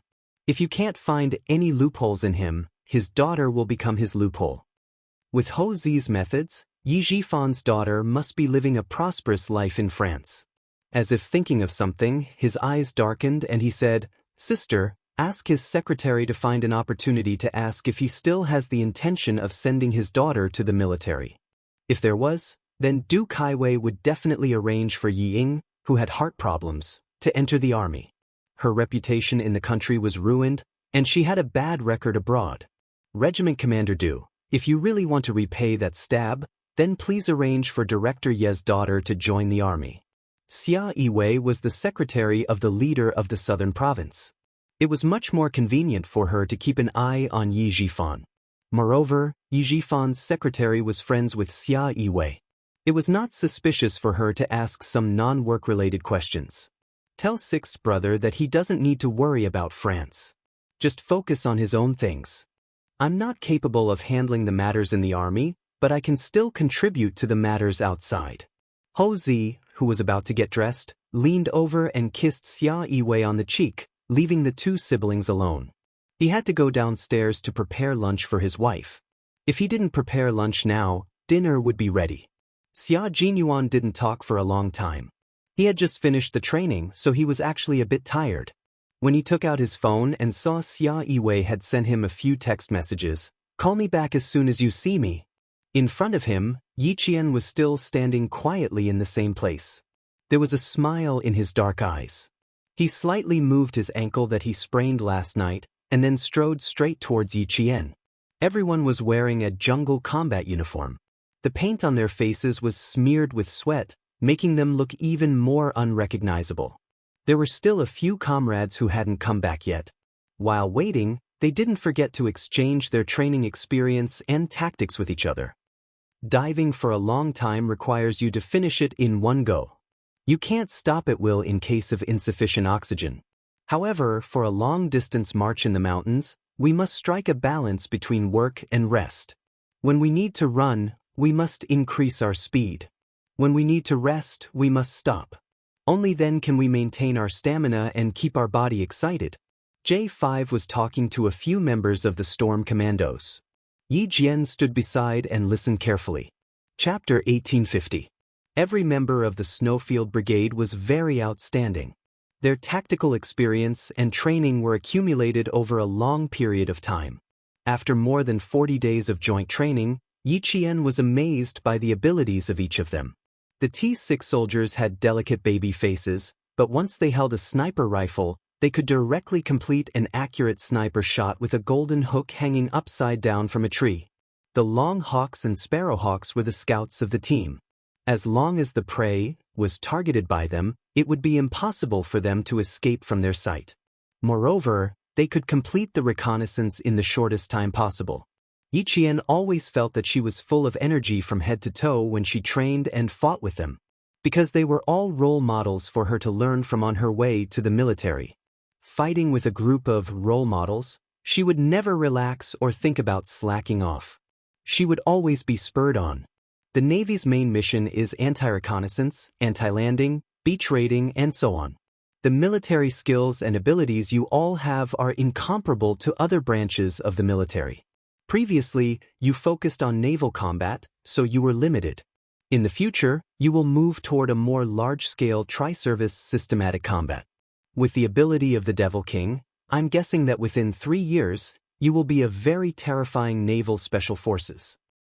Brothers of the Storm Team, I'm looking forward to the establishment of the 2nd Tri-Service Special Forces. Your predecessor was the military's Emergency Mobile Combat Force in the 1990s. In case of an emergency, you can be directly commanded by the General Staff Department. With such a powerful predecessor, there should be a tri-amphibious special knife-wielding unit. Now that everything is finally settled, I'm looking forward to our next joint training. When the time comes, we can learn from each other again. I'm sure it will be very enjoyable. Just as J5 finished speaking, Yi Qian saw Xia Jinyuan, who was standing in the distance making a phone call, walking towards him.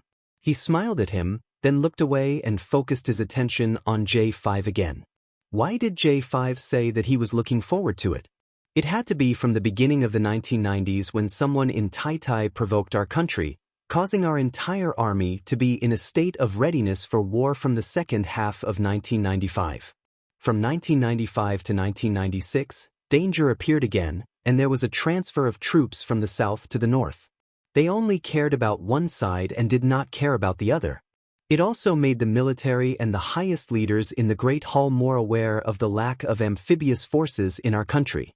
It wasn't until 1998 that the Nanguang Military District sent a division to be reorganized into another strong force of the Navy that the transfer of soldiers from the south to the north was resolved.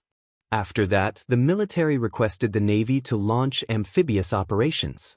When the time was right, they immediately issued the order and ordered the establishment of a special amphibious frogman force. They were now known as the Amphibious Frogman Combat Unit. It had been less than 2 years since it was established the year before last, and now it was changed to amphibious. Such a big reform would make any soldier who knew about it happy. What did this mean? This shows that the growth of our country's national strength and military strength, as well as the conditions for war reserves, are maturing day by day. As a special forces soldier who guarded every inch of the country's land, how could he not be excited? Only when the country is strong can the people be strong. Only when the country is strong can the people be at peace. When they talked about the reform, Xia Jinyuan came over and made the atmosphere of the discussion more technical and academic.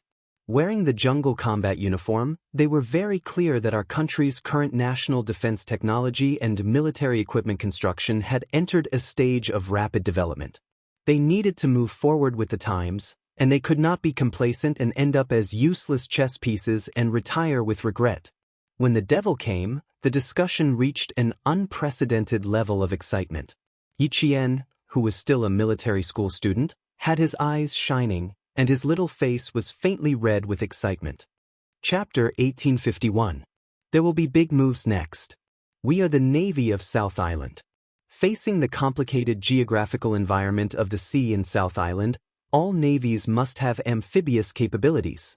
So the next move is to have the Navy engage in a full-scale amphibious operation to meet the current needs and future needs. This was Li Jinyan's speech.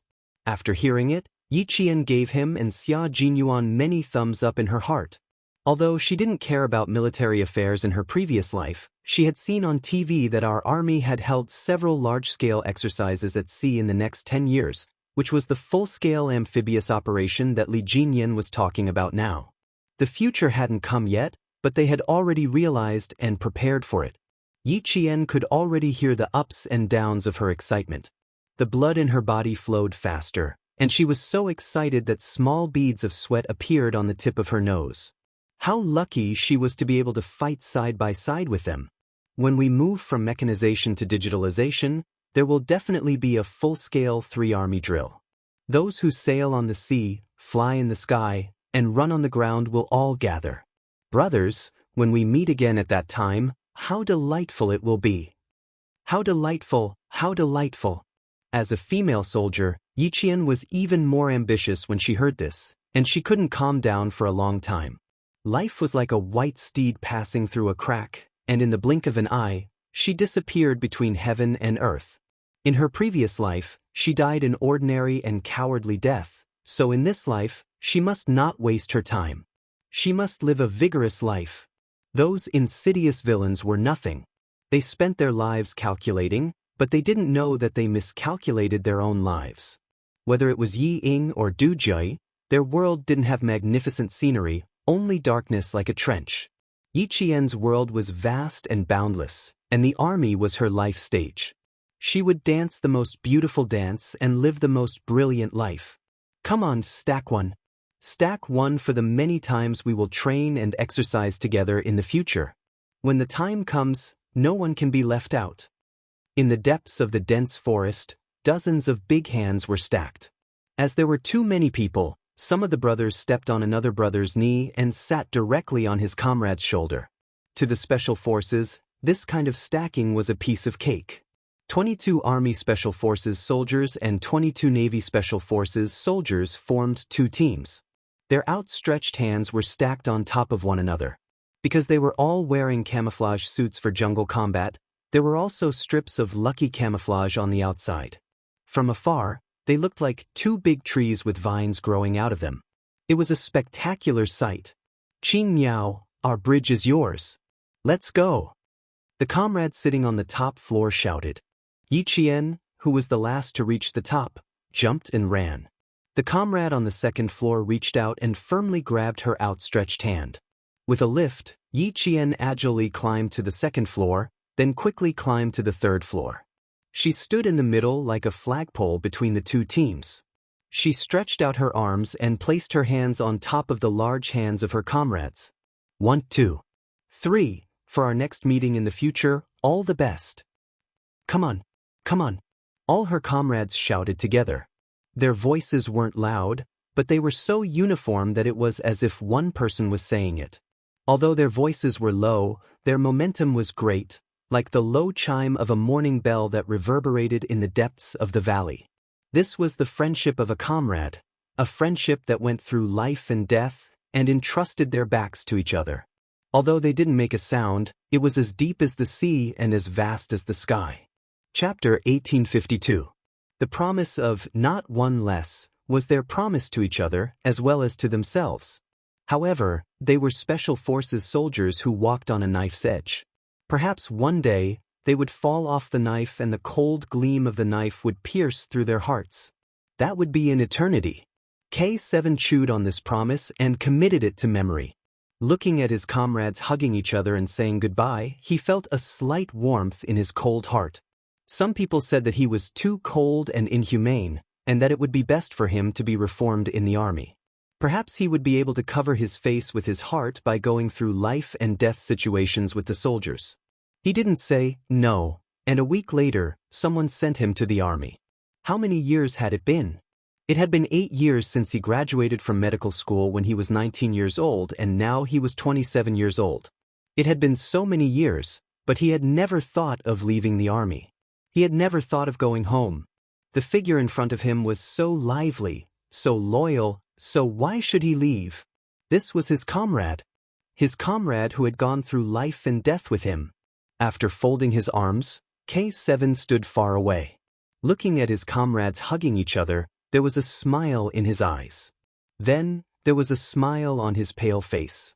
In the end, his lips, which were rarely curved, were raised high. He walked very quickly, as if he was chasing after something. When he walked in front of a member of the Storm Commandos, he suddenly reached out and hugged him tightly. "See you next time, brother." It was the most common farewell hug, but the Snowfield Brigade members who saw it looked as if they had discovered a new continent. They stared at K7, who had never hugged his comrades before. The one who was hugged was Whale. He didn't know about K7's personal situation and habits, so he hugged him back and said, "Of course, of course." When he let go, the big smile on his face really blinded the eyes of his teammates in the Snowfield Brigade. His bad habit was gone? He could even hug his comrade? When did it get better? Why didn't they know? Yi Qian didn't know either, but he noticed that Xia Jinyuan and the others' expressions were a little strange, so he asked softly, "Why are you guys so shocked when K7 hugged Whale? Isn't that normal?" "It's not normal." K7, who graduated from medical school at the age of 19, never hugged anyone. It was the same in the army before, and it was the same in the Snowfield Brigade. He has a psychological trauma, so everything is normal except for hugging, Xia Jinyuan explained in a low voice with a smile. He took this step, which means that he has overcome his psychological trauma. Hearing that, Yi Qian thought about it carefully and realized that K7 had never hugged his comrades before. Then he saw him hug his comrades from Storm Commandos one by one. Yi Qian was very happy. Overcoming psychological trauma was not an easy task. "Qing Niao, I'm afraid it won't be easy for us to meet again after this farewell. You're a female soldier and the female soldier I admire the most." The great Whale walked over. He couldn't give the female soldier a solid hug, so he just hugged her lightly before letting go. He looked at her with his bright eyes and smiled gently but reluctantly. "Our team is also your team. You are welcome to come and train with us often. The Demon King will also be very happy to have you here." Xia Jinyuan heard the first part of the sentence very well, but the last part made him raise his eyebrows. Why did it sound like there was another layer of meaning? Yi Qian answered seriously, "You guys still have a lot of skills that I haven't learned yet. As long as there are arrangements, I will definitely return to the team." "Ah, sure, we'll all be waiting for you." Whale's laughter became louder. Chapter 1853. At this moment, they were all looking forward to meeting each other again. They could train together again. The sea, the mountains, the highlands, the Gobi Desert. They had been through all these together. If there was a chance, they would do it again. Big Whale did not know about the relationship between Yi Qian and Xia Jinyuan. Now that the training was over, there were no rules between them. Seeing that she agreed readily, he raised his voice and shouted at Li Jinyan, "Captain, do you really like Yi Qian to come over?" His voice was loud and penetrating. With Big Whale as the center point, it spread in all directions. Basically, the members of both teams could hear him clearly. Big Shark, who knew a little about the situation, raised his hand and rubbed his forehead. "Big Whale, You're trying to steal Qing Yao away in front of Q King. You're really bold. When the members of the Storm Commandos heard this, they immediately laughed and continued to tease him. Of course our captain likes her. Big Whale, do you still need to ask? Look at how well they complete their cooperative training every time. Look at how good their chemistry is. How much do you like her to be able to cooperate so well? Meanwhile, Major Xia finally understood that these water ghosts had the same thoughts. They were trying to matchmake his little fox and the Devil King. When the members of the Snowfield Brigade heard this, they could not take it lying down. Brother, you're not being very nice. This is a female soldier in our team. One moment you were reluctant to let her go, and now you want to steal the beauty of our team. Brother, let's have a good chat. Who was the loudest just now? I can't tell that you guys have such thoughts. Let's go, let's find a quieter place to have a good chat. The people who said this were the members of the Snowfield Brigade who were unaware of the situation. The few who knew, such as G3, J5, Z7 and the scout, young Sparrowhawk, were already looking at their Q King sympathetically. How pitiful! His girlfriend was stolen from him, but Q King could not do anything about it. Z7 was different from the others. He loved to watch the drama unfold. At this moment, he was enjoying the change in Q King's expression. That's right, he was enjoying it because he was jealous that Q King could see his girlfriend every day. How could Xia Jinyuan not know what his bad friend was like? He glanced at him, raised his eyebrows, and looked at Yi Qian. After a few seconds, he looked at Han Zheng again. This time, his gaze was somewhat provocative. His thin lips curled up slightly. Even his smile was so provocative. That smile really made one's heart itch. It was as if she was directly telling Han Zheng, "Don't think that you can see a good show from me just because of this. Give up." He must have suffered a huge blow. It's a little abnormal. After being provoked, Z7 muttered to himself. Then his gaze landed on Yi Qian. Q King was so calm and could even reply to them with a provocative look. Could it be that he was not angry because of Yi Qian? Because Yi Qian would do something to make him happy, so he did not mind? Not angry at all? Z7 knew Xia Jinyuan well.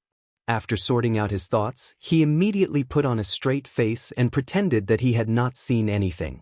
J5 immediately walked over and said in a low voice, "Calm down. They don't know about your relationship with Qing Niao. It's okay if they don't know. Don't get angry. Maintain your composure. Don't make things unpleasant." As a man, watching his girlfriend being paired with another outstanding man, as a man, he felt very embarrassed and aggrieved. Chapter 1854. It was indeed embarrassing to encounter such a situation, but Major Xia Jinyuan was not an ordinary person. Nothing that could make him feel awkward had ever happened before. If his girlfriend was to be mixed up with another man, it would depend on whether that man was interested or not. Li Jinyan did not have feelings for Yi Qian.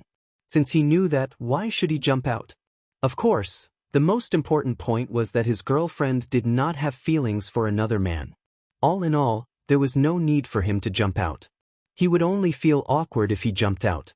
He would make everyone feel awkward and Little Fox would not be able to get out of this embarrassing situation.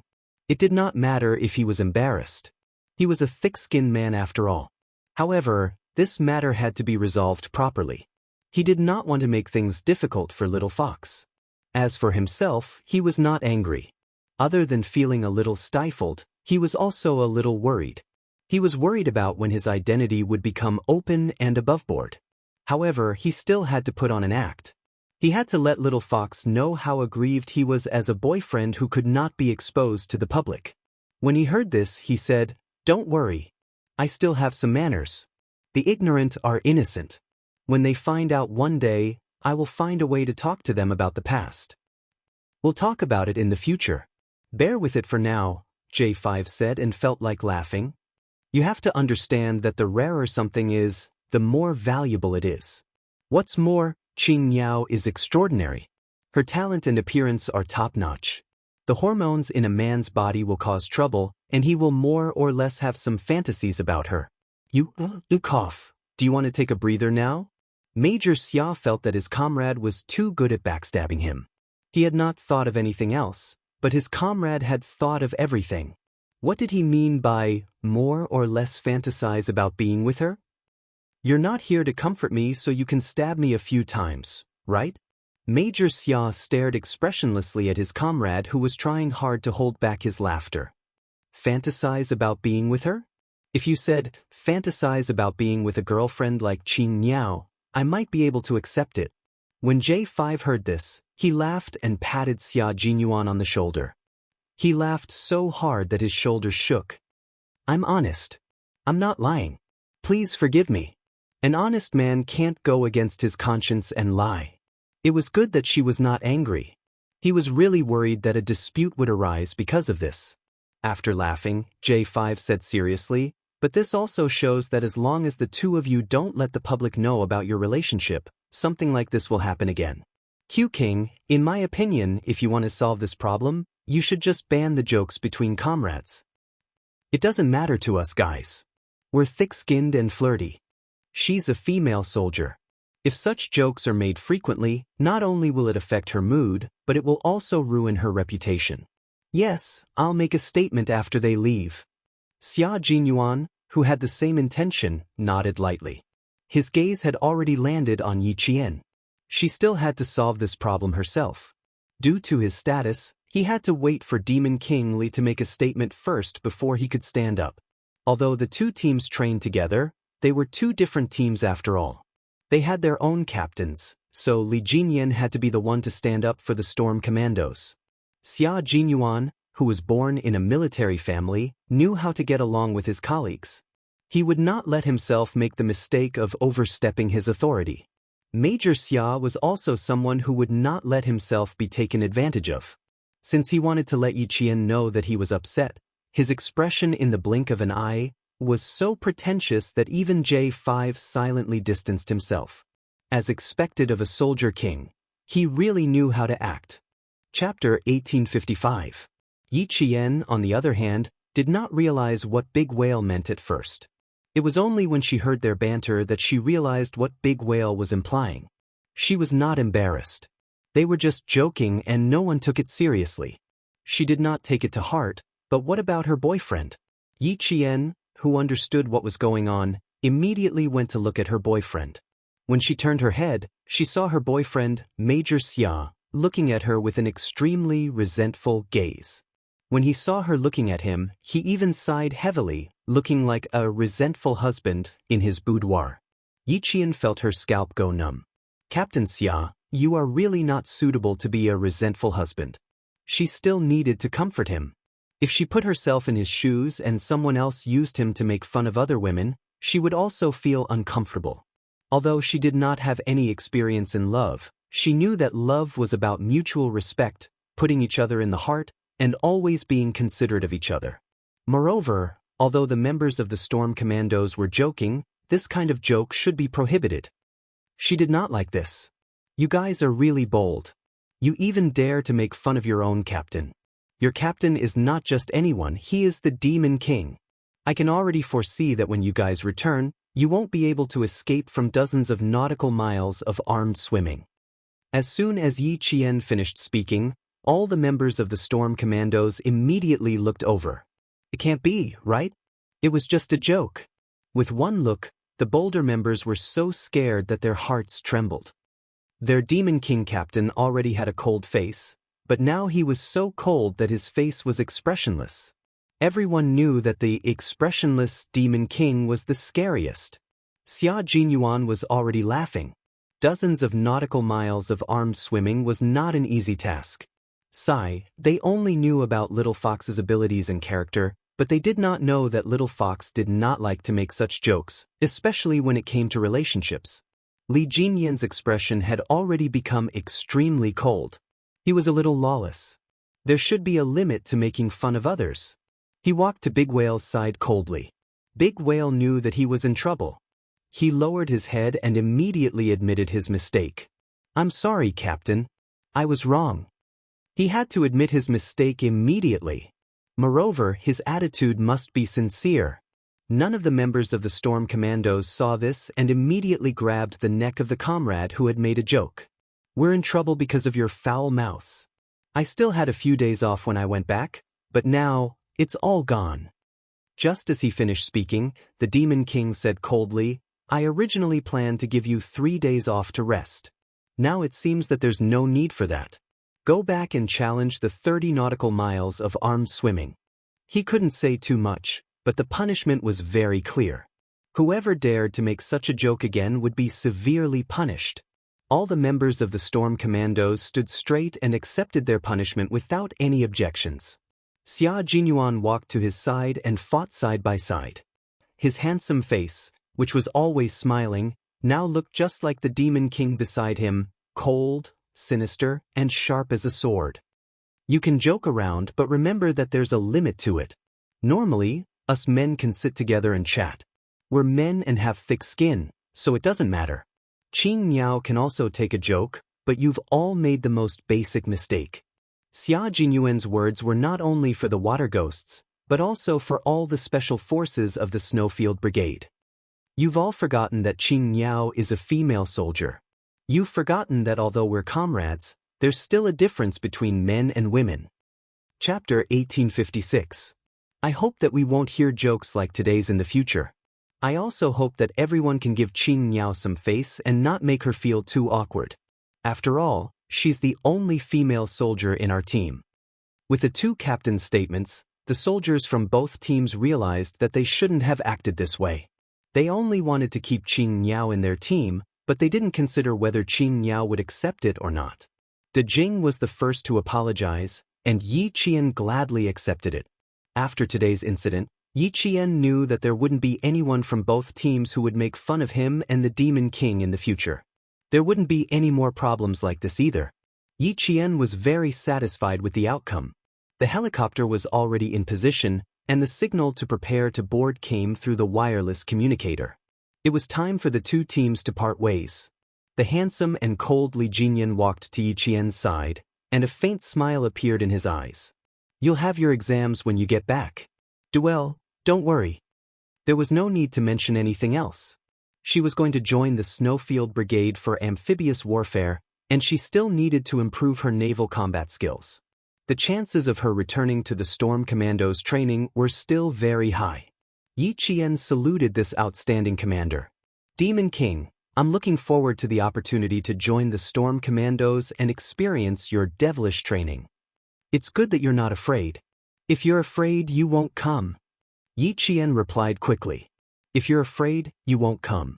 What a big tone. After carefully studying her brows for a while and confirming that she was really not afraid, Li Jinyan's cold smile gradually spread into his eyes. It was like a warm spring breeze, adding color to his handsome face. This kind of female soldier was really admirable and breathtaking. It was as if they were influenced by her and sighed, so such female soldiers still exist. Li Jinyan nodded slightly, and finally said a word of praise. You're very good. You've never disappointed anyone. Never letting anyone down. It didn't mean that you only did a good job, but if you did it better than expected, then you would never let anyone down. In the end, Li Jinyan also gently hugged the female soldier who used to be in his team. He hugged her slender but unbending body into his arms. The softness that belonged to a girl softened his calm heart. Work hard. Don't bury your talent. I'm looking forward to your participation in the overseas tournament.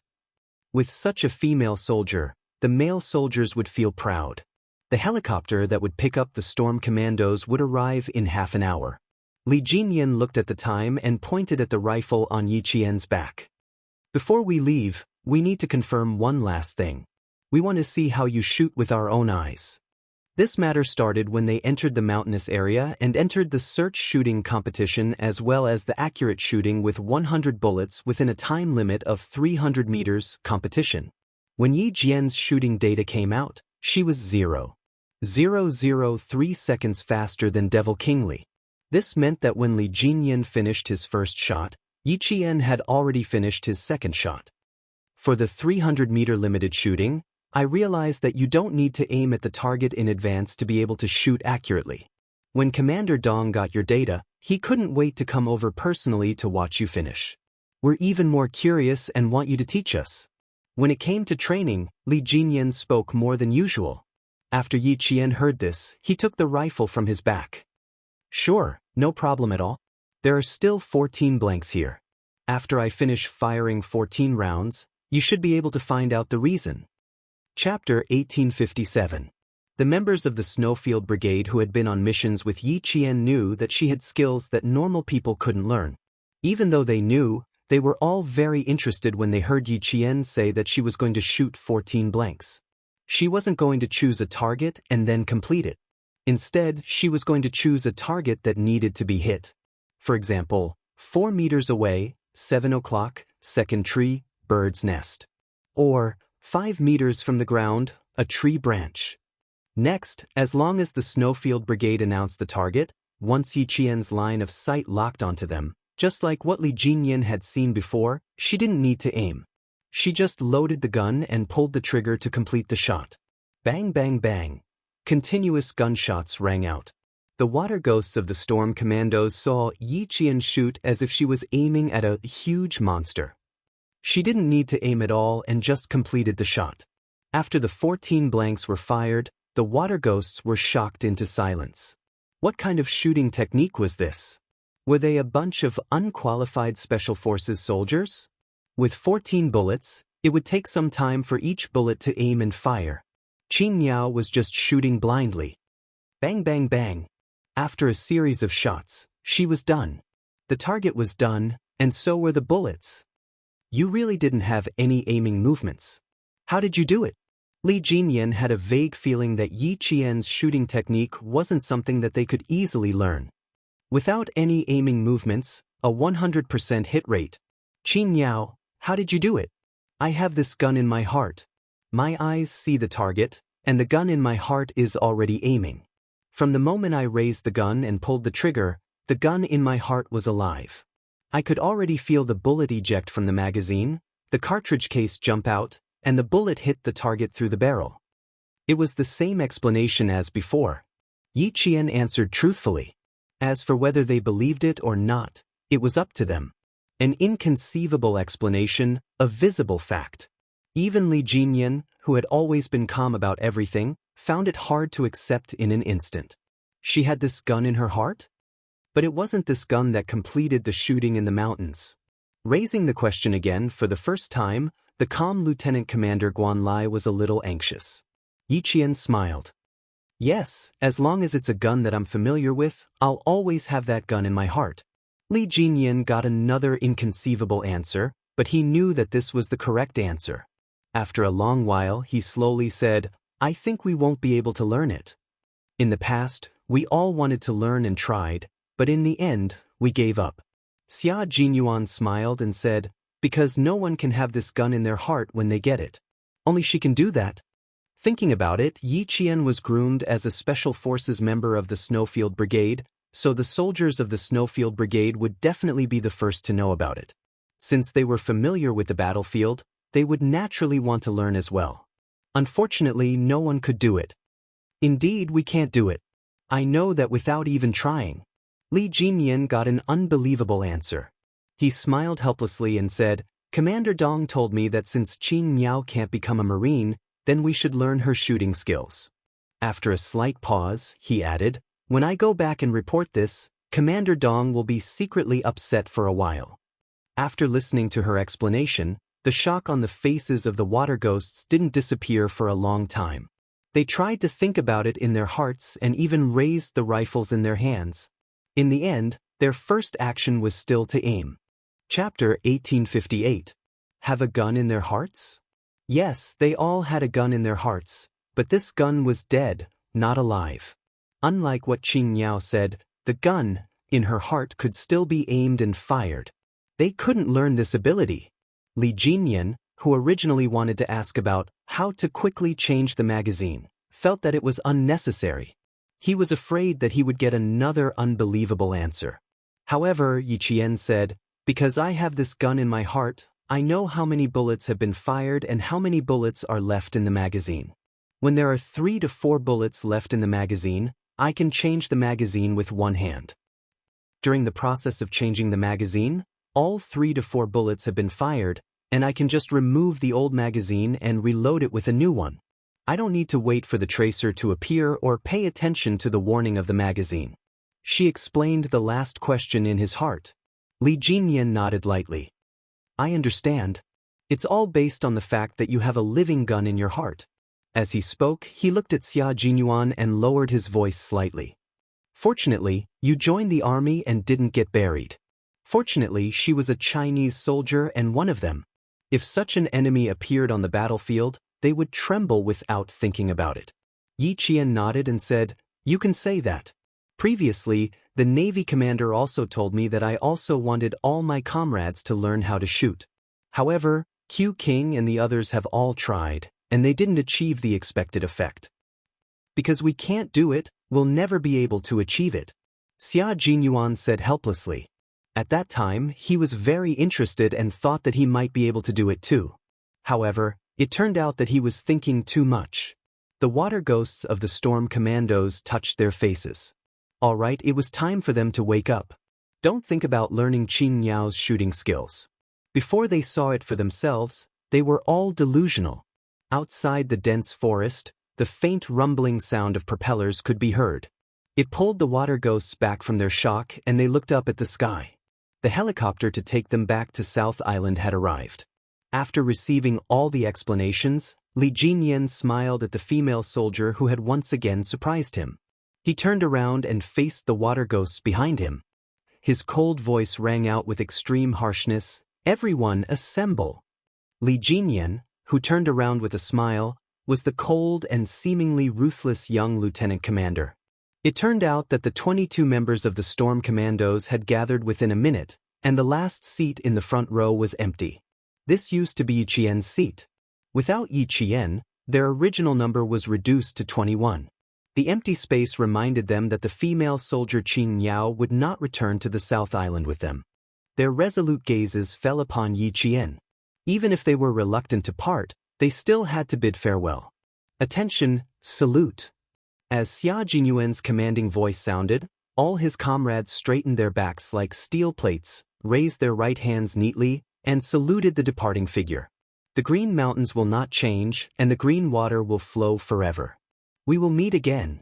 Sigh, if Qin Yao was in our team, she might be sitting opposite me now. Daxia, who had boarded the plane, looked at the empty seat opposite him, and his reluctance to part with her was evident in his words. When the other commandos who came in with him heard this, they did not say anything. They only sighed and looked at the empty seat opposite them. If Qin Yao were to board the plane, she might be on the same plane as them. Chapter 1859. Soon, the empty seat was taken by a comrade who boarded the plane. Sea Anemone looked at Daxia, who was staring at him with a strange expression. What are you looking at? You're sitting in Qin Yao's seat. Sea Anemone turned to look at the cabin door. He remained silent until the door closed. She didn't board the plane, and she won't board the plane. Qin Yao isn't a soldier in our team. She can't board the plane with us. Also, we did something stupid just now. Q King scared me when he said that. We didn't consider Qin Yao's position. She's a female soldier who deserves our respect. We won't say anything like that again. You can't learn her shooting skills even if you want to. She can shoot accurately without aiming. I was a little shocked when I first heard her say that. It's not that she didn't aim, but she already did it in her heart. She also said that as long as it's a gun she's familiar with, that gun will live in her heart. Daxia, whose eyes were full of admiration, still found it unbelievable. From this point alone, it shows that she's more familiar with guns and ammunition than we are. I suspect that she's very familiar with all the known types of guns from all over the world. His words made the water ghosts who boarded the plane gasp. If that's the case, how terrifying is that? It's already terrifying. If it gets scarier, I'm just glad that she's a soldier from our side and not an enemy. Daxia sighed. His words were full of admiration for Yi Qian. Female soldier Yi Qian is rare. That's true. Fortunately, she's a soldier from our side. We can rest assured. We'll have to worry about the enemies she faces in her missions in the future. Aya, why isn't she a female soldier from our team? Wishful thinking. That's impossible. The water ghosts said one after another. Their admiration for Yi Qian could be seen from their expressions. Female soldier Yi Qian, codenamed Qing Niao, was a female soldier who was braver than the male soldiers. She had incredible shooting skills. The more he interacted with her, the more he was attracted to her unyielding spirit. The more he was attracted to her, the more he could discover each of her strengths. In the end, he would be convinced by her and admire her. This was probably the so-called charisma. Li Jinyan was the last to board the plane. When he reached the cabin door, he turned around and saluted all the members of the Snowfield Brigade who had saluted him. He then nimbly retracted his right hand and turned around to board the plane.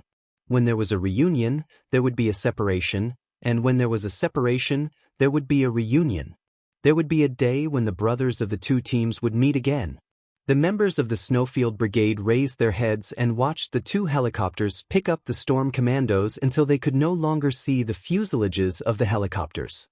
Xia Jinyuan, who was standing at the front, turned around and faced all his comrades. He reorganized the team and gave them instructions on what to do next. First, everyone should submit a training report and a combat report. We can discuss in groups and submit one report. Second, we need to write down the suggestions for the exoskeleton power equipment we're going to wear in the Gobi Desert, as well as the problems we found when using it. The equipment experts are still waiting for our feedback. Marching and fighting were not a problem, but the report was a pain in the ass for this group of Special Forces soldiers who were trained in science and engineering. Everyone, including Xia Jinyuan, did not want to write it. Yi Qian looked at them and wanted to laugh. You're the one who said you wanted to write a report, but now you look like you don't want to. You'll affect the rest of the team when they write their reports. Chapter 1860. I was influenced by the veterans. It was my first year in the team.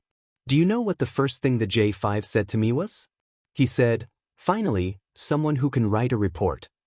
And from then on, I don't want to write anymore. The tired Xia Jinyuan closed his eyes as he spoke.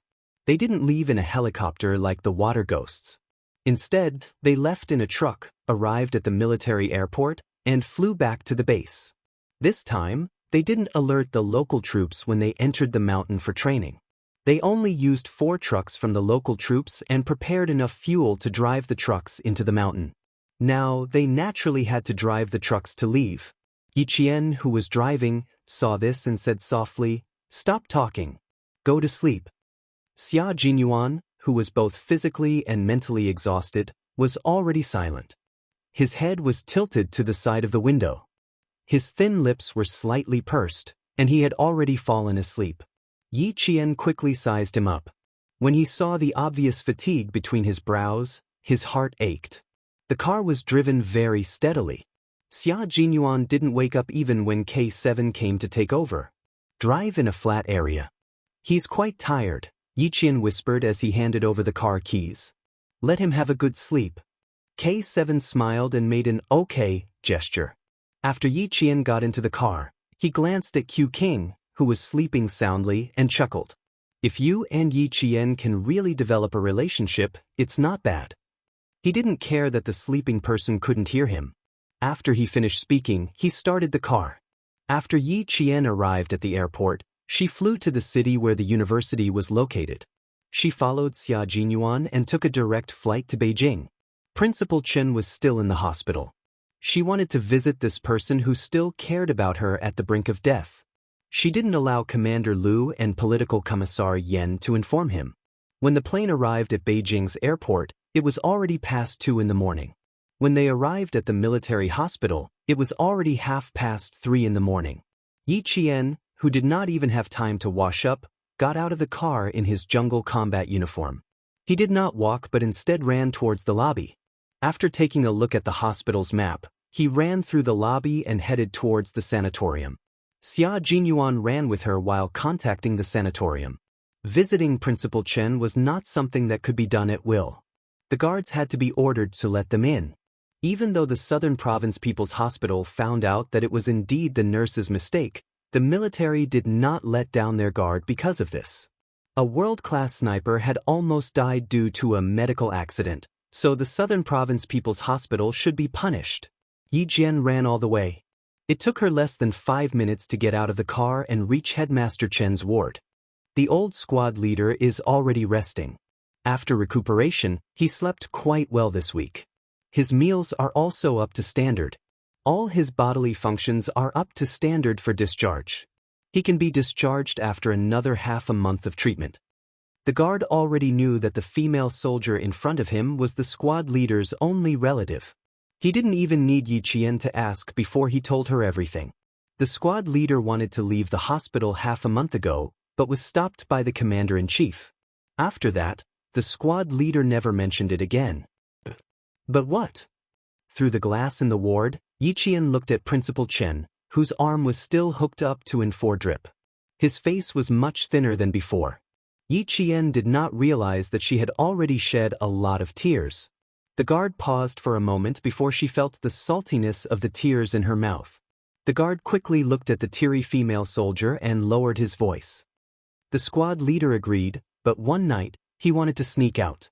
After he was discovered, the commander-in-chief sent 6 guards to keep an eye on him. This was indeed Uncle Chen's style. Yi Qian smiled with tears in her eyes. Chapter 1861. There was only one light in the room, and it quietly shone a warm light in the corner. The layout of a normal intensive care unit did not have as many terrifying instruments as the intensive care unit. A few green potted plants on the windowsill added a touch of gentleness to the snowy white room. Yi Qian did not go directly into the room. Instead, she chose to stand outside and watch quietly. Uncle Chen's sleep had not been very good. If she went in, she would wake him up. Yi Qian looked away and lowered her head to wipe away her tears. She thanked the responsible guards. "Thank you very much for your hard work during this period. You and your comrades can go back to your room to rest. I'll keep watch here. It's our duty to take care of the old squad leader. You don't have to be so polite." The guard was also very young. He was about 23 or 24 years old. He was a little embarrassed by Yi Qian's politeness. He said shyly, "We have 3 shifts. Our comrades in the morning shift will arrive on time at 7 o'clock. The 2 of us can go back to rest then." "There's no need to rest. The 3 of us can keep watch. If there's anything you want to ask, you can ask me. My comrades and I have always been here when the old squad leader was admitted to the hospital. We know more about the old squad leader's condition than the comrades in the morning shift. It was her duty to not leave her post at will. It was her fault. The normal intensive care unit arranged was very humane. It was similar to a bedroom and a living room. The only difference was that the living room was smaller, but family members could rest while keeping watch. There used to be a foldable bed, but it had been moved out and replaced with 2 round stools made of steel without backs. Although there were high stools, it was obvious that they were just for decoration. The guards had never sat on them before. The plastic packaging on the stools was in good condition. There were no traces of friction at all. Yi Qian moved the plastic stools out and began to ask Principal Chen about his condition during his stay. Another guard stood outside the corridor. The first day he was transferred from Nan province was indeed dangerous. All of his organs showed signs of failure. The first thing we did when we received the old squad leader was to send him to the emergency room. Yi Qian's heart clenched as soon as he heard the beginning of the story. His hands on his knees clenched into fists. His life could be in danger at any time due to organ failure. While she was gone, her family was experiencing life and death. The old squad leader's will to live is very tenacious. He survived 2 big risks. The experts later said that it was a miracle that he survived. After surviving the most dangerous week, the old squad leader will be able to speak a few words to us. Previously, when the old squad leader woke up during the day, he would only open his eyes slightly and would not be able to say a single word. Yi Qian's eyes reddened again, but he did not cry. This was because Uncle Chen had once said, "As a soldier, I would rather bleed than cry." She didn't want Uncle Chen to see her crying when he woke up. In this life, she could not disappoint those who wished her well. Although it was said that people lived for themselves, she understood that living for yourself meant being responsible for yourself. However, you still needed to take care of your family and live for those who wished you well. The old squad leader survived the most dangerous week. His organs were damaged. There was still a possibility of complications, but the risk was low. To be on the safe side, he stayed in the intensive care unit for another week before the experts confirmed that he could be transferred to normal intensive care. Chapter 1862. The guard was a male soldier with a sharp tongue. During the 1 month that Principal Chen had been in the military hospital, he finished speaking in less than 10 sentences. Even so, Yi Qian's nails dug into his palms as he listened. How was it just 1 week of resuscitation? It was clearly 2 weeks of resuscitation. If the wrong medicine was used during the foredrip, the serious cases would go into shock and die on the spot. Uncle Chen discovered the wrong medicine within 3 minutes of the foredrip and fell into a coma. What if the foredrip lasted for another 3 minutes? Even though Principal Chen had made it through safely, Yi Qian's body trembled uncontrollably whenever he thought about it. Yi Qian clenched his fists even tighter to control his trembling body. He didn't show it on his face as he gently closed his eyes. Thank goodness, thank goodness. Thank goodness nothing happened to Uncle Chen. Otherwise, she didn't know what kind of destructive things she would have done. Grandpa Zhen had already left her and Uncle Chen was the only family she had left. She only hoped that Uncle Chen would be healthy and live a long life. Outside, Xia Jinyuan had already obtained the detailed medical records of Principal Chen's hospitalization. He also received the results of the investigation by the Southern Province Police and the punishment by the Southern Province People's Hospital. The nurse was chatting and accidentally injected the intravenous medicine from a heart patient into Uncle Chen's foredrip. The side effects of this medicine were vasodilatory headache, arterial spasm, respiratory paralysis, and death by asphyxia. Because Uncle Chen's medicine was not mixed with this medicine, even though it was discovered in time, there were still serious side effects. If the guards from the military hadn't discovered it in time, at this very moment his little fox would have lost her last family member. Xia Jinyuan didn't go in immediately. Instead, he called Commander-in-Chief Xia's personal cell phone. He needed to clarify the situation. Commander-in-Chief Xia was awakened by the ringing of his cell phone at 3:40 a.m. When he saw who was calling, he answered the call and asked, "Are you at the airport or the hospital?" "Hospital. I'm sorry to disturb your rest, Dad." Xia Jinyuan, who was standing by the window in the corridor, glanced around and said in a low voice, "Dad, I just received 2 investigation reports. The military suspects that Uncle Chen may have been murdered. Did the military find something?" When he received the investigation report from the Southern Province Police and the military, he found out that the first thing the military thought of when something happened to Uncle Chen was murder. Only then did he realize that although Uncle Chen had been sacrificed for more than 10 years, he was still in danger. Otherwise, the army would not have immediately thought of murder and not medical malpractice. Commander-in-Chief Xia put on a coat and got out of bed. He walked to the desk in the bedroom and sat down. Yes, that's what the military suspected at first, but after investigation, it was determined that it was a medical accident. What? Do you still have questions? Dad, my main point is that the military suspects murder. Is there any movement abroad? I've seen Uncle Chen's information. There's an organization abroad that hasn't given up looking for Uncle Chen. Xia Jinyuan said in a low voice as he looked around to prevent anyone from eavesdropping. His gaze was as cold as a sword as he slowly and naturally glanced around. Has Uncle Chen's whereabouts been exposed? No, you're thinking too much. Chen Dongfeng's whereabouts have not been exposed yet. While the Southern Province Police are investigating, the military is also investigating. There's no movement abroad. Commander-in-Chief Xia's tone was a little serious. He was sitting by the desk in his pajamas. The light from the desk lamp illuminated a corner. He warned his son, "It's fine as long as you know about this organization. I don't want to hear it from you again before the military mentions it.